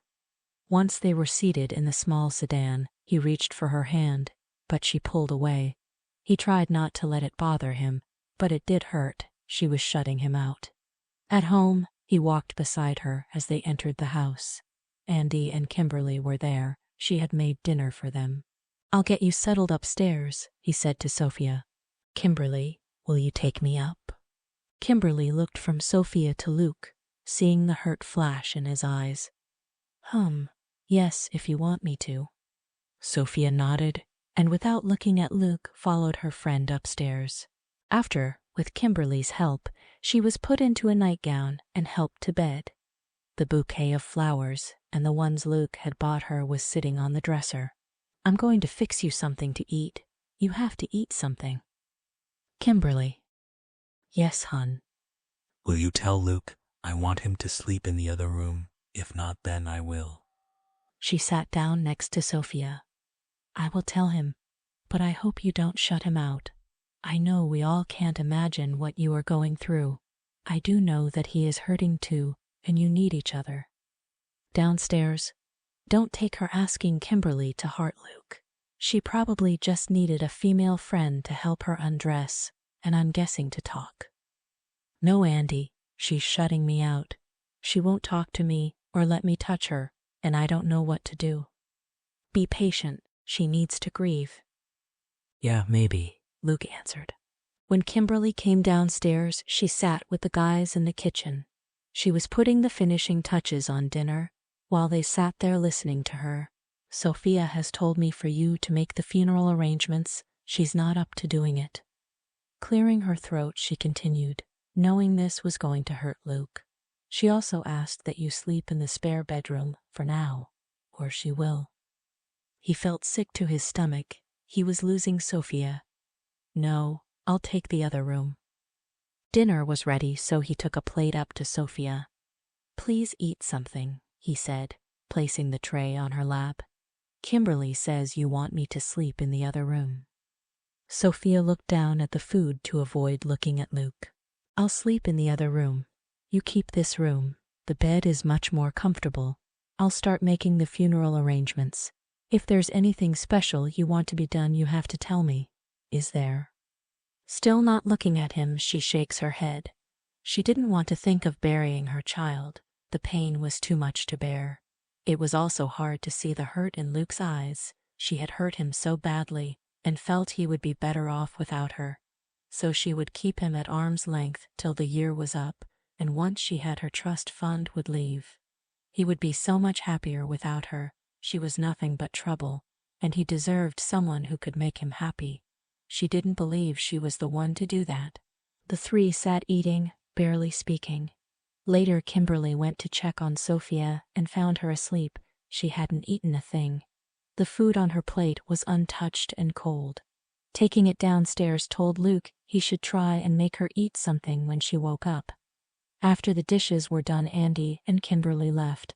She said she'd be back tomorrow to keep an eye on her while he was at work. Before going to bed, he made up a sandwich and a glass of milk, taking it to her room.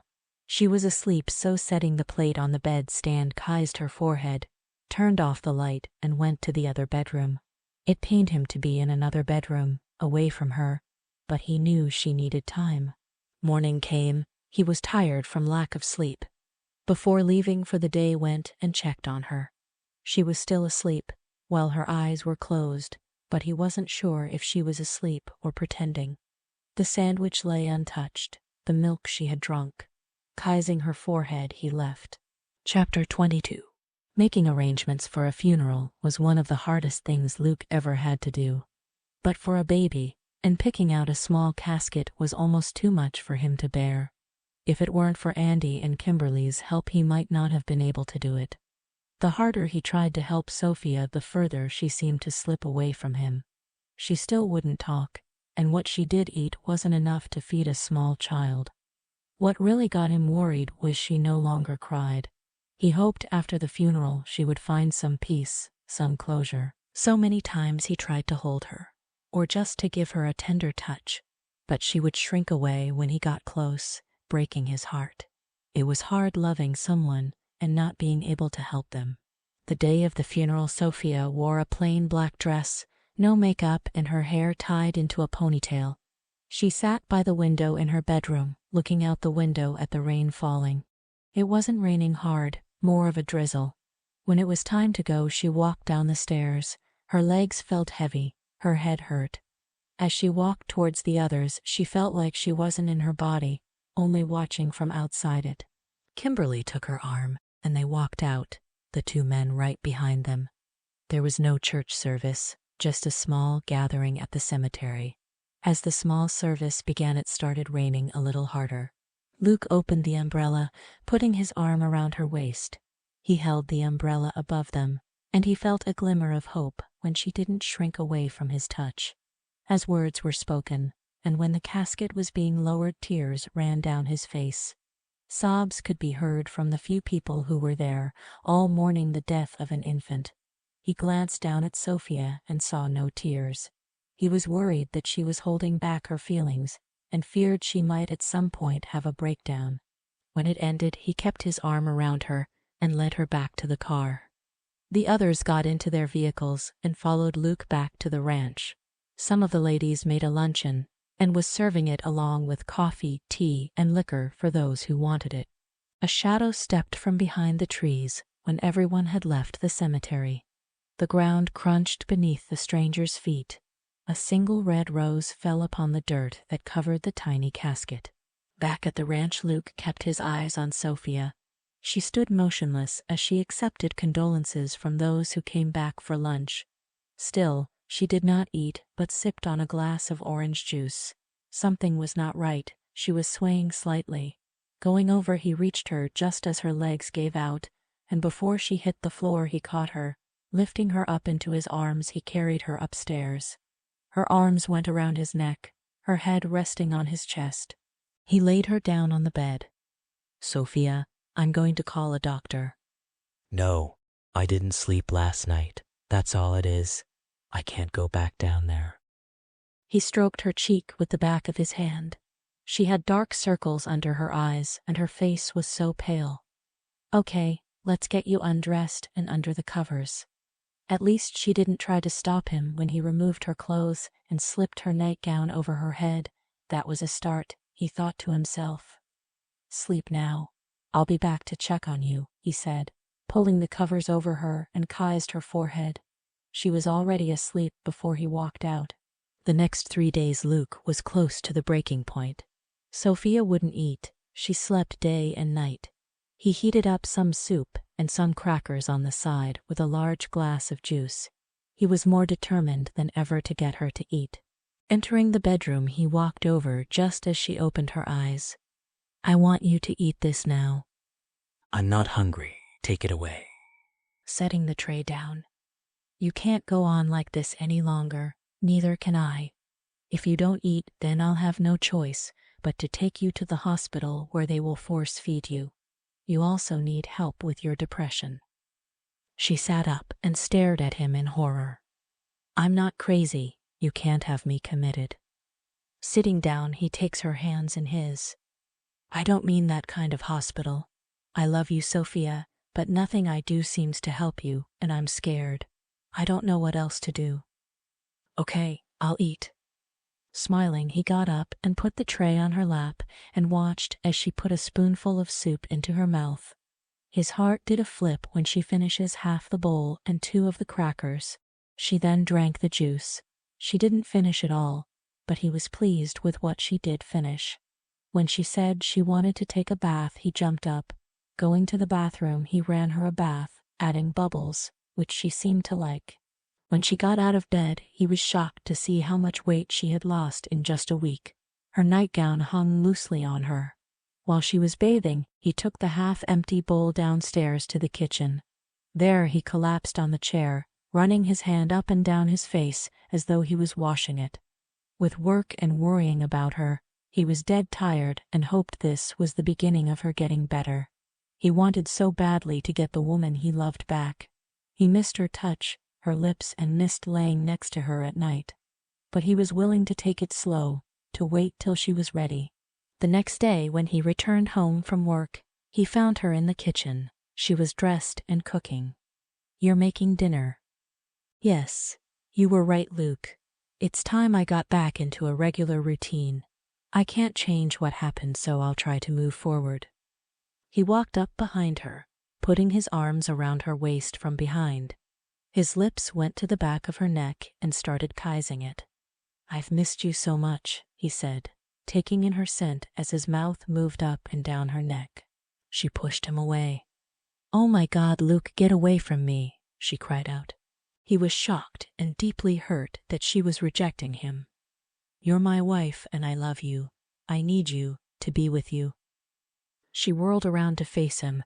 Anger exploded from her, and she lashed out at him. "I just lost my baby, and you want to fuck me. I'm not ready." "I never said I wanted to fuck you, damn it. I know it's too soon. All I wanted was to hold and kiss you. I can't take it any longer." Picking up his hat, he started walking out. "Where are you going?" she yelled at him. He turned back to look at her. "Out. I need to know that my wife still loves me, but I guess you don't." "I do love you. I just can't right now. I'm still in so much pain. I lost my baby. A part of me has died, and I need to get it back before I can move on with you." "You know what, Sophia? You keep saying it's your baby. I may not have been the biological father, but I loved that baby as if she was mine. I too lost a part of me, and now I feel as though I've lost you." He turned and walked out. She sank to the floor, and for the first time in days, she wept. Wept for her dead baby and for hurting Luke, knowing she had lost him too. Getting up, she went in search of something strong to drink. Not finding any alcohol, she made a stupid decision. Going upstairs, she applied makeup and put on a slinky black dress and called for a cab to take her into town. Having nowhere else to go, Luke drove to Andy's place. "Hey man, I didn't know where else to go. Sophia and I had a fight." He was taken inside, where Kimberly dished him out some dinner, and they all sat down to eat. Luke told them what all was said, expecting to get a lecture for coming down hard on Sophia. But they agreed that it was about time he knocked some sense into her. You had to scare her into eating, or she could have become ill. Only I think you might have been rushing things when you tried to kiss her. She still needs time, Kimberly said as she poured them another cup of coffee. "I suppose you're right. It's just that I miss holding her, and all I wanted was for her to tell me she still wanted to be with me." Well, at least she was making an effort by getting out of bed and making dinner, Andy said, taking a bite of his steak. "That's true. I best get back now and see if I can fix things. I was a bit rough on her, and wish I hadn't said some of the things I did." As he was leaving, Andy's phone rang. After answering, he hung up and called out for Luke to stop from driving away. "That was Joey. He couldn't get a hold of you, so he called here. You really have to break down and buy a cell phone." "What did Joey want?" "Sophia's there, and apparently she's drunk, and he wants you to come to get her." "Shit," Luke cursed. "What the hell is she doing there? Okay, I better go see what she's up to now." Waving goodbye, he took off. When he got there, the place was packed and noisier than ever. There was a crowd surrounding the bar, so he edged his way towards it. People seeing him got out of his way, whispering behind his back. Seeing Sophia laying on the bar in a short black dress, which had risen up, showing off more than he cared for. Men were handing her shots, and she swallowed them in one gulp. When one man, a stranger he didn't know, placed his hand on her chest, he lost it. Gripping the man's arm, swung him around and punched him square in the jaw. "Keep your fucking hands off my wife." Rubbing his jaw, he glared at Luke. "I didn't know she was married. You ought to keep your wife in order." "The wedding rings didn't give you a cue," Luke hissed and turned back to Sophia. "Get off the bar, we're going home." "I don't want to go home. I'm having too much fun with my new friends." Knowing she wasn't going to come peacefully, he pulled her down off the bar, lifted her up into his arms. He carried her out. He heard the snickering behind his back. He expected her to put up a fight, but instead, she put her arms around his neck, resting her head on his shoulder. It worried him how thin she had gotten. She was so light as he carried her to the car. He wanted to be mad at her, but after all she had gone through, he knew she was only acting out from pain. Before placing her in the car, he held on to her, holding her close to him. She had gone to sleep. "Oh, Sophia, please come back to me. I love you so much," he said, more to himself than to her. Doing up her seatbelt, he kissed her cheek, his hand moving her hair from her face. Chapter 23. Seeing that she was too drunk to walk, he had to carry her inside and upstairs to bed. There he sat her down, telling her to undress, and went and got her a nightgown. When he turned back around, she was laying on her back, still dressed. Going over, he grabbed her arms, pulling her into a sitting position. He pulled her dress up over her head. She wore no bra, and seeing her breasts, he felt a stirring down below. Trying to ignore the desire that was building, he managed to put her gown on. His eyes went to the scar on her stomach, and his eyes watered. It was a reminder of how she lost the baby, one she would always have. Luke went and got her a glass of water. "Here, drink this. You're going to have one hell of a hangover in the morning." He was taken by surprise when she put her arms around his neck and pulled him close. She then kissed him, her tongue going inside his mouth, and with heated desire continued kissing him. He put his arms around her. Laying her down, he kissed her back, attacking her mouth with the hunger of a man who was starving. As much as he wanted her, he broke apart and got off the bed, his breathing so hard he could hardly breathe. She sat up, hurt. "Don't you want me anymore?" she said, tears filling her eyes when she looked at him. His heart was breaking, so sitting next to her. "How could you even think that I don't want you? I do, but you're drunk, and when I make love to you, I want you to remember it." Laying her down, he pulled the covers over her. "Get some sleep. Tomorrow we'll talk. We have to fix our marriage. I love you, and I won't let you go." When he reached the door, he heard her speak. "What was that?" he asked, turning to look back at her. "I didn't see his face," she replied, sitting up. "Whose face?" "My baby's father." Luke went back over to her and sat on the bed. "What do you mean you didn't see his face?" He was afraid of where this was going. "It was at one of my father's parties. I got so wasted and started flirting with his male friends. I did it to make him mad, and boy, did it work. He was so angry, he dragged me into the hallway, slapped me, and called me a whore. He ordered me to go to bed and to stay there. I don't even know how I made it up the stairs and to my room. I removed my dress and got into bed, and I guess I passed out." Her eyes watered, and she looked into Luke's eyes. "I'm not sure how long I was out, but I woke when I felt a heavy weight on top of me. I thought I was dreaming. I couldn't move my arms. They were pinned down. I opened my eyes when I—" She stopped talking and burst out sobbing. Luke wrapped his arms around her and held her as she cried. Relief washed over him when she cried. She had been holding it in for so long and needed to let it out. He waited for her to continue, feeling his rage fill his very soul, knowing where this was going. I felt him inside me, heard his grunts and groans. I opened my eyes, knowing this was no dream. He wore a ski mask over his face, so I couldn't see who it was. I tried to make him stop. I begged him to stop. I screamed, but no one heard. When he was done, he got off me. He didn't say anything, just pulled up his pants and walked out. Luke squeezed his eyes shut. His blood was boiling in his veins. He stroked her hair as he held her tighter. Sophia, I'm so sorry, sweetheart. He wiped her tears away, taking her face in his hands. I wished you had told me before. I wanted to, but I was so ashamed. You had nothing to be ashamed of. It wasn't your fault. I'm glad you finally told me. This was something you shouldn't have had to go through alone. Did you tell anyone? Your father or the police? I went to his room later and told him what had happened. He laughed at me, called me a liar.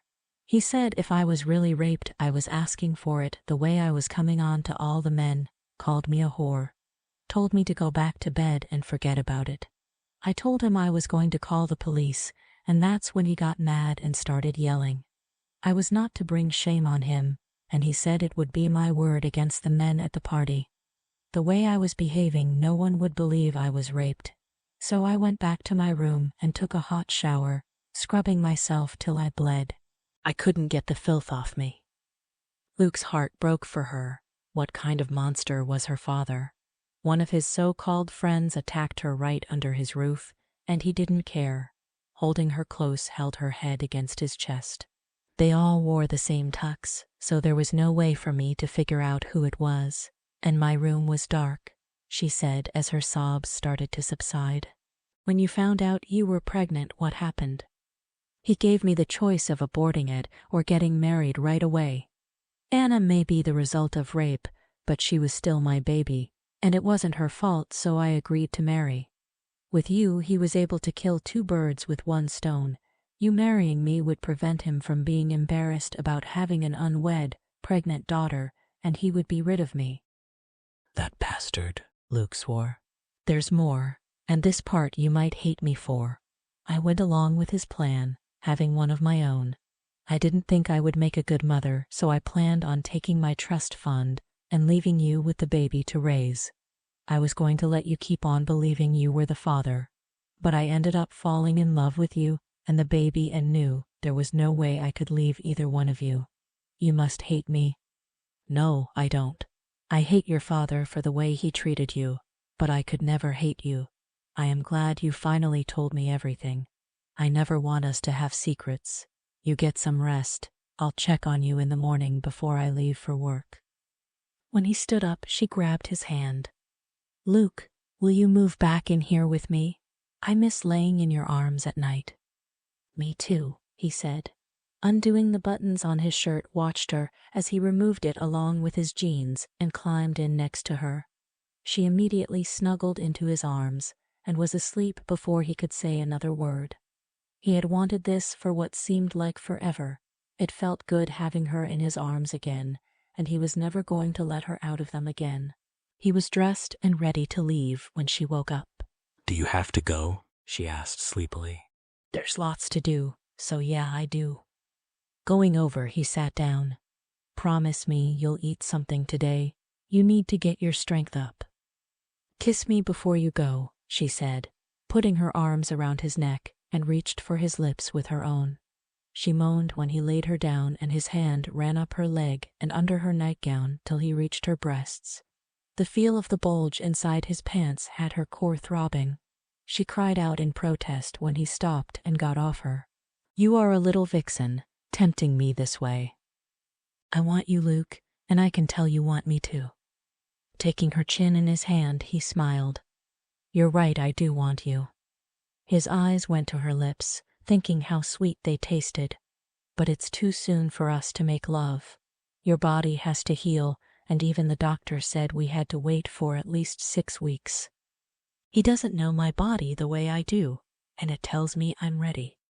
He had to give her credit for trying, the way she stared at him with those big brown eyes of hers, and the way she pouted. Nice try, sweetheart. You'll have to wait as I have to. I won't be late. I'll be stopping in town at the garage. Why? She asked, laying back down, feeling frustrated. There's a truck for sale at the garage. I think I can get Walter to go down in price. Excited, she sat up. When I get my trust fund, we can get you a brand new truck. It didn't take a genius to see how his mood changed. Let's get one thing straight, Sophia. That money is yours, not mine, and I don't take charity. I will not touch a penny of it. Seeing the hurt that flashed across her face, he felt like a first-class jerk, so he went over and took her hand in his, rubbing his thumb on the skin. I'm sorry, I shouldn't have snapped. I'm your wife, Luke, and it's our money. Why must you be so stubborn? That's the way I'm made. How about I pick up a pizza and a bottle of wine on the way home, and we'll watch a movie? When she smiled for the first time in weeks, it warmed his heart. Yes, I love pizza, and make sure it's red wine, she said and smiled. As Luke and Andy rode side by side, he told him what Sophia had gone through, that she was raped and her father blamed her for it. I tell you, Luke, that father of hers is one sick motherfucker. You got that right, and I swear I'll never let him get anywhere near her again. I just can't understand how he can treat his own child that way. I'd sure like to know why he hates her. Does Sophia not know? No, she's as much in the dark as I am. Well, I'm glad she's coming around. Would you like Kimberly and me to come over later and see how she's doing? I'd rather you didn't, not tonight. After I see about the truck, I plan on picking us up a pizza, and we are going to watch a movie. I really need this time alone with her. It's a new start for us. Maybe you could come over another night. Sure thing, Luke. I hear you, man. Luke got the truck. It just had to be safetied, then it would be his. He then picked up a bottle of Sophia's favorite wine, the pizza, and headed home. He was greeted by Sophia at the door. She was wearing a tank top, no bra, and her short shorts. She looked SXY as hell, and he had a feeling she dressed this way on purpose to try and seduce him. Oh, you got my favorite wine.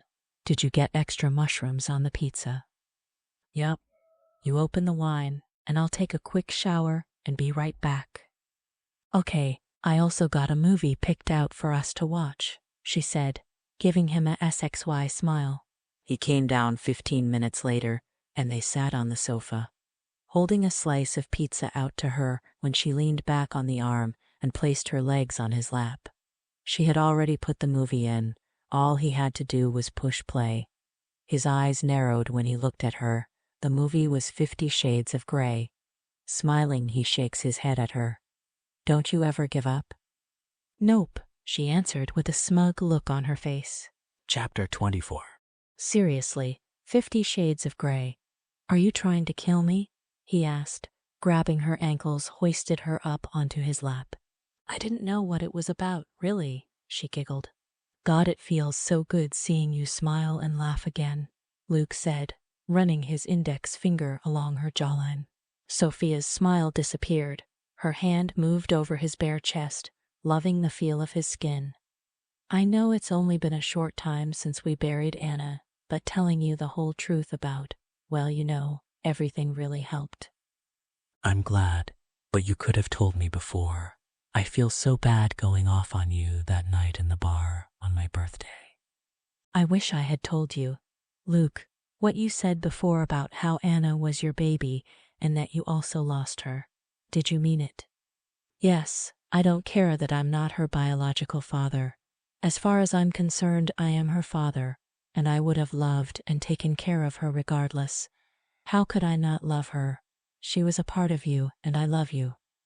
A tear slid down her face, and he wiped it away. No, don't you dare cry.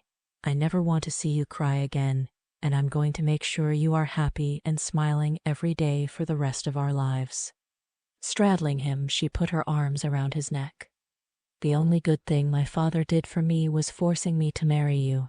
I love you, she said, and lowering her head put her lips on his neck, kissing it as she moved her hand down to undo his belt buckle.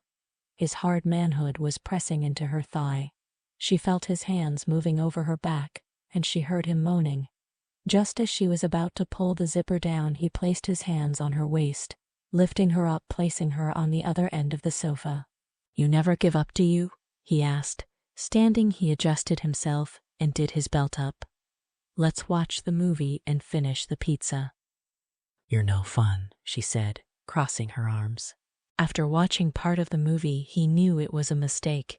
It was only getting him wound up, which he was sure that's what she had in mind. So he thought he would have some fun with her. We should try some of that. She looked at him skeptically. Exactly which ones are you talking about? You sure as hell are not going to tie me up and spank me, she said, crossing her arms the way she does when she's pissed, and glared at him. Flinging her onto her back, got on top, pinning her hands above her head. I think it would be kind of hot to tie you up, and you could use a good spanking from time to time. She pushed him off after she saw the smirk look on his face, and knew he was only paying her back for putting on a movie that would get him in the mood for sex. You're a jerk. I'm going to bed. Wait, don't get mad. Come sit back down and finish our pizza and wine. Sighing, she sat back down. You might as well put on a different movie, maybe a good mystery or horror. Looking over, she gave him a smile, letting him know she wasn't angry. When he put on another movie, she moved over into his arms. When she wrestled him for the last slice of the pizza, he let her win. He was just glad that she had her appetite back. With the movie over, food and wine finished, he told her to go on up to bed, and he would tidy up. He cleaned up and headed to bed, stripping off his clothes, got in next to her, and as he usually did every night, pulled her close so he could wrap his arms around her. What do we have here? He asked, and lifted the covers and saw she was naked. He swallowed hard. She was not making it easy for him. I hope me being butt naked is not going to bother you, she said seductively. Not at all. Dropping the covers, he put his arms around her, hoping she wouldn't notice how hard his cock had gotten. He started to sweat and tried everything to stop thinking about sex, and when nothing worked, he thought about the night he walked in on his parents and his little buddy went into hiding. He could now relax and go to sleep.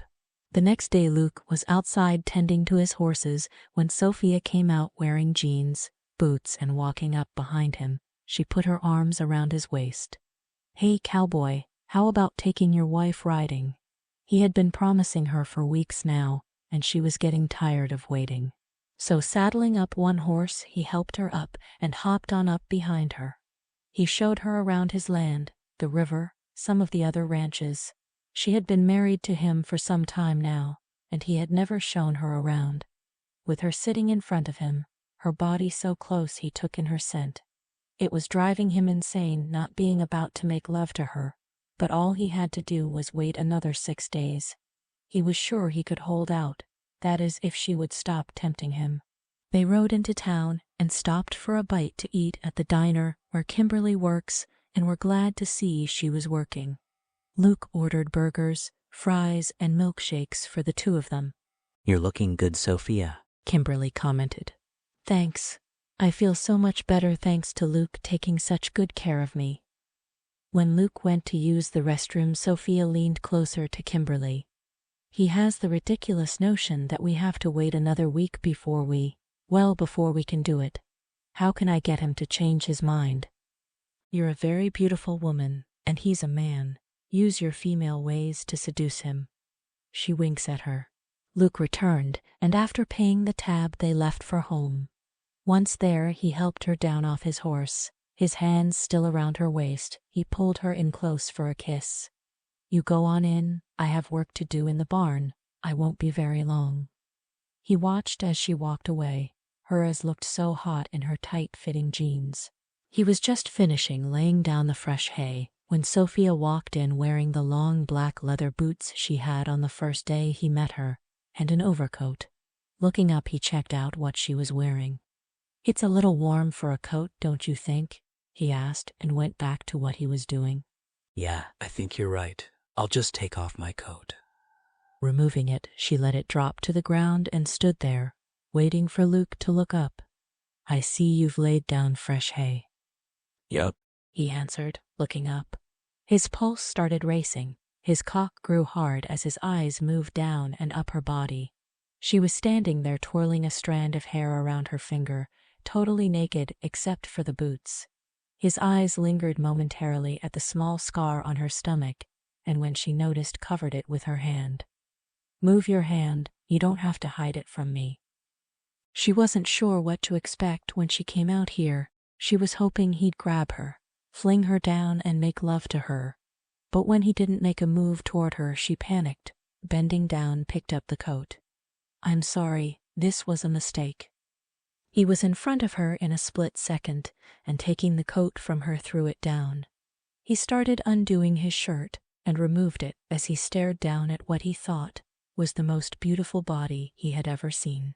"The only mistake was me not making love to you before now." With one arm going around her waist, he pulled her into him. The other hand cupped the back of her head, drawing it close to his mouth, crushed his lips against hers. His kiss was passionate, deep, making her gasp, her arms going around his neck as she returned his kiss with as much passion. Lips locked, he lifted her up, carrying her over to the bed of hay and laid her down. His hand moved slowly down her body, his mouth claiming her neck. His lips left a trail of kisses as he moved down. Reaching her stomach, he ran his finger over her scar before kissing it, and getting up he watched her as he removed his jeans and briefs. Her body was coated with droplets of sweat, her breasts heaving as she stared into his eyes, licking her lips. Getting down, he got on top.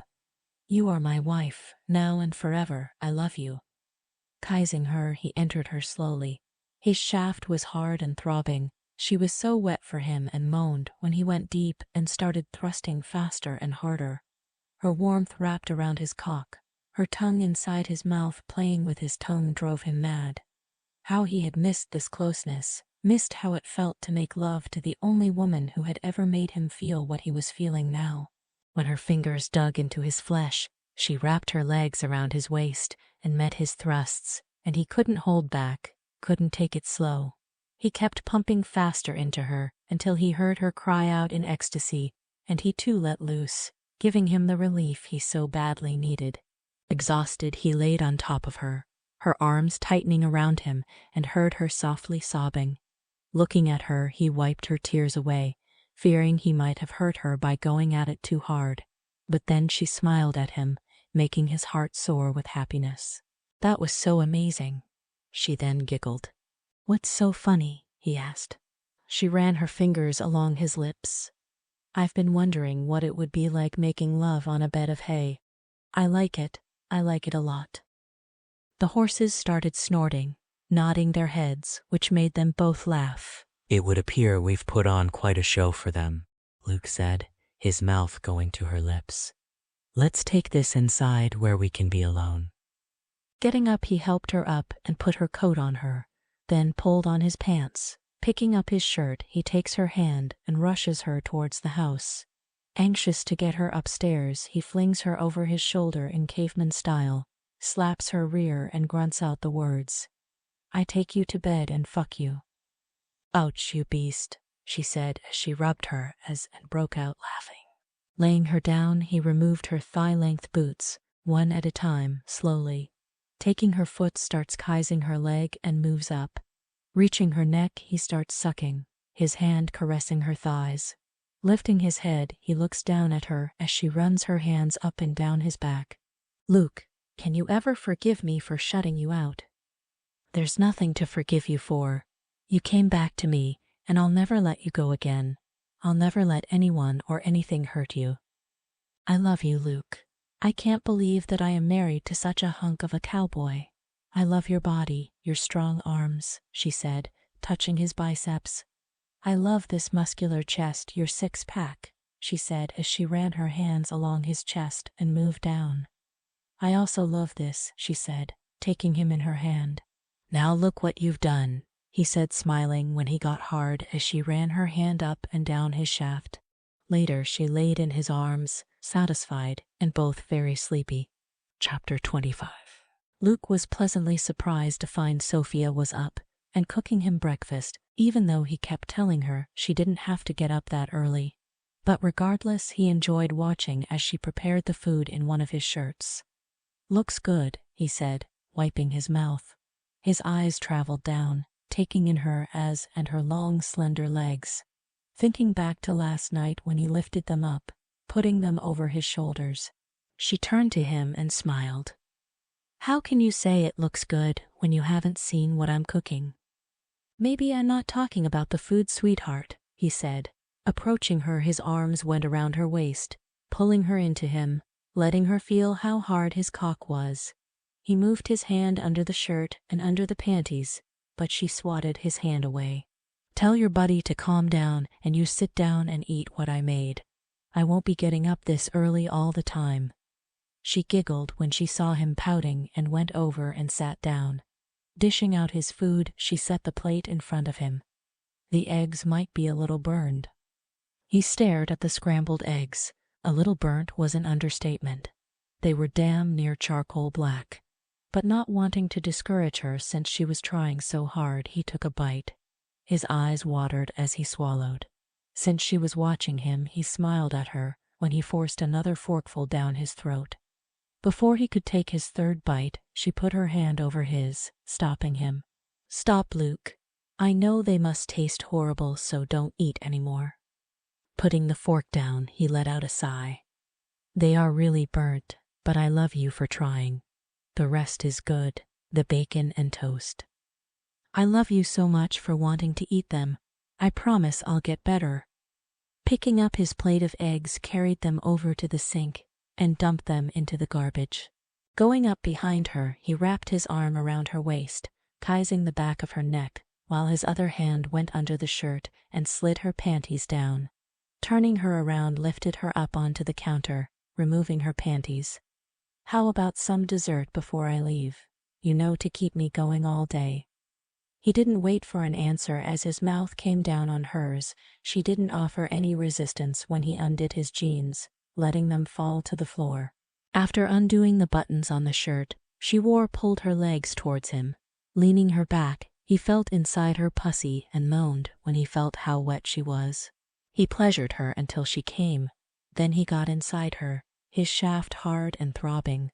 Gripping her hips, he grunted and moaned when with every thrust she screamed out his name, begging him to go faster. Finishing, he pulled out, leaned over, kissing her stomach and moving to her breasts. Her nipples were hard, erect as he sucked on them. Her fingers intertwined in his hair as she arched her back.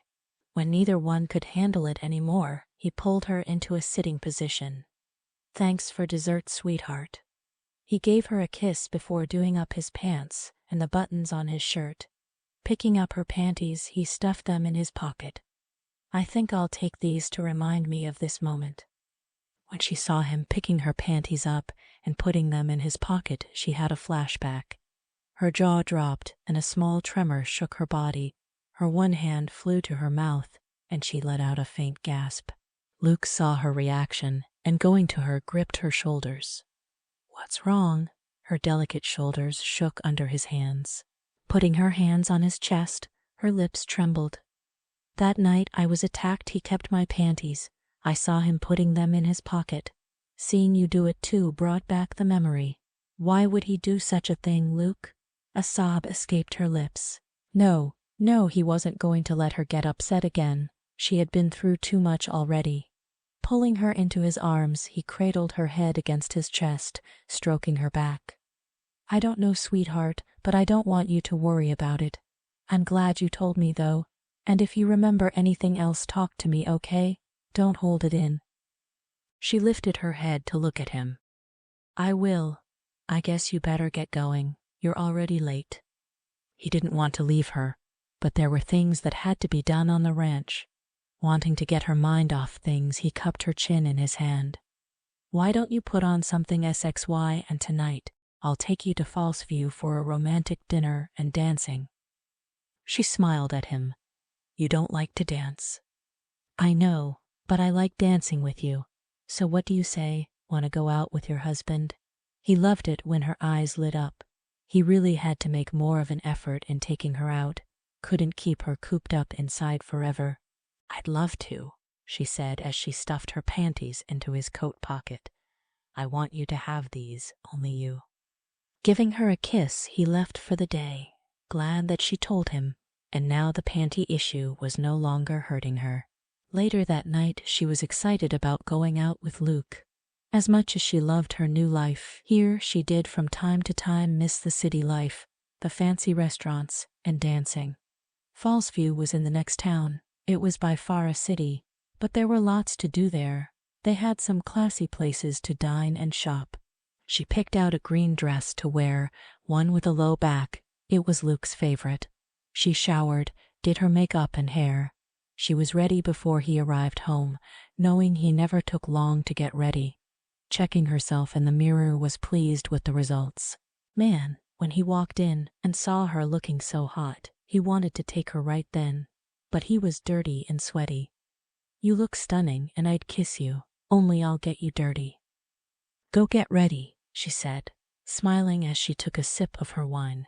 20 minutes later, he returned all clean and dressed in a suit, and he wasted no time when he pulled her into his arms, kissing her.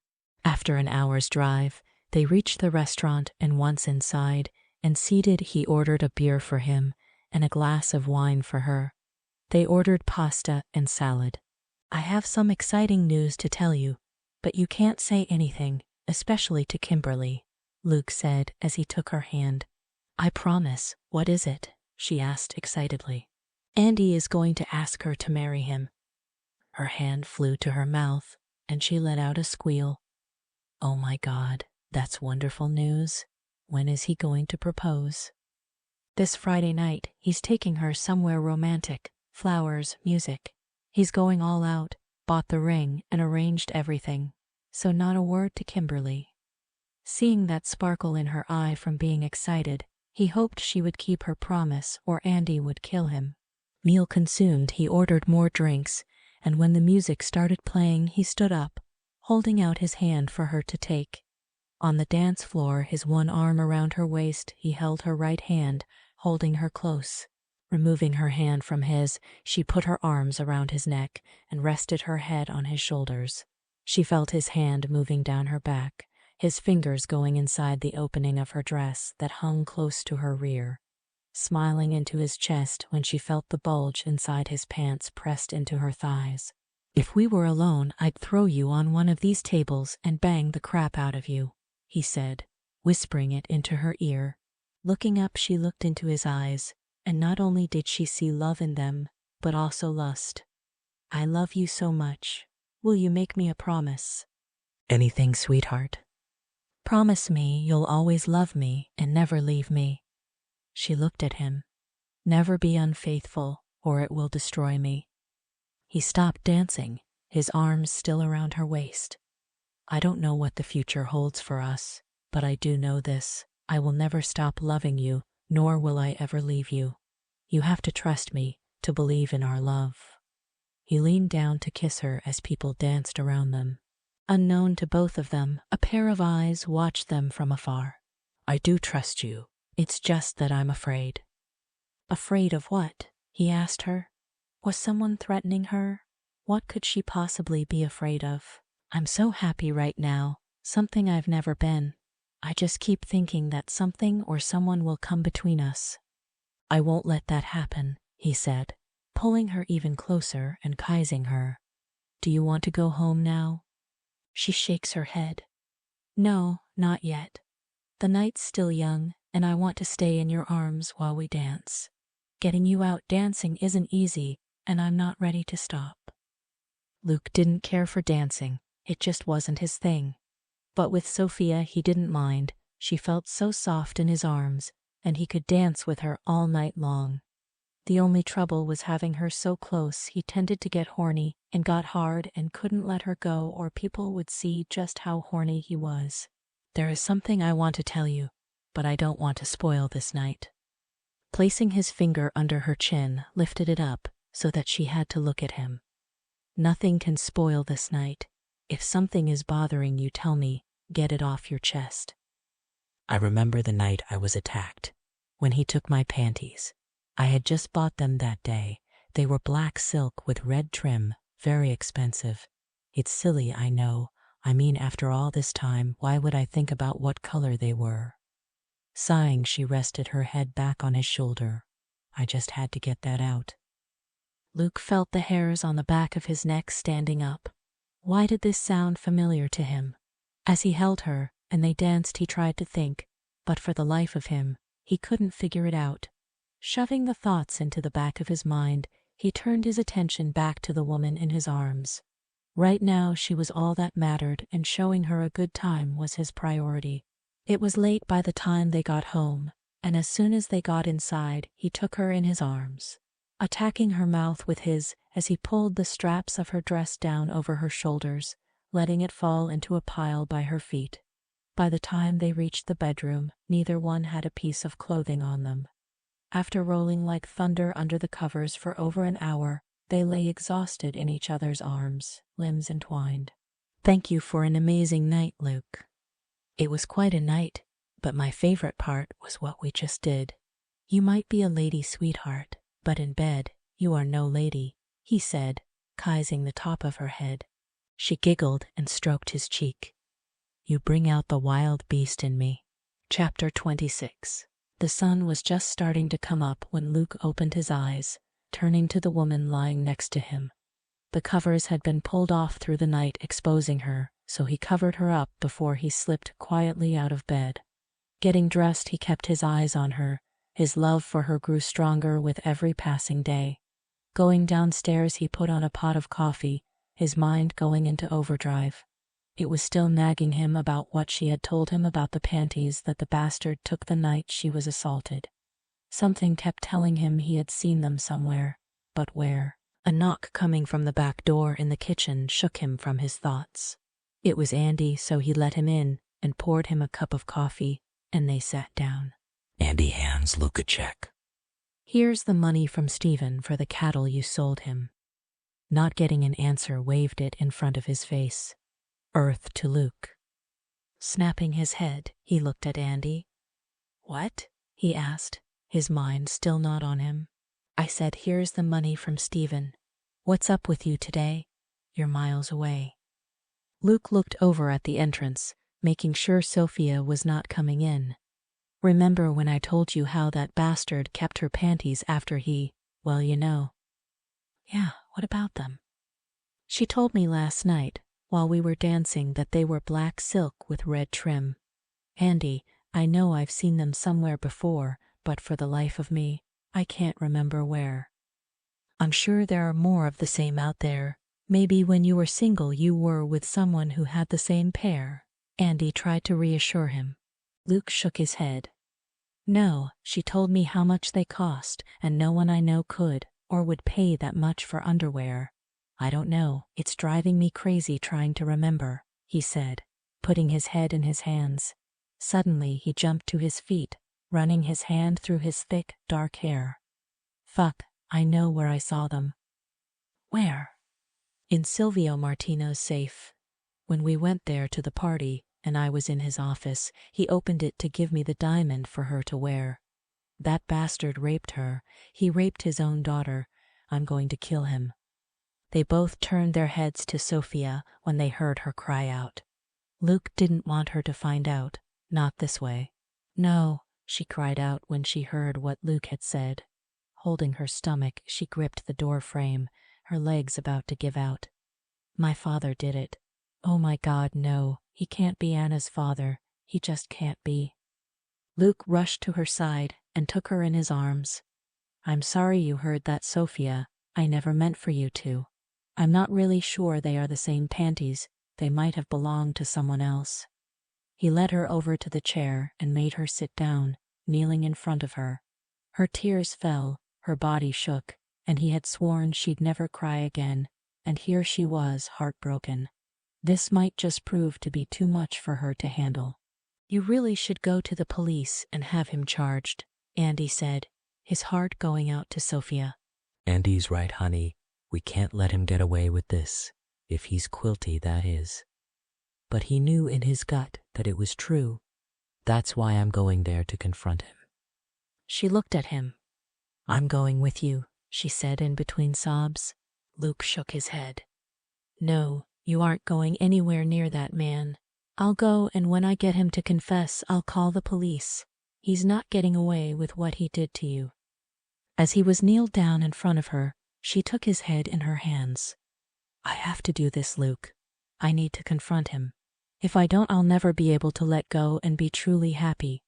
He has to know how much I hate him for what he did to me. Please try and understand and take me for my sanity." Luke was conflicted. If he didn't take her, she might live with regrets for not getting the answers she needed to hear from her father.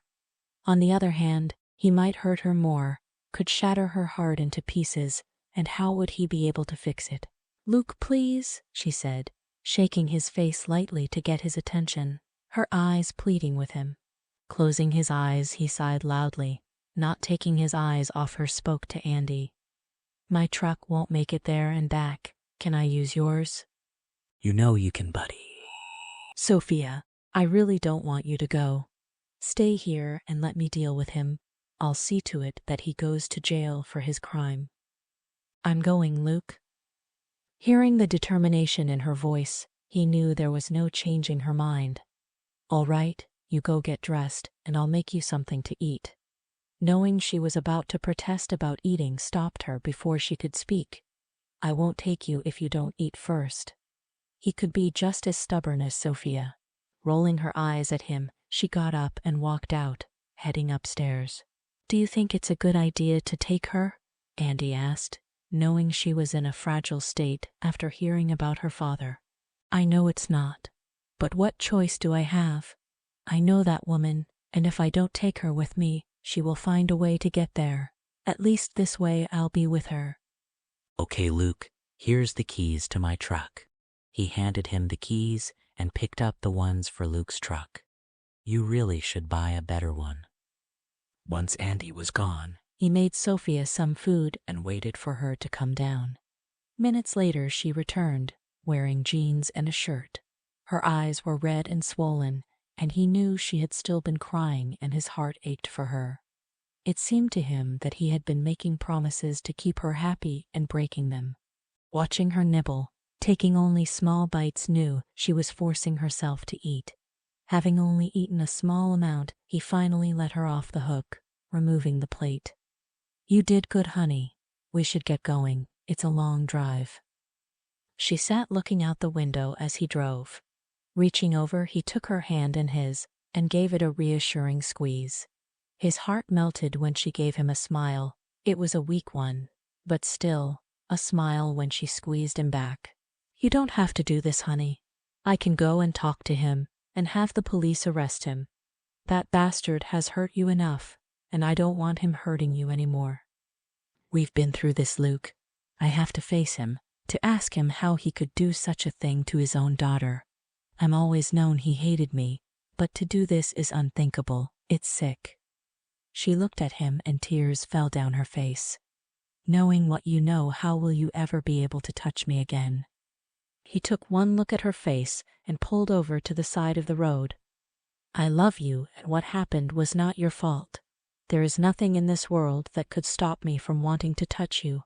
Look at me," he said when she turned away. She did as he ordered. "When are you going to learn to trust me, to trust in my love for you?" "I do, Luke.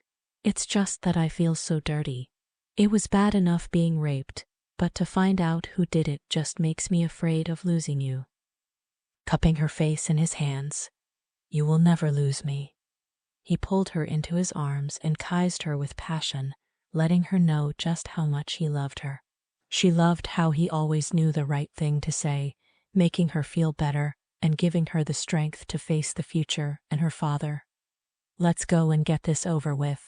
I have a lot to say to him, and with you by my side, I know I can stand up to him finally." Moving close, sat next to him as they continued on their way, his arm draped over her shoulder. With what seemed like the longest drive in history, they finally reached their destination, her father's mansion. They remained seated for a while, looking at the house before them. She shivered and turned to Luke. "Let's get this over with, and then I never want to see this place ever again," she said, waiting for Luke to come around to her side. Taking his hand, she stepped down from the truck. She was grateful that he didn't let go, but held her hand as they walked up the steps and entered the house. A man she had never seen before approached them, holding his hands up. He was tall, 6'4", husky. Her father must have hired someone new, a bodyguard, she assumed. "Hold it right there," he said, getting in their faces. "Who are you and what are you doing here?" he barked, his hand moving his jacket aside so that they could see the gun. Clutching Luke's hand, she felt brave, knowing she was safe with him by her side. "You must be new here. I am Silvio Martino's daughter, Sophia, and this is my husband. We are here to see my father, so please step aside and let us through." Luke couldn't help but grin. She sounded so tough, boss-like. "Yes, madam," he said and stepped aside. "Your father is in his office." "Thank you. What is your name?" she asked as they walked past him. "You can call me Vic, just Vic." Her hand on the handle to the office, she hesitated and looked at Luke. He placed his hand on hers. "You can do this." She nods and turning the knob flings the door open with so much force it startled Silvio, making him jump up from his seat. When Silvio saw Sophia and Luke, he sat back down. Well, looks who's here. His eyes go to her stomach as she walked in and over to the desk, Luke right on her heels. "You look thin. Have you had the baby already?" It took every ounce of her strength not to break down and cry at the mention of her baby. She felt Luke's hand on her arm. "I lost her when I was 7 months pregnant."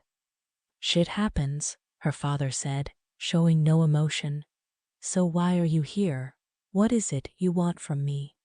Luke wanted to jump over the desk and pound the man's face into a bloody pulp. He sat there so smug, not a hint of regret in his voice. "You rotten fucker, you don't care that Sophia lost her baby, your baby." Letting go of Sophia, he banged his fists on the desk. "We know it was you who raped her that night." "You don't know what you're talking about. I won't sit here and listen to this nonsense in my own home. Now both of you get out before I have you arrested for trespassing." "Go ahead, call the police.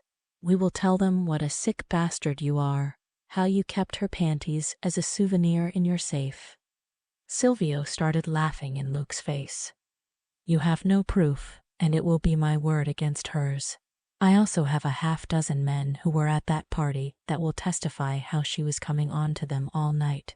She was asking for it, so I gave it to her." He stood up, his face inches from Luke's. "I gave it to her real good, really hard. You know what I'm talking about, Rogers. I only had her once, but you have been enjoying her for months now." Luke heard Sophia's cry of anguish. The bile rose up into his throat as Silvio's sick words echoed throughout the office. The anger he had been holding back since he walked into the office exploded, his fist raised and connected with the older man's jaw. Jumping over the desk, he knocked him to the floor, getting on top, one hand around Silvio's throat, his fist ready to strike, but he was pulled off the man and slammed into the wall.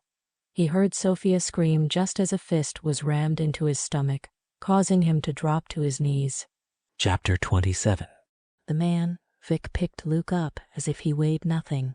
Slamming him up against the wall, raised his fist, ready to strike again, but Sophia ran over. "Please stop, don't hurt him." Placing her hand on the giant's arm, pleading with him.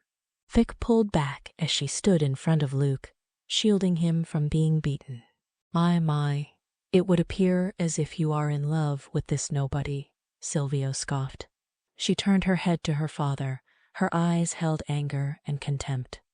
"He isn't a nobody, and yes, I do love him. He loves me. That's something you will never know, love. I feel sorry for you as you are incapable of love and will die alone."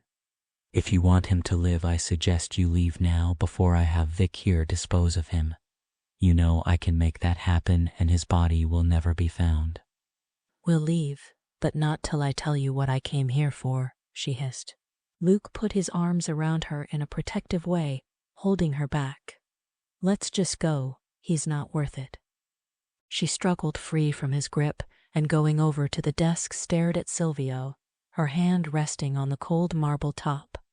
"I want to know how you could do such a horrible thing to your own daughter. My God.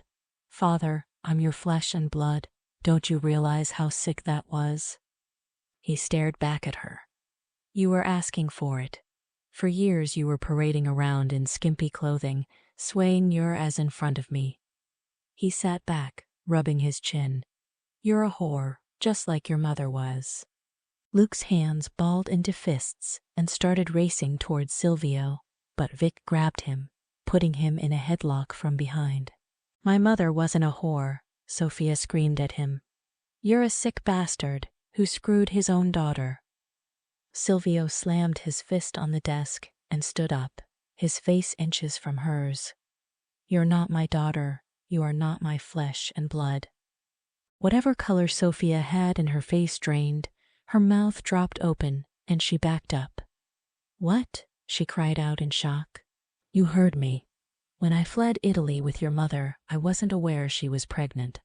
I knew you weren't mine because we hadn't had sex for months. If I had known, I would have forced her to abort you.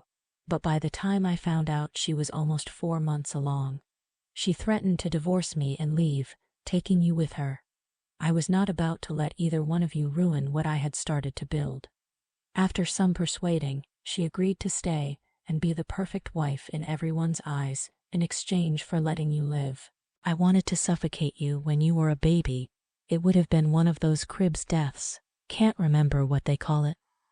Sophia covered her mouth with her hand, looking over at Luke, who was still being detained. You're evil. I'm so glad that we have no blood between us. Who is my father? Silvio sat back down. An evil grin crossed his face. He got great pleasure in seeing others in pain, especially Sophia. I don't know. Even your mother didn't know his name.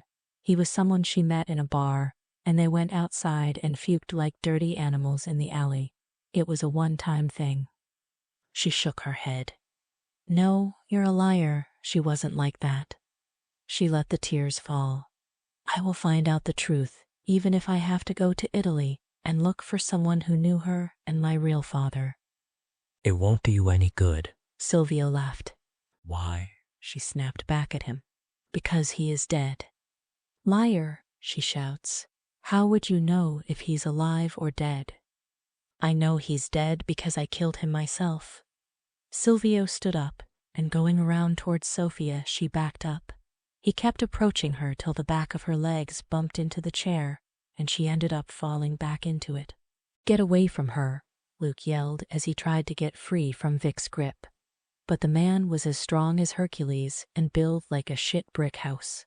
Silvio leaned over Sophia, putting his hands on both sides of her, resting them on the arms of the chair. I enjoyed watching him die. First I shot him in the stomach, watched him bleed and beg for mercy. I then shot him right in the chest. Blood gushed out of his mouth, and his words were nothing but a mumble of gurgling noises. He placed his index finger in the middle of her forehead and laughed. The third bullet I put right here. His brains splattered everywhere. He leaned into her ear and whispered so only she could hear. I would love to do the same to you. Looking into his cold, dark eyes, fear gripped her, and she cried out for Luke. Luke. Filled with rage, he used his elbow to punch Vic in the gut, causing him to loosen his grip. Sprinting over, he pushed Silvio away from Sophia. Get off her, he hissed. Helping her up, his arms went around her. Staring at the other two men, dared them with his look to try something. Take me away from here, she said, her fingers curling into his shirt collar, and started crying. With his arm around her, he glared at Silvio. You are going down for what you did and for confessing to murder. You go to the police, and I promise you, I will not be charged. Your man there just heard you say how you committed murder and confessed to raping Sophia, not to mention the panties in your safe. You will be charged. Silvio smiled at Vic. Did you hear me confess to anything? With his arms crossed, he looked back at Silvio. I didn't hear anything, sir, he said, straightening his tie that got messed up when he tackled Luke. Now, on the other hand, I could have you arrested for attacking me in my home. I would also like to point out that if you go to the police, I'll have my lawyers serve you with papers for trying to damage my reputation.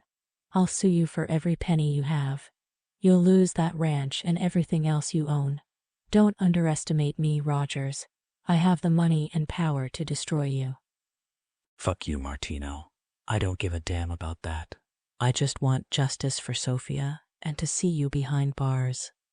Sophia cupped his face in her hands and made him look at her. He's right. He has money and power, and we can't fight him. He'll win. I won't risk losing our home. Will you please take me away from here? I want to go home and never see this place again. He felt the way her hands trembled when she held his face. Her bottom lip quivered and her eyes filled with tears. If the big goon wasn't in the room to stop him, he would have beaten the snot out of Silvio. But seeing how scared she was, he had to get her as far from that monster as he could. Okay, let's go. He turned to Silvio. Someday, someone is going to give you exactly what you deserve. Taking her hand, they started walking towards the door, wanting to get out of there. But when Silvio called Sophia, they stopped, turned to hear what he had to say. What? Luke snapped. Your birthday is coming up soon. Take care of yourself till then. Lips pressed firmly together, Luke's eyes narrowed when he stared at Silvio. He couldn't help thinking what an odd thing for him to say. His gut told him the old man was not finished with Sophia and vowed to keep her close to him. No way was he going to let the bastard cause her any more harm. He would see him dead first. Putting his arm around her led her out and got her settled inside the truck before getting in next to her. Starting the vehicle, took off out of the driveway. I hate that he's getting away with it, Luke said, taking her hand as he kept driving. I know. Me too, but all I want to do now is get on with our lives, to leave this part of my life behind. She looked over at him. It is over, isn't it? Yes, he answered. At least he hoped it was. Hey, let's stop somewhere and pick up some takeout and have a picnic. Would you like that? He wanted so badly to help her forget what had happened, but knowing she would want to talk about it at some point. Reaching the next town, they stopped and bought sandwiches, a couple of pieces of cake, and some ice water. He drove around till he found a park. Stopping the truck helped her out, and they found a shady spot under some trees. He was worried about her. She had been quiet for over an hour now. He wanted to say something to get her to open up, but didn't want to push her. He knew by now it was better to wait till she was ready, and when she was, he would be there to listen. Leaning against the tree, they ate. I'll never know now who my father was, she said, finally speaking. I could have a whole new, loving family in Italy that I'll never know about. I wonder if they know about me. I hate Silvio so much. I always knew he was cruel, but never thought he was capable of murder. Looking at Luke, her eyes watering. Hold me. Putting his arms around her, pulled her close, stroking her back. I know, sweetheart, and I'm so sorry. I would give my right arm to take away your pain. Kissing the top of her head, closed his eyes. Silvio's last words kept haunting him. They stayed this way for quite some time until she lifted her head and yawned. I'm so tired. I feel worn out. Can we go home now? Helping her to her feet, they tossed the remainder of their lunch in the trash and headed home. They still had a 2.5-hour drive ahead of them. Arriving home, she went inside while he tended to his horses. She was awake, waiting in bed for him, having already taken a shower. He wasn't long, and going over gave her a kiss, letting her know he was going for a shower. She lay there. The sound of running water could be heard, and she pictured him showering and getting out of bed stripped down. Walking into the bathroom, she opened the glass door, and he turned to face her. Not speaking, he held out his hand, and she takes it, letting him pull her in. No words were spoken between them. None were needed. She felt the warmth of his arms around her, the heat from his mouth when he kissed her. This was what she needed after the horror of what happened that day. His love would help to heal her. Luke was her salvation, her hero. She, in turn, would devote her life to him. She would make him happy, love and honor him, give him a family. He would never go a day without knowing how much she loved him. I love you, Luke. I love you too.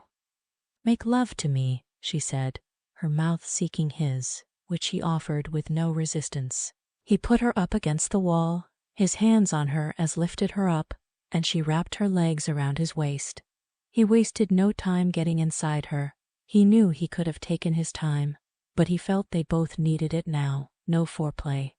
Once he got her into bed, he would take it slow, but right now this was what they both wanted. Chapter 28. Good morning, beautiful, Luke said when he saw she was awake. When her arms went around his neck and she pulled him down on top of her, he started kissing her. God, he couldn't help the way his body reacted when they kissed. Her lips were so soft and tasted sweet, he could never get enough of them. He always considered himself to be strong, to be able to stay in control under any circumstances. But that was not the case with Sophia. She had him totally wrapped around her little finger.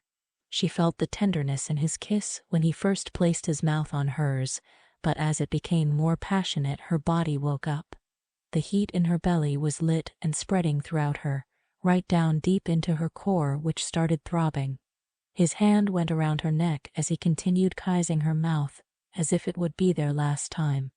She felt his hand leaving her neck and moving to her breasts, pulling her nightgown down so that he could feel them without the restriction of the material getting in the way. His mouth left hers, moving down to her neck where he kissed and bit softly, his fingers tweaking her nipples.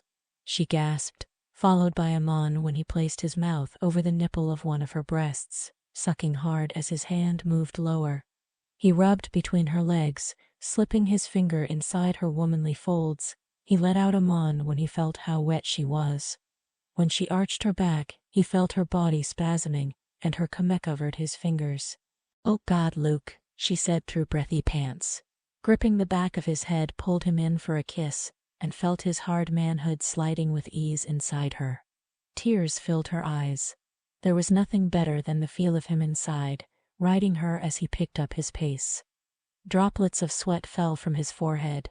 His body glistened with sweat as he brought them both to a sweet, intense orgasm. His body on her, lips on her neck, when he finished, felt like heaven as she put her arms around him. Laying side by side, he held her hand, and they turned their heads to look at each other.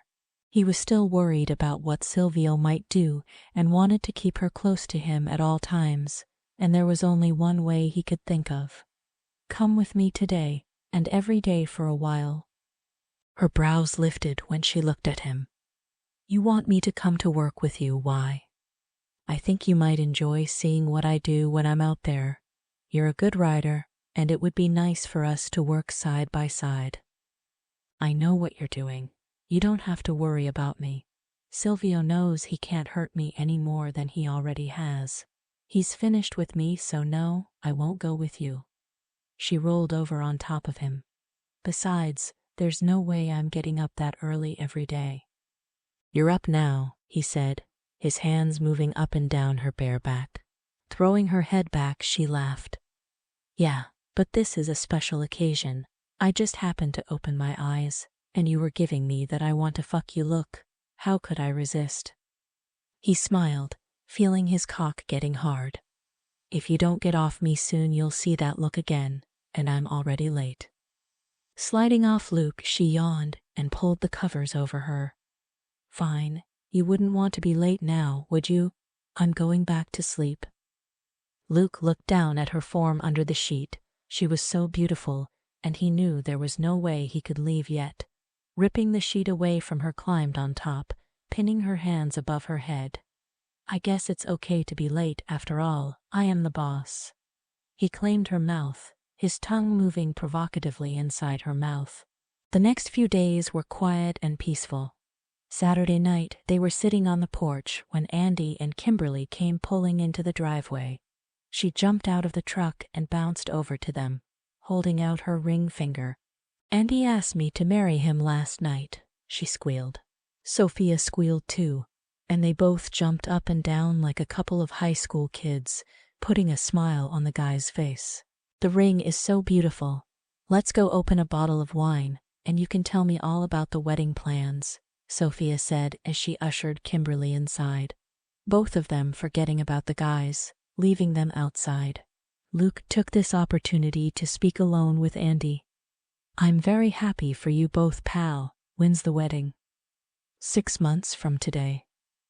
Now that the girls are inside, I need to ask you for a favor, Luke said, checking to make sure the girls weren't on their way back out. Sure, what is it? It's Sophia's birthday, and I'm getting her something special. I need you to pick it up and bring it here. He took a piece of paper out of his pocket and showed Andy. Wow, she's going to love it, Andy said as he stared at the picture. It's a surprise, so not a word to her. They stopped talking when the women came back out with wine and beer in their hands.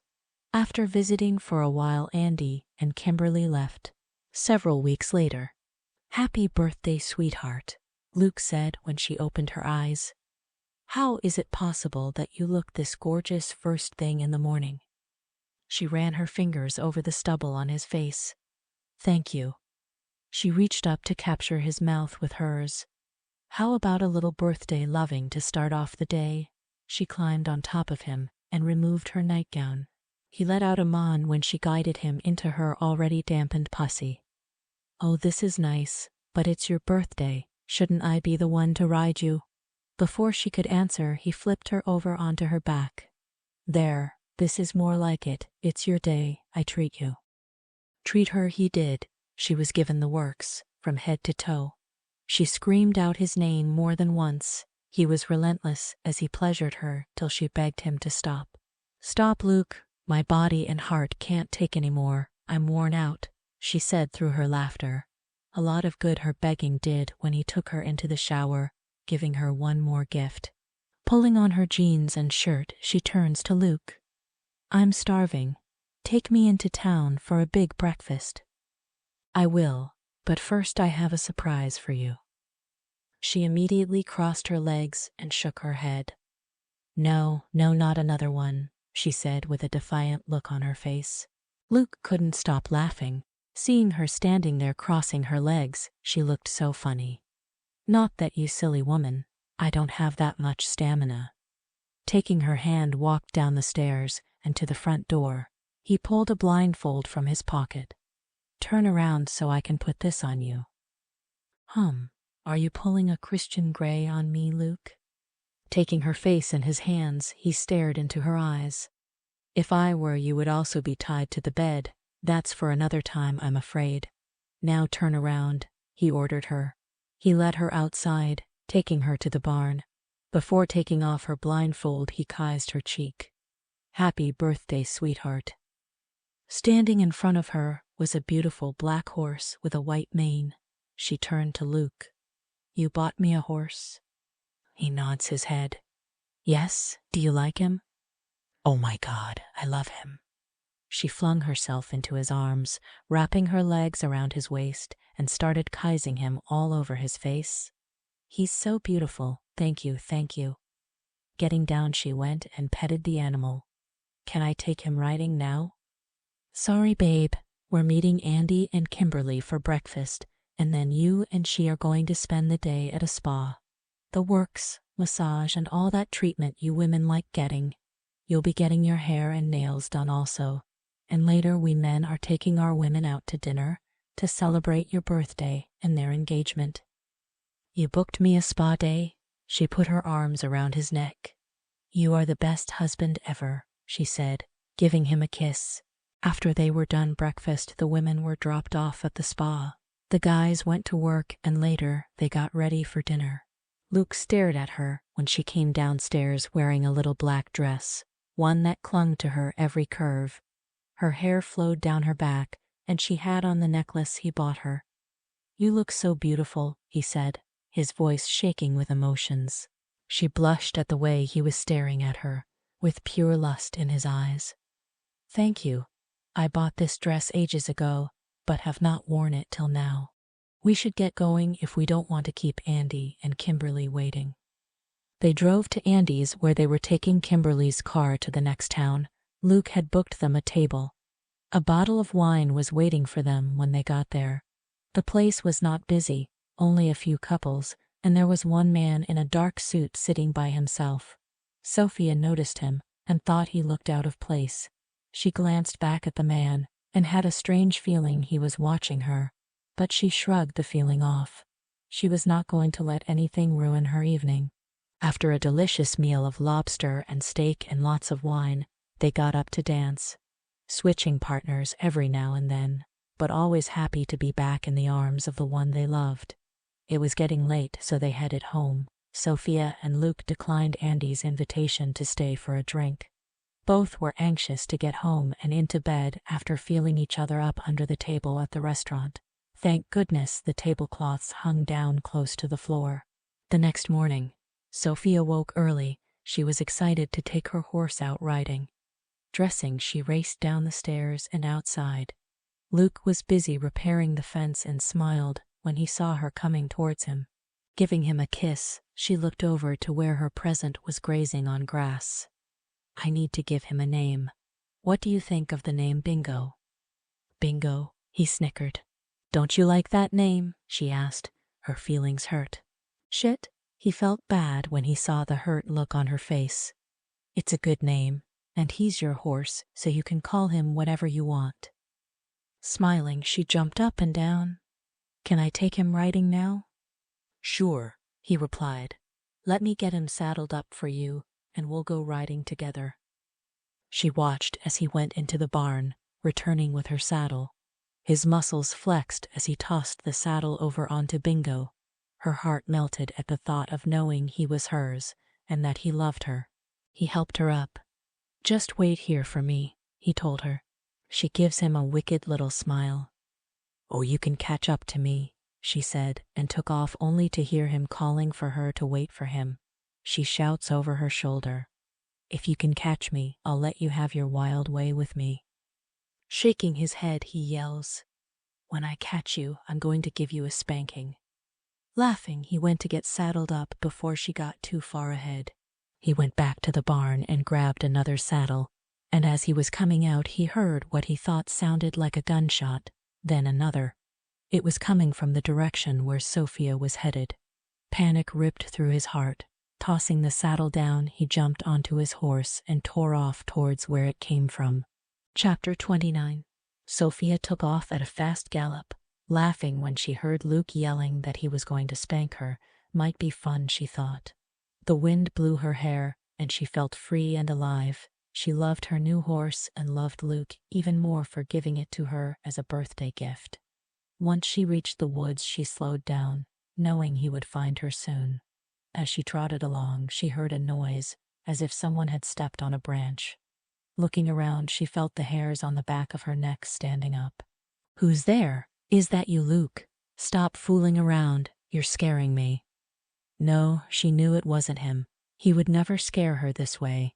She was about to turn back around when two men came out of nowhere, one on either side of her. Well, it's about time, bitch. We've been waiting to get you along. The man who spoke was in his late 30s, tall and bulky. The other man was maybe in his 20s, thin and fairly good-looking. He seemed really nervous as he shuffled his feet on the ground. She knew she was in danger, and her instincts told her to get out of there. But before she could make a move, the older man grabbed her arm and pulled her off Bingo. Get your filthy hands off me, she screamed, kicking and trying to pull her arm free from his tight grip.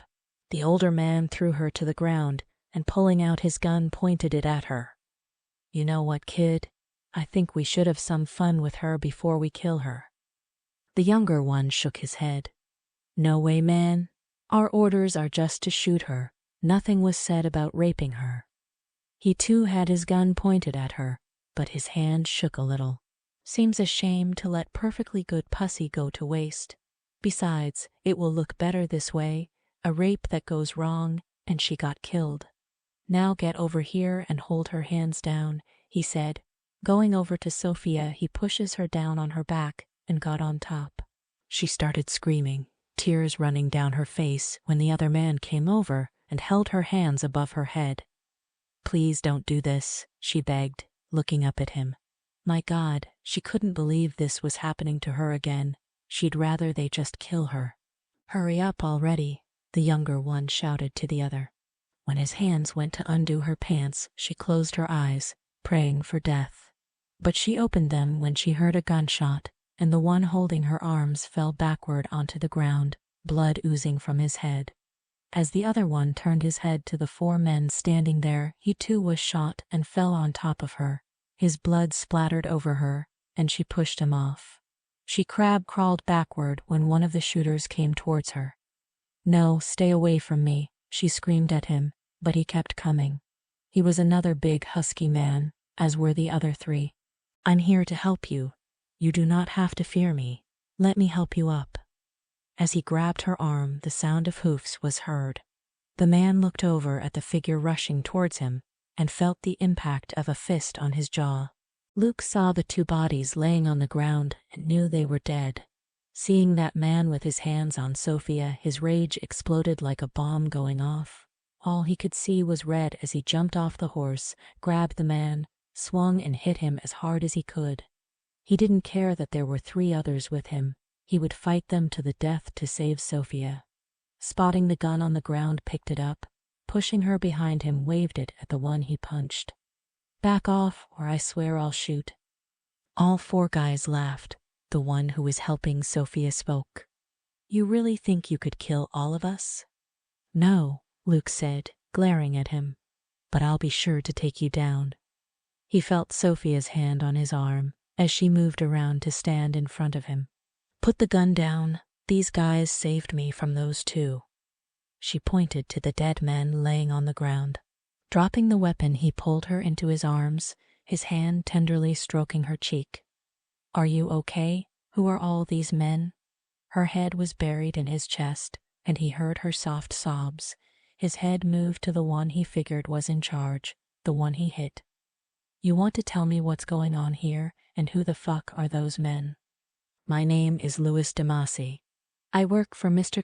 Calvetti, and we were hired to keep an eye on Miss Martino." It's Mrs. Rogers, Luke snapped.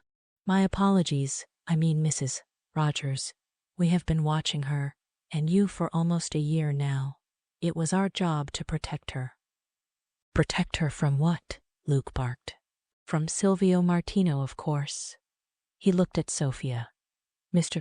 Martino is not who you think he is. He is dangerous, and he had plans to kill you once you turned 21. She peeked out Luke's chest. He still had her tightly wrapped in his arms. "Why would he want me dead?" "For your trust fund," he answered. That sick bastard. He's already rich. Why would he want her money? And who the hell is Mr. Calvetti? Luke snapped. "I am Mr. Calvetti." They all turned their heads in the direction of where the voice came from. Approaching was an older man in his late 70s. He walked with a cane, medium height. His hair had turned snow white. His clothing was tailored to fit his stout form.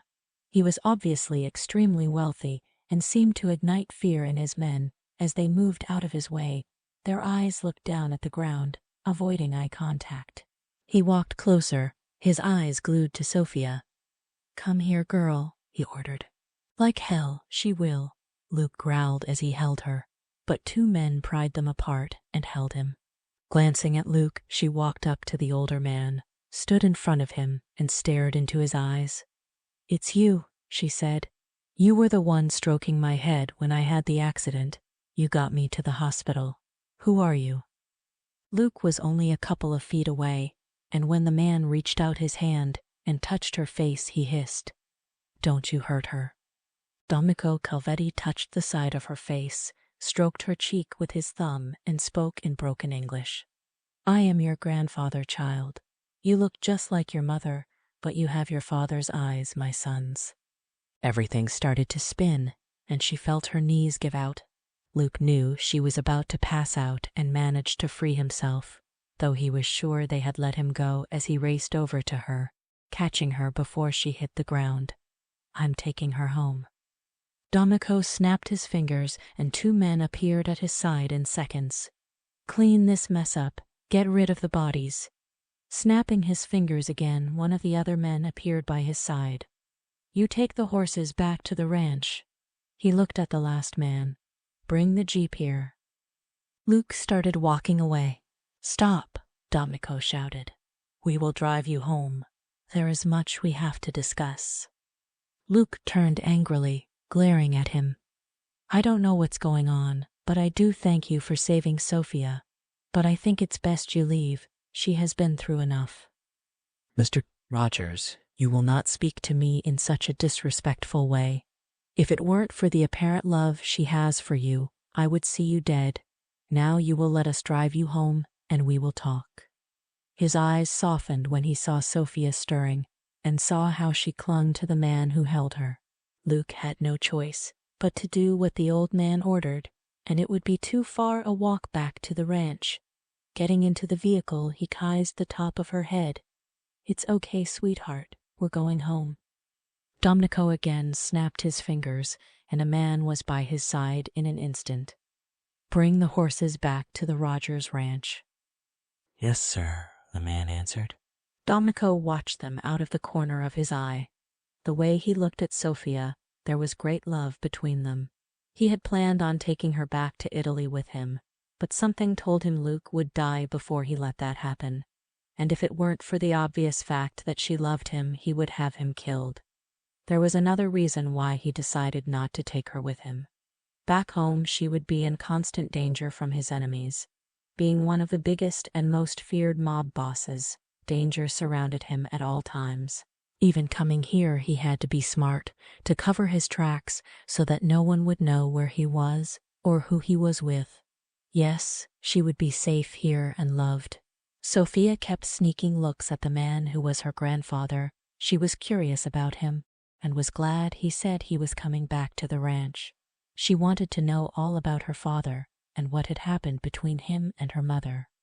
There were so many questions she needed answers to.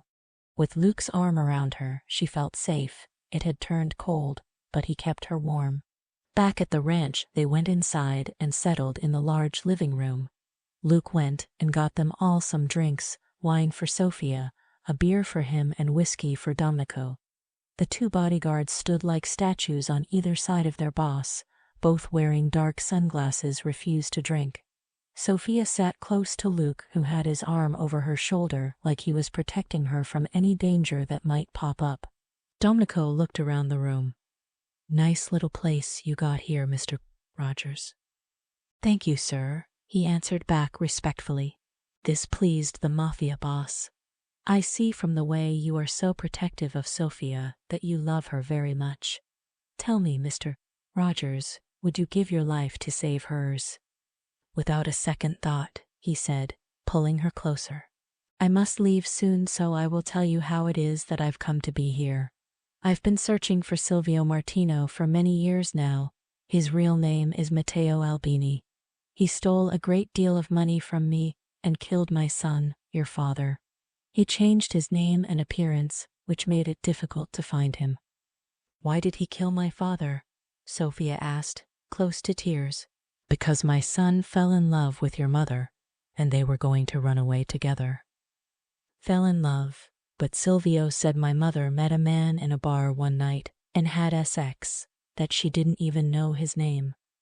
That was a lie. My son, Federico, and your mother met. Silvio was cruel to her and often would beat her.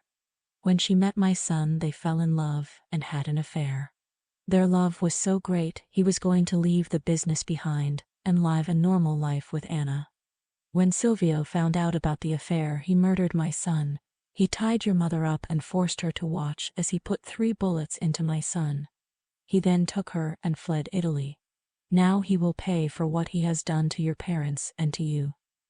My poor mother, how could he do that to her? Sophia asked. Breaking down and crying, she buried her head in Luke's chest, and his arms tightened around her, holding her head as he tried to soothe her. Chapter 30. After years of searching, I finally got a tip from an old acquaintance who was visiting New York. He met this man who called himself Silvio Martino.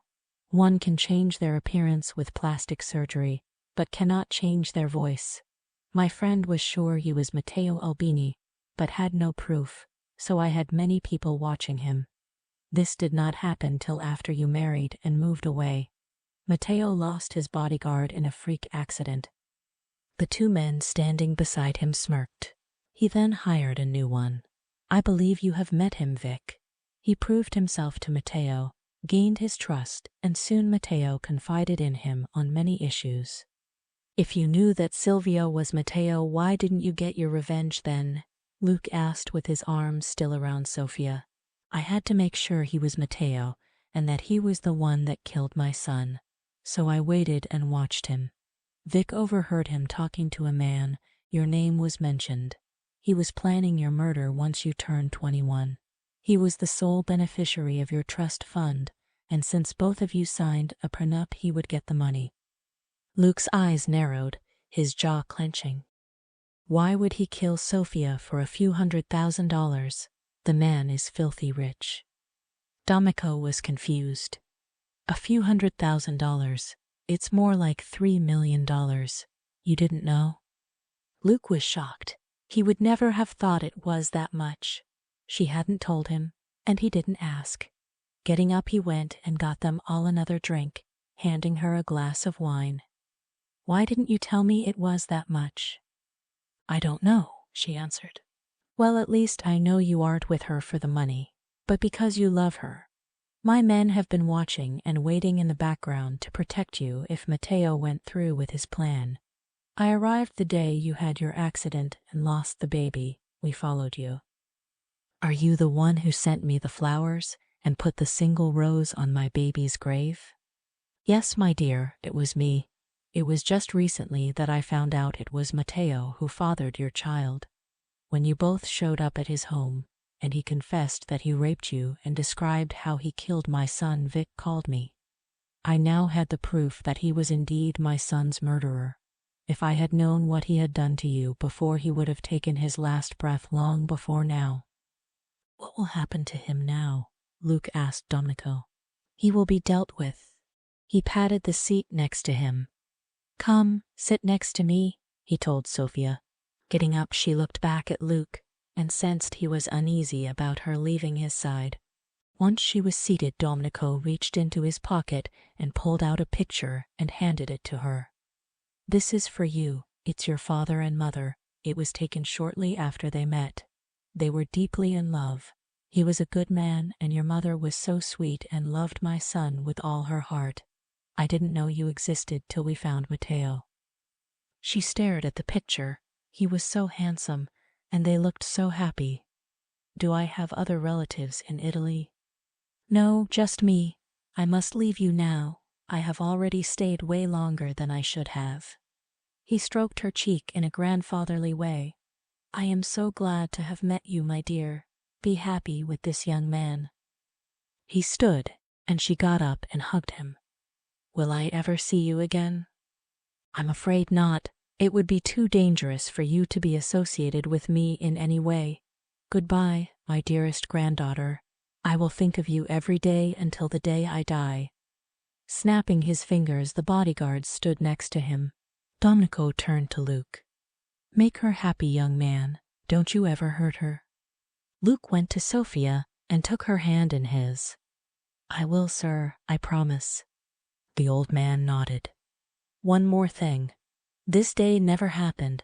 There were no dead bodies, and you never saw me. Forget this day and just move on with your lives.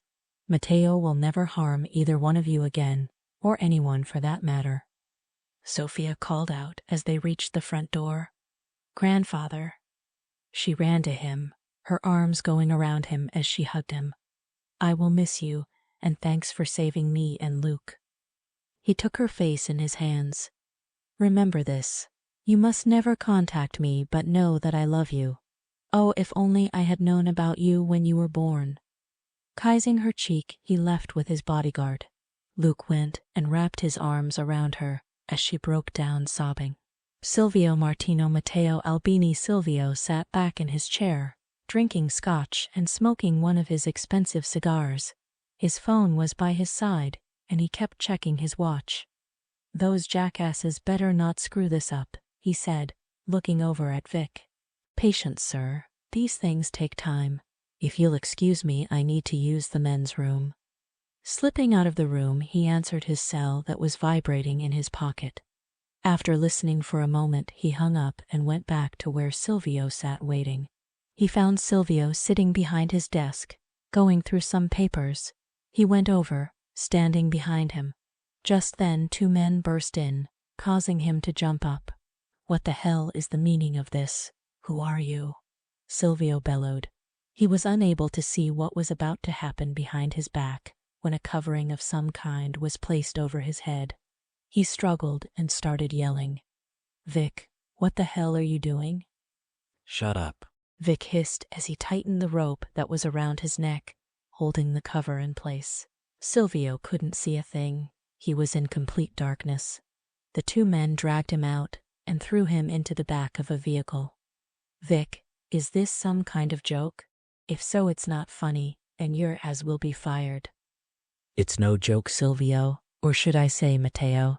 Just sit back and relax. It's going to be a long trip. He clocked him over the head, realizing he did so a bit too hard when Matteo was knocked out. Just as well, he thought. This way he wouldn't have to listen to the sick fuck. Silvio came to, still in darkness. He felt two pairs of hands grabbing him, pulling him out of the vehicle. He could hear a helicopter up ahead. Fear gripped him. Where are you taking me? He screamed out when they shoved him inside. For the life of him, he couldn't figure out who would be doing this to him. After what was a terrifying hour, the helicopter landed. Dragged out, he was escorted into a building of some type. A door opened, and he was pushed in. As his hands were tied behind his back, he was unable to pull the covering off his face. The room felt cold and had a strange smell. He could hear voices whispering and what sounded like surgical equipment. He thought maybe he was in some kind of hospital. Then several hands started removing his clothes. He started yelling, demanding to know what was happening, which went unanswered. He was then lifted up onto a cold steel table butt naked, his hands and feet tied so that he couldn't move. Damn you, Vic. When I get out of this, you are a dead man. The men all laughed. He counted at least 4 different men laughing. Vic leaned over, his mouth close to Silvio's ear. I'm afraid I won't be the one dead here. Please, Vic. Whatever you are getting paid to do this, I'll double it. Hell, let me go and I'll triple it. He heard the door open and all the men went deadly silent. The rope around his neck was taken off and the covering was removed from his face. He had to shut his eyes as the lights above him were bright, blinding him. Slowly opening them, squinted until his eyes adjusted to the lights. The blood in his veins ran cold, and the terror overwhelmed him when he was face to face with Domenico. Domenico, he said, his voice shaking. Matteo, I bet you thought you would never see me again. For 20 years I have been searching for you. I must say you are a clever man to remain hidden from me for so long. I have a score to settle with you, 2 that is. 1 for killing my son. 2 for raping my granddaughter and planning her death. Domenico, I'm begging you to forgive me. I was young, and when your son slept with my wife I lost it. I wasn't in my right mind. Please spare me. Spare you, like you spared my son when you put 3 bullets in him. No, you will pay for what you've done. I was just going to shoot you, but I feel the punishment for what you did to my granddaughter should fit the crime. He turned to the man wearing a white coat. Give him something for the pain. I don't want him dead before the next part of his punishment. What are you going to do to me? He cried out when he felt the prick of a needle going into his arms. I am going to give you what you deserve. Not only did you kill my son, raped my granddaughter, and force her to marry a stranger, a man she had never met, you also stole money from me. He snapped his fingers, and the man in the white coat walked over, holding a strange-looking knife. Cut it all off, the cock and balls. Oh my God, no. Please, I'm begging you. A rag was shoved into his mouth to muffle the sounds of his screams as the doctor proceeded to remove what he was ordered to. Silvio passed out, coming to a few hours later, and in a great deal of pain. He knew then he was dying. It was just a matter of time. Still naked, he was dragged from the table and pushed back into a chair. Seeing Domenico standing before him, holding a gun, he glared at him, wanting to spit at the old man, but had no saliva. Just kill me already. Federico, your son, fuked my wife, so I took great pleasure in fuking his daughter. Domenico knew he was just trying to make him mad enough into killing him fast, but he wanted him to suffer more before he died. No, my old friend, you must receive the same as you gave my son. He raised the gun and pointed it at Matteo's stomach. This is for my son. Pulling the trigger got him in the gut and smiled when he screamed out in pain. This one is for Sofia. He would have shot him right in the heart, but he wanted to look into Matteo's eyes before he died. This one is for my great-grandchild. Putting the gun right on his forehead, he smiled. Any last words, Matteo? Matteo Silvio, with blood mouth dripping from his mouth, stared into the dark, cold eyes of Domenico. Fuck you, he shuddered. The final bullet went through his skull, and his head fell backward. Domenico handed his gun to Vic. Have the men clean up this mess. Bury Matteo with his cock so deep that his remains will never be discovered. I am tired, so I will go home now. He looked at Vic and gave him a gentle slap on the side of his face. You've done good and will be highly rewarded. See you back in Italy. Wait, one more thing. Make sure this gets delivered to my granddaughter, then come home. He handed Vic a small package. Chapter 31. Luke and Sophia watched out the window as the men drove away. She felt sad, knowing she would never see her grandfather, the one she just met, ever again. Feeling Luke's arm around her waist from behind, she leaned her head back against his chest. Is it really all over? She asked, glancing up at him. Moving her hair over to the side, he kissed the side of her neck. I believe so. Turning around, she put her arms around his neck. I love you so much. If we hadn't been thrown together, I might very well be dead by now. You saved me. You're my hero. Drawing his head down, gave him a kiss.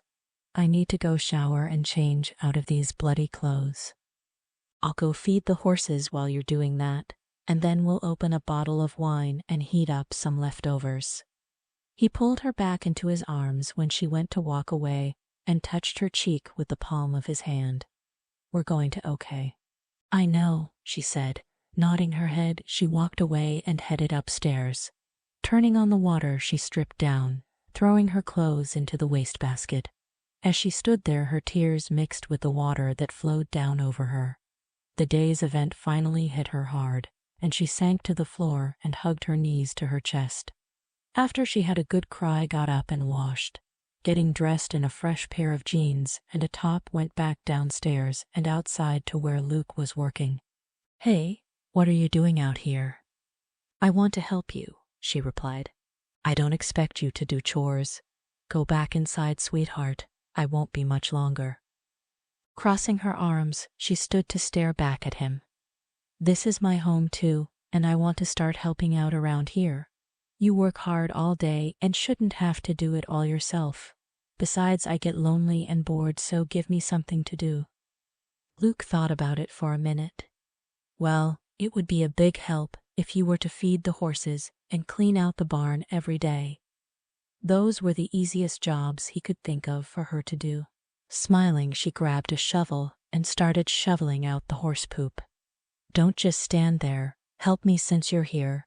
She felt good having some chores to take care of every day, and they were easy to do. It gave her a sense of pride. The work was done, and starving, they went inside and opened a bottle of wine and heated up something to eat.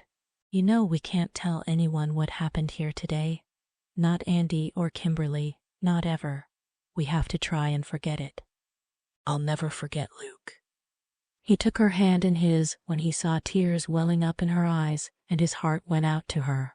She had seen and been through a lot in the last few months, but today, with almost being killed and seeing 2 men shot dead right in front of her eyes, was too much for her, though she did try to put on a brave face.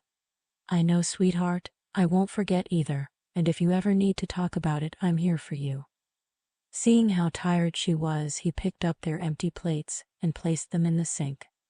Let's take the rest of the wine upstairs and finish it in bed. Coming from the bathroom in her nightgown, hairbrush in hand, brushed her hair before getting into bed. She took the glass of wine from Luke when he handed it to her. She noticed how quiet he had become since coming upstairs. Is something wrong? You're being so quiet. It's nothing. Luke, look at me. I'm your wife and I love you. I've come to know how you look when something is bothering you. $3 million, he answered. What about it? Forget it, it's nothing. It's obviously something. Is this money going to come between us? Sophia, I'm the man, and it's my job to support and care for you. Money changes people, and I'm worried what people will think. Everyone around here knows the truth about why we married thanks to Sarah. Now they're going to think I'm staying with you because of your money. First of all, it's our money. Second of all, the people who know us will not think that. I know you're a proud man, but don't let this money change what we have together. I won't touch a penny of that money, and I'll be the one taking care of us. You are so damn stubborn. This money will help us. We can get a new truck and do some repairs on the house. I can buy my own damn truck, he snapped. Climbing out of bed, she looked at him and started crying. This money is already causing us to fight. Turning, she ran out. Luke felt like a bastard for making her cry, and today of all days. Getting up, he chased after her and cornered her in the living room. Sweetheart, I'm so sorry. Please don't cry.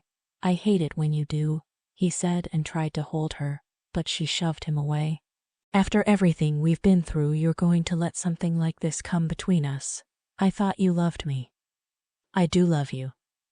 Then prove it to me by not letting the money come between us. I love you, Luke, and I don't want to lose you. I'll give it all away. I don't want it if it means losing you. You'd do that for me? Yes, she sobbed. Grabbing her arms, pulled her against him. Nothing will ever come between us. I won't let it. We could use a new truck, and this place does need some fixing up. You mean we can keep the money? Yeah, I guess so. But just so we're clear, I will support you. We can fix this place up to the way you want it, and put the money away in an account. Okay, just think, when we have children, and they want to go away to college, we'll have the money for them. Luke smiled. You still want children? At least 2 someday. There is one thing I insist we do right away. What's that? To tear up the prenup papers we signed when we got married. He released her and backed away. No way, that money is yours. She picked up a cushion and threw it at him. Damn you, Luke Rogers. How many times do I have to tell you it's our money? Or are you telling me that you don't believe our marriage will last? What? No, that's not it.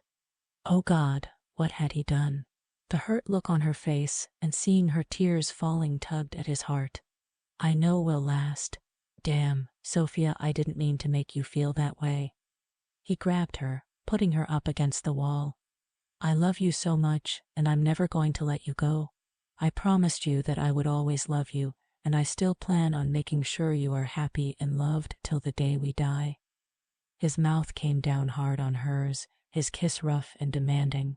She let out a whimper, and forgetting about the day's events and the fight they were having, she melted into him. When his hand traveled up her leg, reaching her panties and pushing them over, she moaned into his mouth when his fingers caressed her pussy. She could feel the dampness pooling between her legs and her core started throbbing. His hard cock pressed into her through his briefs. Damn, I love you, he said once he pulled his mouth from hers. Putting one arm around her back, the other one behind her legs, lifted her up. Looking at her lips that were moist from his kiss, he licked his lips. He carried her upstairs and laid her down on the bed. Knowing how he could have lost her today, he hated himself for causing her stress over a stupid thing like money. He would never let it happen again. Money or no money, all he wanted was her. He made sure to take his time with her. He wanted to give her so much pleasure that she would forget all the horrors of the day.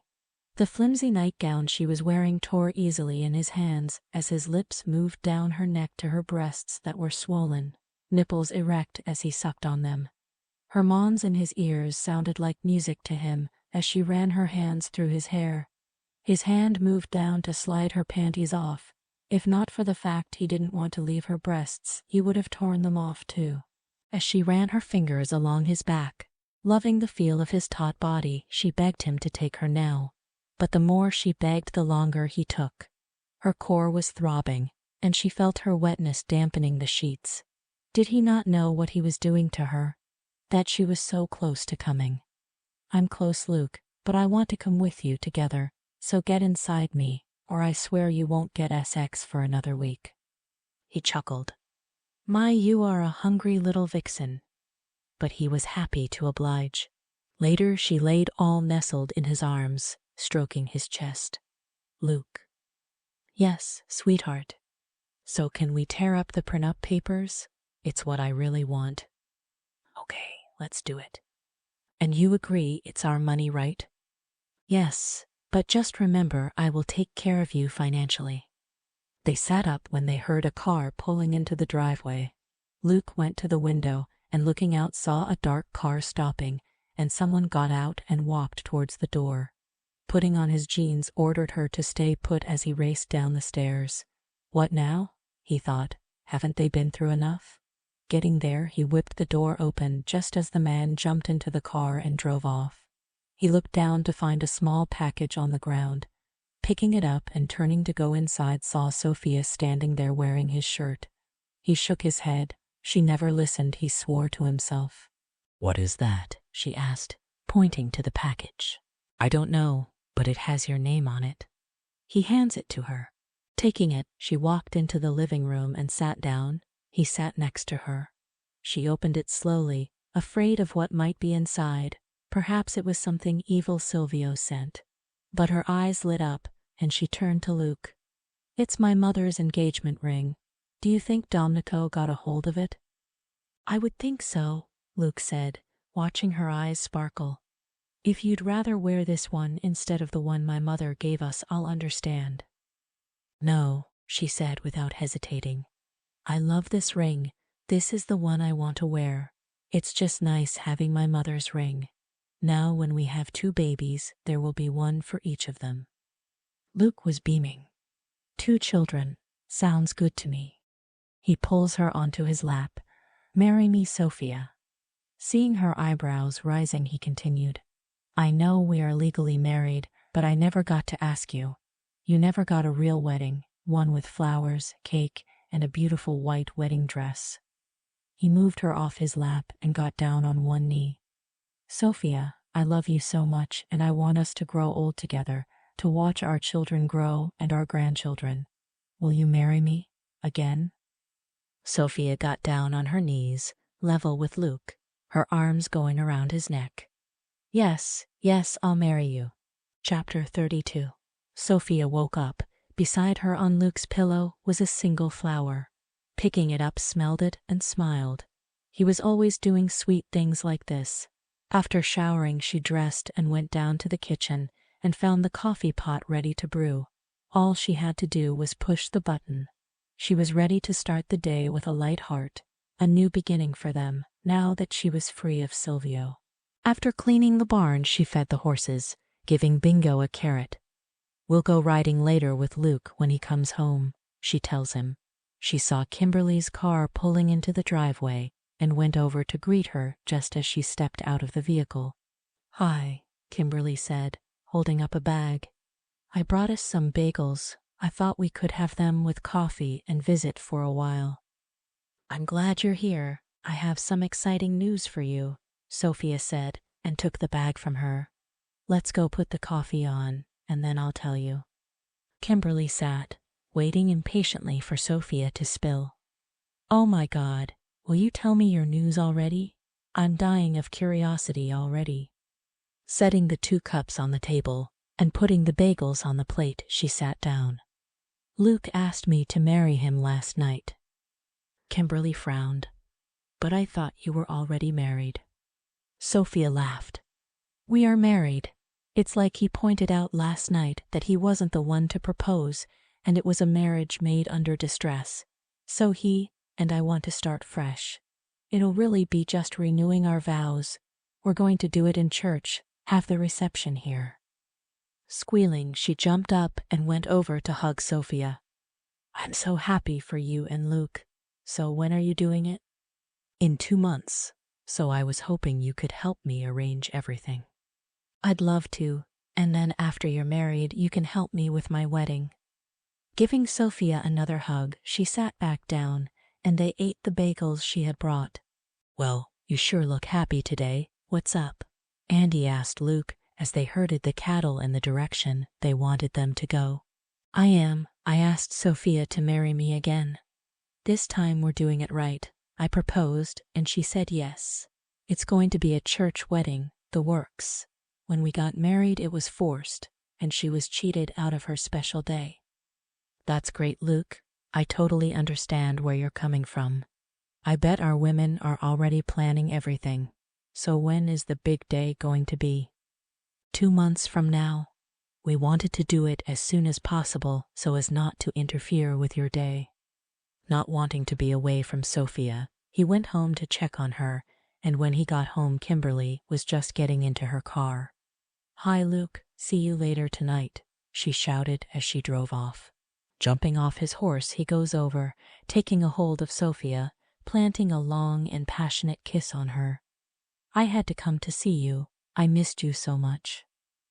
Giggling, she lightly pushed him away. You're such a girl, she said, but was happy to see him too. I invited Kimberly and Andy over tonight. She's going to help me plan our wedding. Shouldn't you be getting back to work? Yeah, but first I need something. What? She asked and squealed when he picked her up and flung her over his shoulder and headed inside. That night, the guys sat outside drinking beer, and the girls were inside going through the wedding books Kimberly had brought with her. They picked out the flowers, figured out the menu, and Sophia also picked out the dress she was going to wear. Over the next 2 months, the final details of the wedding were finished. A new roof was put on the house, new carpet throughout, and Luke had them build a walk-in closet for Sophia. He had to do it as she had so many clothes jammed into the closet, and many of his clothes were in boxes. A new truck was bought. He wanted a simple one, but she pointed out the fact that when they started having children, they would need one with a back seat, so he gave in, knowing she was right. The morning of the wedding, she went to Kimberly's place to get ready, and it was next to the church. Luke was at home with Andy. After getting into his suit, he sat down and pulled out the ring box that held both of their wedding bands. He insisted that she throw out the one Silvio gave them and get matching bands. He earned a night of hot sex from her for saying he wanted to wear a band. He had refused to wear one when they married the first time. Luke's parents thought it was strange that they were getting married again, but were happy and excited about attending. But the night before they were leaving, his mother fell and broke her ankle, so they were unable to make the trip. Kimberly helped Sophia put her dress on, standing back to take a good look, her eyes teared up. My God, you look so beautiful. You're going to blow Luke's mind away. So, are you ready to do this again? I am, she answered. I'm a little scared though. I hope he'll like this dress and doesn't get mad when he finds out how much it cost. Are you kidding me? Luke wanted you to have the best of everything. Once he gets a look at you, there's no way he'll be mad. Come now, it's time. Luke was standing at the front of the church. There were around 80 to 90 people in the church to witness the marriage. Some friends, others mere acquaintances. He saw Kimberly entering and walking up the aisle. He sat down next to Andy, blowing him a kiss. He was a nervous wreck. His palms were sweaty. His heart felt like it was trying to jump out of his chest. And when the music began playing, and he saw her walking down the aisle, he didn't care that the guys would tease him about being a pussy later when he wiped the tears that fell from his face. She wore her hair down. That was one of the things he loved about her, her long dark hair. Around her neck, she had on the necklace he had bought her, and the dangling earring she wore sparkled against her dark complexion. Their eyes locked as she made her way towards him. When she reached him, he cupped her face in his hands. I love you. I love you too, she said, tears filling her eyes. He looked so handsome in his new dark suit. He even wore dress shoes instead of his cowboy boots. And the way he was looking at her, so much love in his eyes, her heart did a flip. the vows said, and once they were pronounced man and wife, he crushed her to him. His arms around her waist kissed her. He saw stars and music filled his heart. Instead of them walking down the aisle together, he scooped her up in his arms and carried her past the crowd and outside. People clapped as they walked past them. Luke, what are you doing? She asked, laughing. Carrying my wife outside. I have a surprise for you. What surprise? Look over there, he said once they were outside, nodding his head in the direction he wanted her to look. She turned her head and gasped when she saw the horse and buggy. You did all this for me, she said, her lips trembling. She had told him months ago how she thought going for a horse and buggy ride would be romantic, and he actually remembered. Putting her down, he placed his arms around her waist. I'll do anything for you. Have I told you how beautiful you look? This dress is, wow, so beautiful. As the guests were piling out of the church, two men in suits approached Luke and Sophia. Mrs. Rogers, may we have a quick word with you? Just who the hell are you? Luke barked. I'm Detective John Sanders and my partner Richard Long. We're from New York. It's about Silvio Martino. Luke and Sophia looked at each other. He saw the fear in her eyes. Can't this wait? As you can see, we just got married and our guests are expecting us to go back to our place to celebrate. It'll only take a few minutes, Detective Sanders answered. Okay, give us a few minutes to tell our guests. Taking Sophia's arm led her away. Just take a deep breath. We'll tell them we haven't seen him in months, and that is the truth. Luke waved Andy over and explained that the police were here about Silvio. So do me a favor, have everyone go back to our place. We'll be along shortly.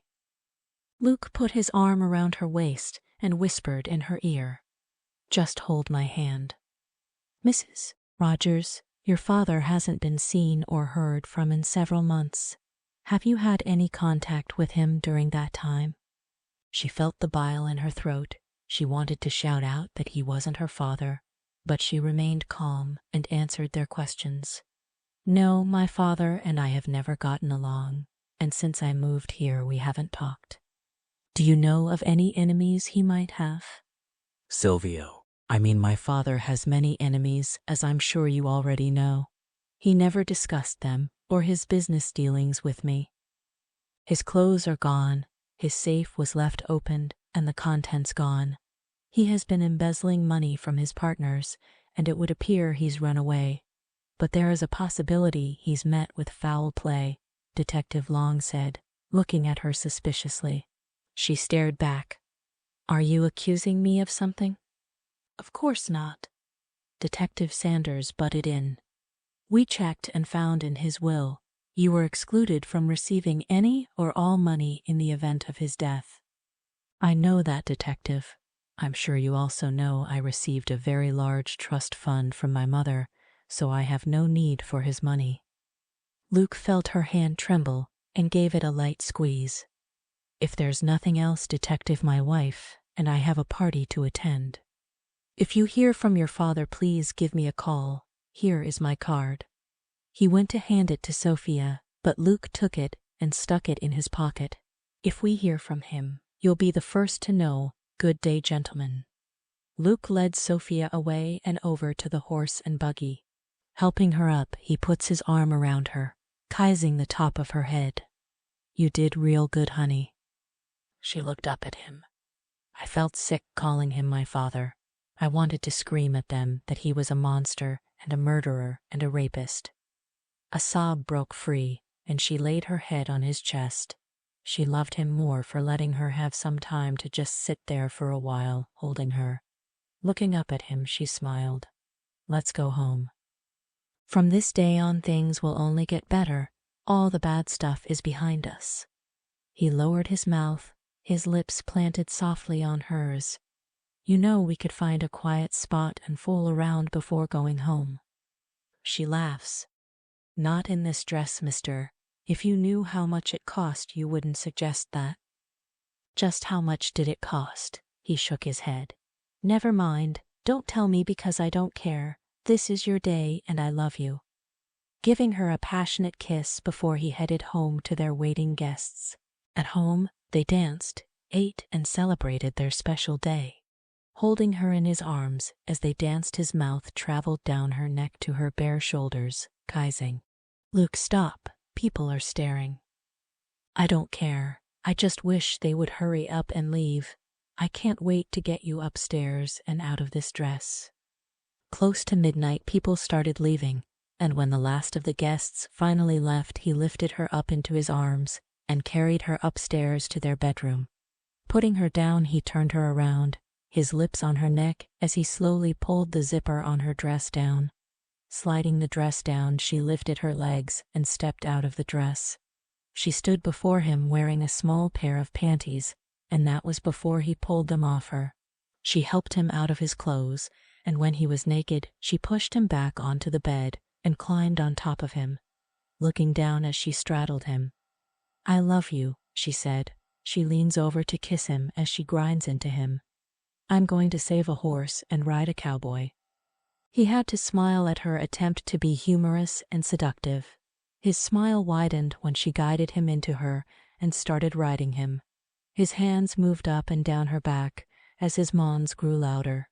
He waited till they were both close. With experience and speed, he flipped her over so that he was on top.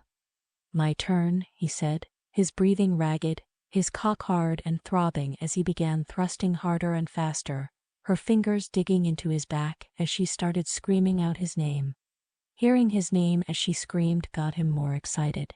Laying in each other's arms, she ran her hand over his chest, their bodies so close you couldn't put a piece of paper between them. "We're going to have an amazing life together," he said, kissing her. Chapter 33. Epilogue. 4 months later, Sophia and Luke sat in the front seat of the church, holding hands.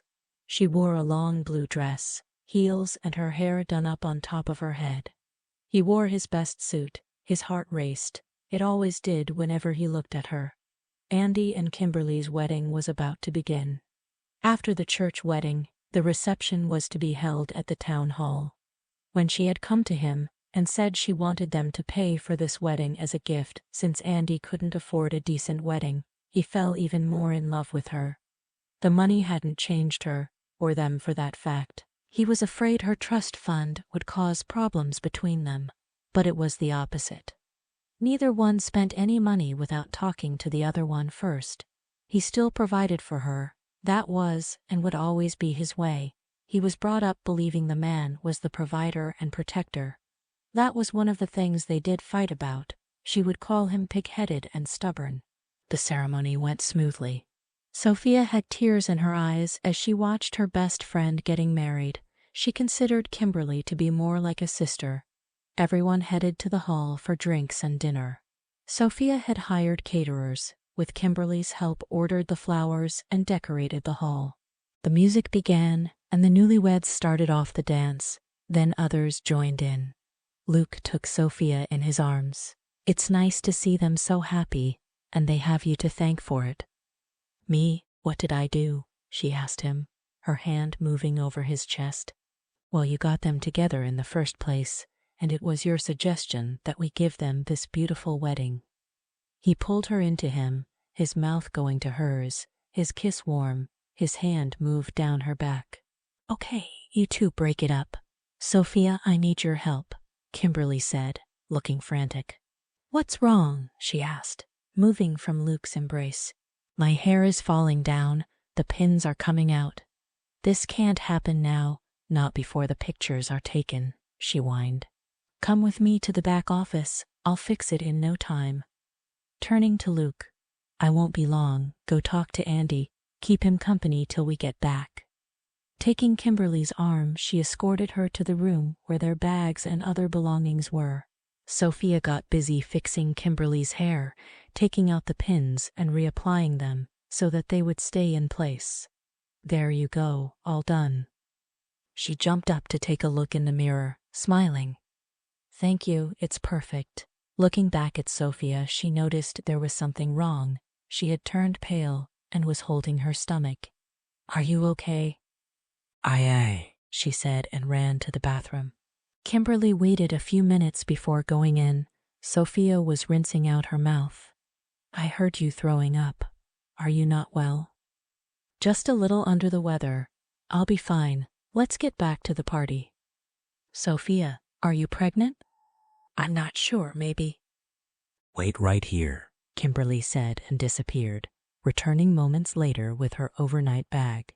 She takes out a small bag that had a few pregnancy tests in it. Here, take a test now and find out. Why do you have so many of these with you? Andy and I have just started trying to get pregnant, so I keep these handy, just in case.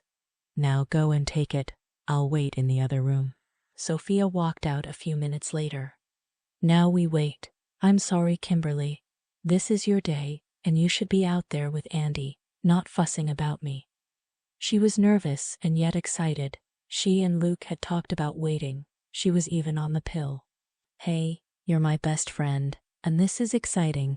Andy's busy with the guys. He's having a ball, and he knows I'm with you. She looks at the clock on the wall.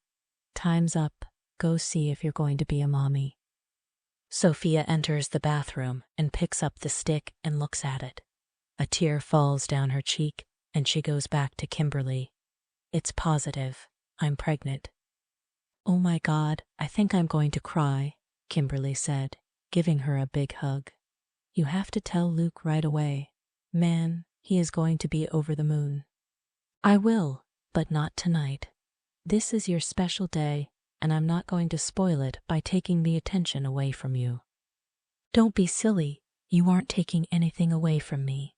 You wait here, she said, and got up to leave. What are you going to do? Sophia asked. Just wait here, don't move, Kimberly said. Giving her a huge smile, she hurried out the door before Sophia could stop her. Andy and Luke were standing together when Kimberly came over. Luke, Sophia is in the office. You should go see her now. Luke's heart skipped a beat. Did something happen to her? Is she okay? She was fine a few minutes ago. Just go to her, Kimberly said, giving him a shove. Knocking once he walked in, and she was sitting on the chair by the window, looking out. He went over and kneeled down in front of her, taking her hands in his. Sweetheart, tell me what's going on. Why are you sitting here all alone? You look so pale. Are you not well? I bet it was the crab salad. I thought it tasted a little off. No, she shakes her head. I'm not sick. I'm pregnant. We're having a baby. She handed him the stick.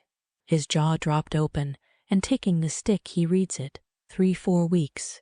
A smile crossed his face, and he pulls her to her feet. Really? He asks, his head bobbing up and down. Yes, she nods, a tear slowly trickling down her face. Making a loud whooping noise, he puts his hands around her waist and lifts her up off her feet and twirls her around before setting her back down. This is the best news ever. I know we talked about waiting, but I can't help being happy. He stroked her cheek, looking lovingly into her eyes. You are happy, aren't you? Placing her hand on top of his, she reached up and softly kissed his lips. Yes, Luke, I'm so happy. I want to have your baby. I have wanted this for so long now. I didn't say anything because I thought you wanted to wait. I only said that 'cause I thought that's what you wanted. It was at first, she answered. His hands went to her face, and he pulled her close, kissing her with all the love and feeling he possessed for her. When he finally released her, she ran her fingertips over her lips that felt bruised from his passionate kiss. We better get back to the party. Let's keep this quiet tonight. Sophia was now 17 weeks pregnant, and with her back turned away from Luke, as she washed up the dinner plates, he sneaks up behind her, putting his arms around her, resting his hands on her belly. Do we have time to go upstairs before we have to leave for the doctor? Luke asked as he nuzzled the back of her neck. No, now behave yourself and get ready. We have to leave now, she said, swatting his hands away. They sat waiting for the doctor. She was having a scan done, and they decided to find out the sex of the baby. Luke gently rubbed her belly. It's a boy, I just know it. It could be a girl, you know, she said, her hand on top of his. The doctor came in, and after greeting them started the scan. So you wish to know the sex of your baby, I hear. Yes, doctor, they both said at the same time. Okay, let's have a look here. Everything looks good, strong heartbeat. He points to the screen. Here is your baby. Sophia and Luke held hands as they looked at the images on the screen. Oh my, the doctor said, squinting at the screen. Now this is unexpected. I never noticed it before now. They stared at each other. Luke's hand tightened on hers when he saw how scared she was. Is something wrong? He asked the doctor and tried to see whatever it was on the screen. Forgive me, I didn't mean to scare you. It's good news, actually. You're having twins, Mrs. Rogers, twin boys. Her hands flew to her mouth. Oh my God, Luke, twins. She let the tears fall, tears of happiness. To give the man she loved twins was a dream come true. So what do you think? It's good, right? Bringing her hand up to his lips kissed it. A single tear slid down his face when he looked at her. It's good, sweetheart, really good. I love you, and even more for giving me this gift. He had to stop talking. His emotions were running high, and he was afraid he'd break down and cry. The babies are really tiny, but are healthy. Just keep doing whatever you are and get lots of rest, and don't overexert yourself. The doctor smiled. It always warmed his heart seeing two people so much in love, and giving them this news made being a doctor worthwhile. Oh, I'll make sure she takes it easy. He looks at her. There will be no more chores for you. You hear me, sweetheart? Nodding, she puts her arms around him, hugging him so tight her arms began to ache. As time went by, Luke was driving her crazy. He wouldn't let her lift a finger. He even hired someone to come in to cook and clean. Whenever she tried to argue with him about it, he would just start kissing her, making her forget as he swept her into the passion of their lovemaking. Kimberly was thrilled for her friend and found out she too was now pregnant. Now in her 9th month, she was getting impatient, wanting the babies to come, and yet a little scared. How would she manage with 2 babies? Luke had hired a new guy, saying he wanted to spend more time helping her when the twins arrived. She loved that he was determined to be home more to help out. This made her feel much better. And what made her happier was that Nancy and Fred were coming and staying for a few weeks once the babies arrived. They were like parents to her, and she missed them more than Luke did. It was now 1 week past her due date when she woke Luke from a deep sleep. Luke, wake up, she said, shaking him. It's time, the babies are coming. Waking up, he touched her stomach. Are you sure? Yes, this is it. Getting up, he threw on his clothes and helped her into her robe. Grabbing her bag, and with so much care helped her down the stairs.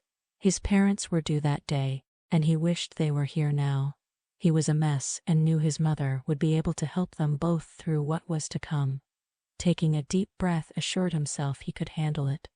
After arriving at the hospital, she was taken away. This gave Luke time to call Andy and Kimberly. He stood by her side, holding her hand and staring lovingly into her eyes. This is it, sweetheart. Are you ready? I guess I have no choice. Okay, Mrs. Rogers, we need you to give one big push, and your son will be here, said the doctor. That's it. Here he comes. Moments later, the cries of their first son could be heard. That's it, sweetheart. We're doing great, Luke said as he peeked over at his first son, who the nurse was holding. But his head snapped back to her when she yelled at him.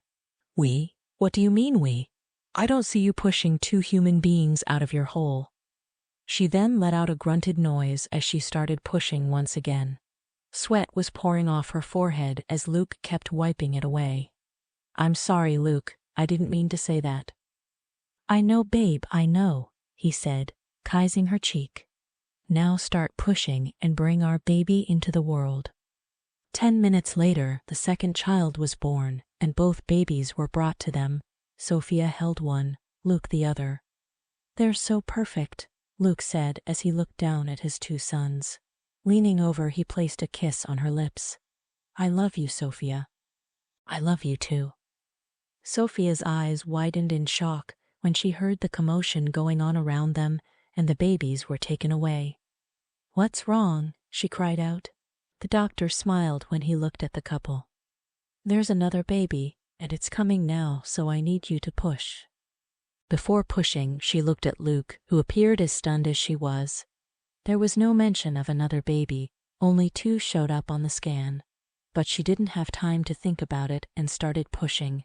Grabbing Luke by the collar, pulled him close to her face. You're never getting SX again. He chuckled. We'll see about that. This baby was in no hurry to enter the world, and Sophia was getting tired, and just when she didn't think she could go on, she gave one final push, and then heard the sounds of a baby crying. It's a girl, the doctor said, then chuckled. Her brothers were hiding her, protecting her. Congratulations, you two. You have 3 beautiful little miracles. The baby girl was placed in her arms. She and Luke both shed a few tears. They're all so tiny, Luke. She couldn't help being worried. The boys both weighed 5 pounds and 1 ounce. The girl was not quite 5 pounds. They're small, but all are healthy. They will grow in no time, dear, the nurse said, patting her arm. 3 hours later, Luke, Sophia, and the triplets were in her hospital room, and they marveled over the 3 little miracles. How am I going to cope with 3 babies? She said, looking up at Luke, pushing her hair behind her ears. After my mother leaves to go back home, we'll hire a live-in nanny.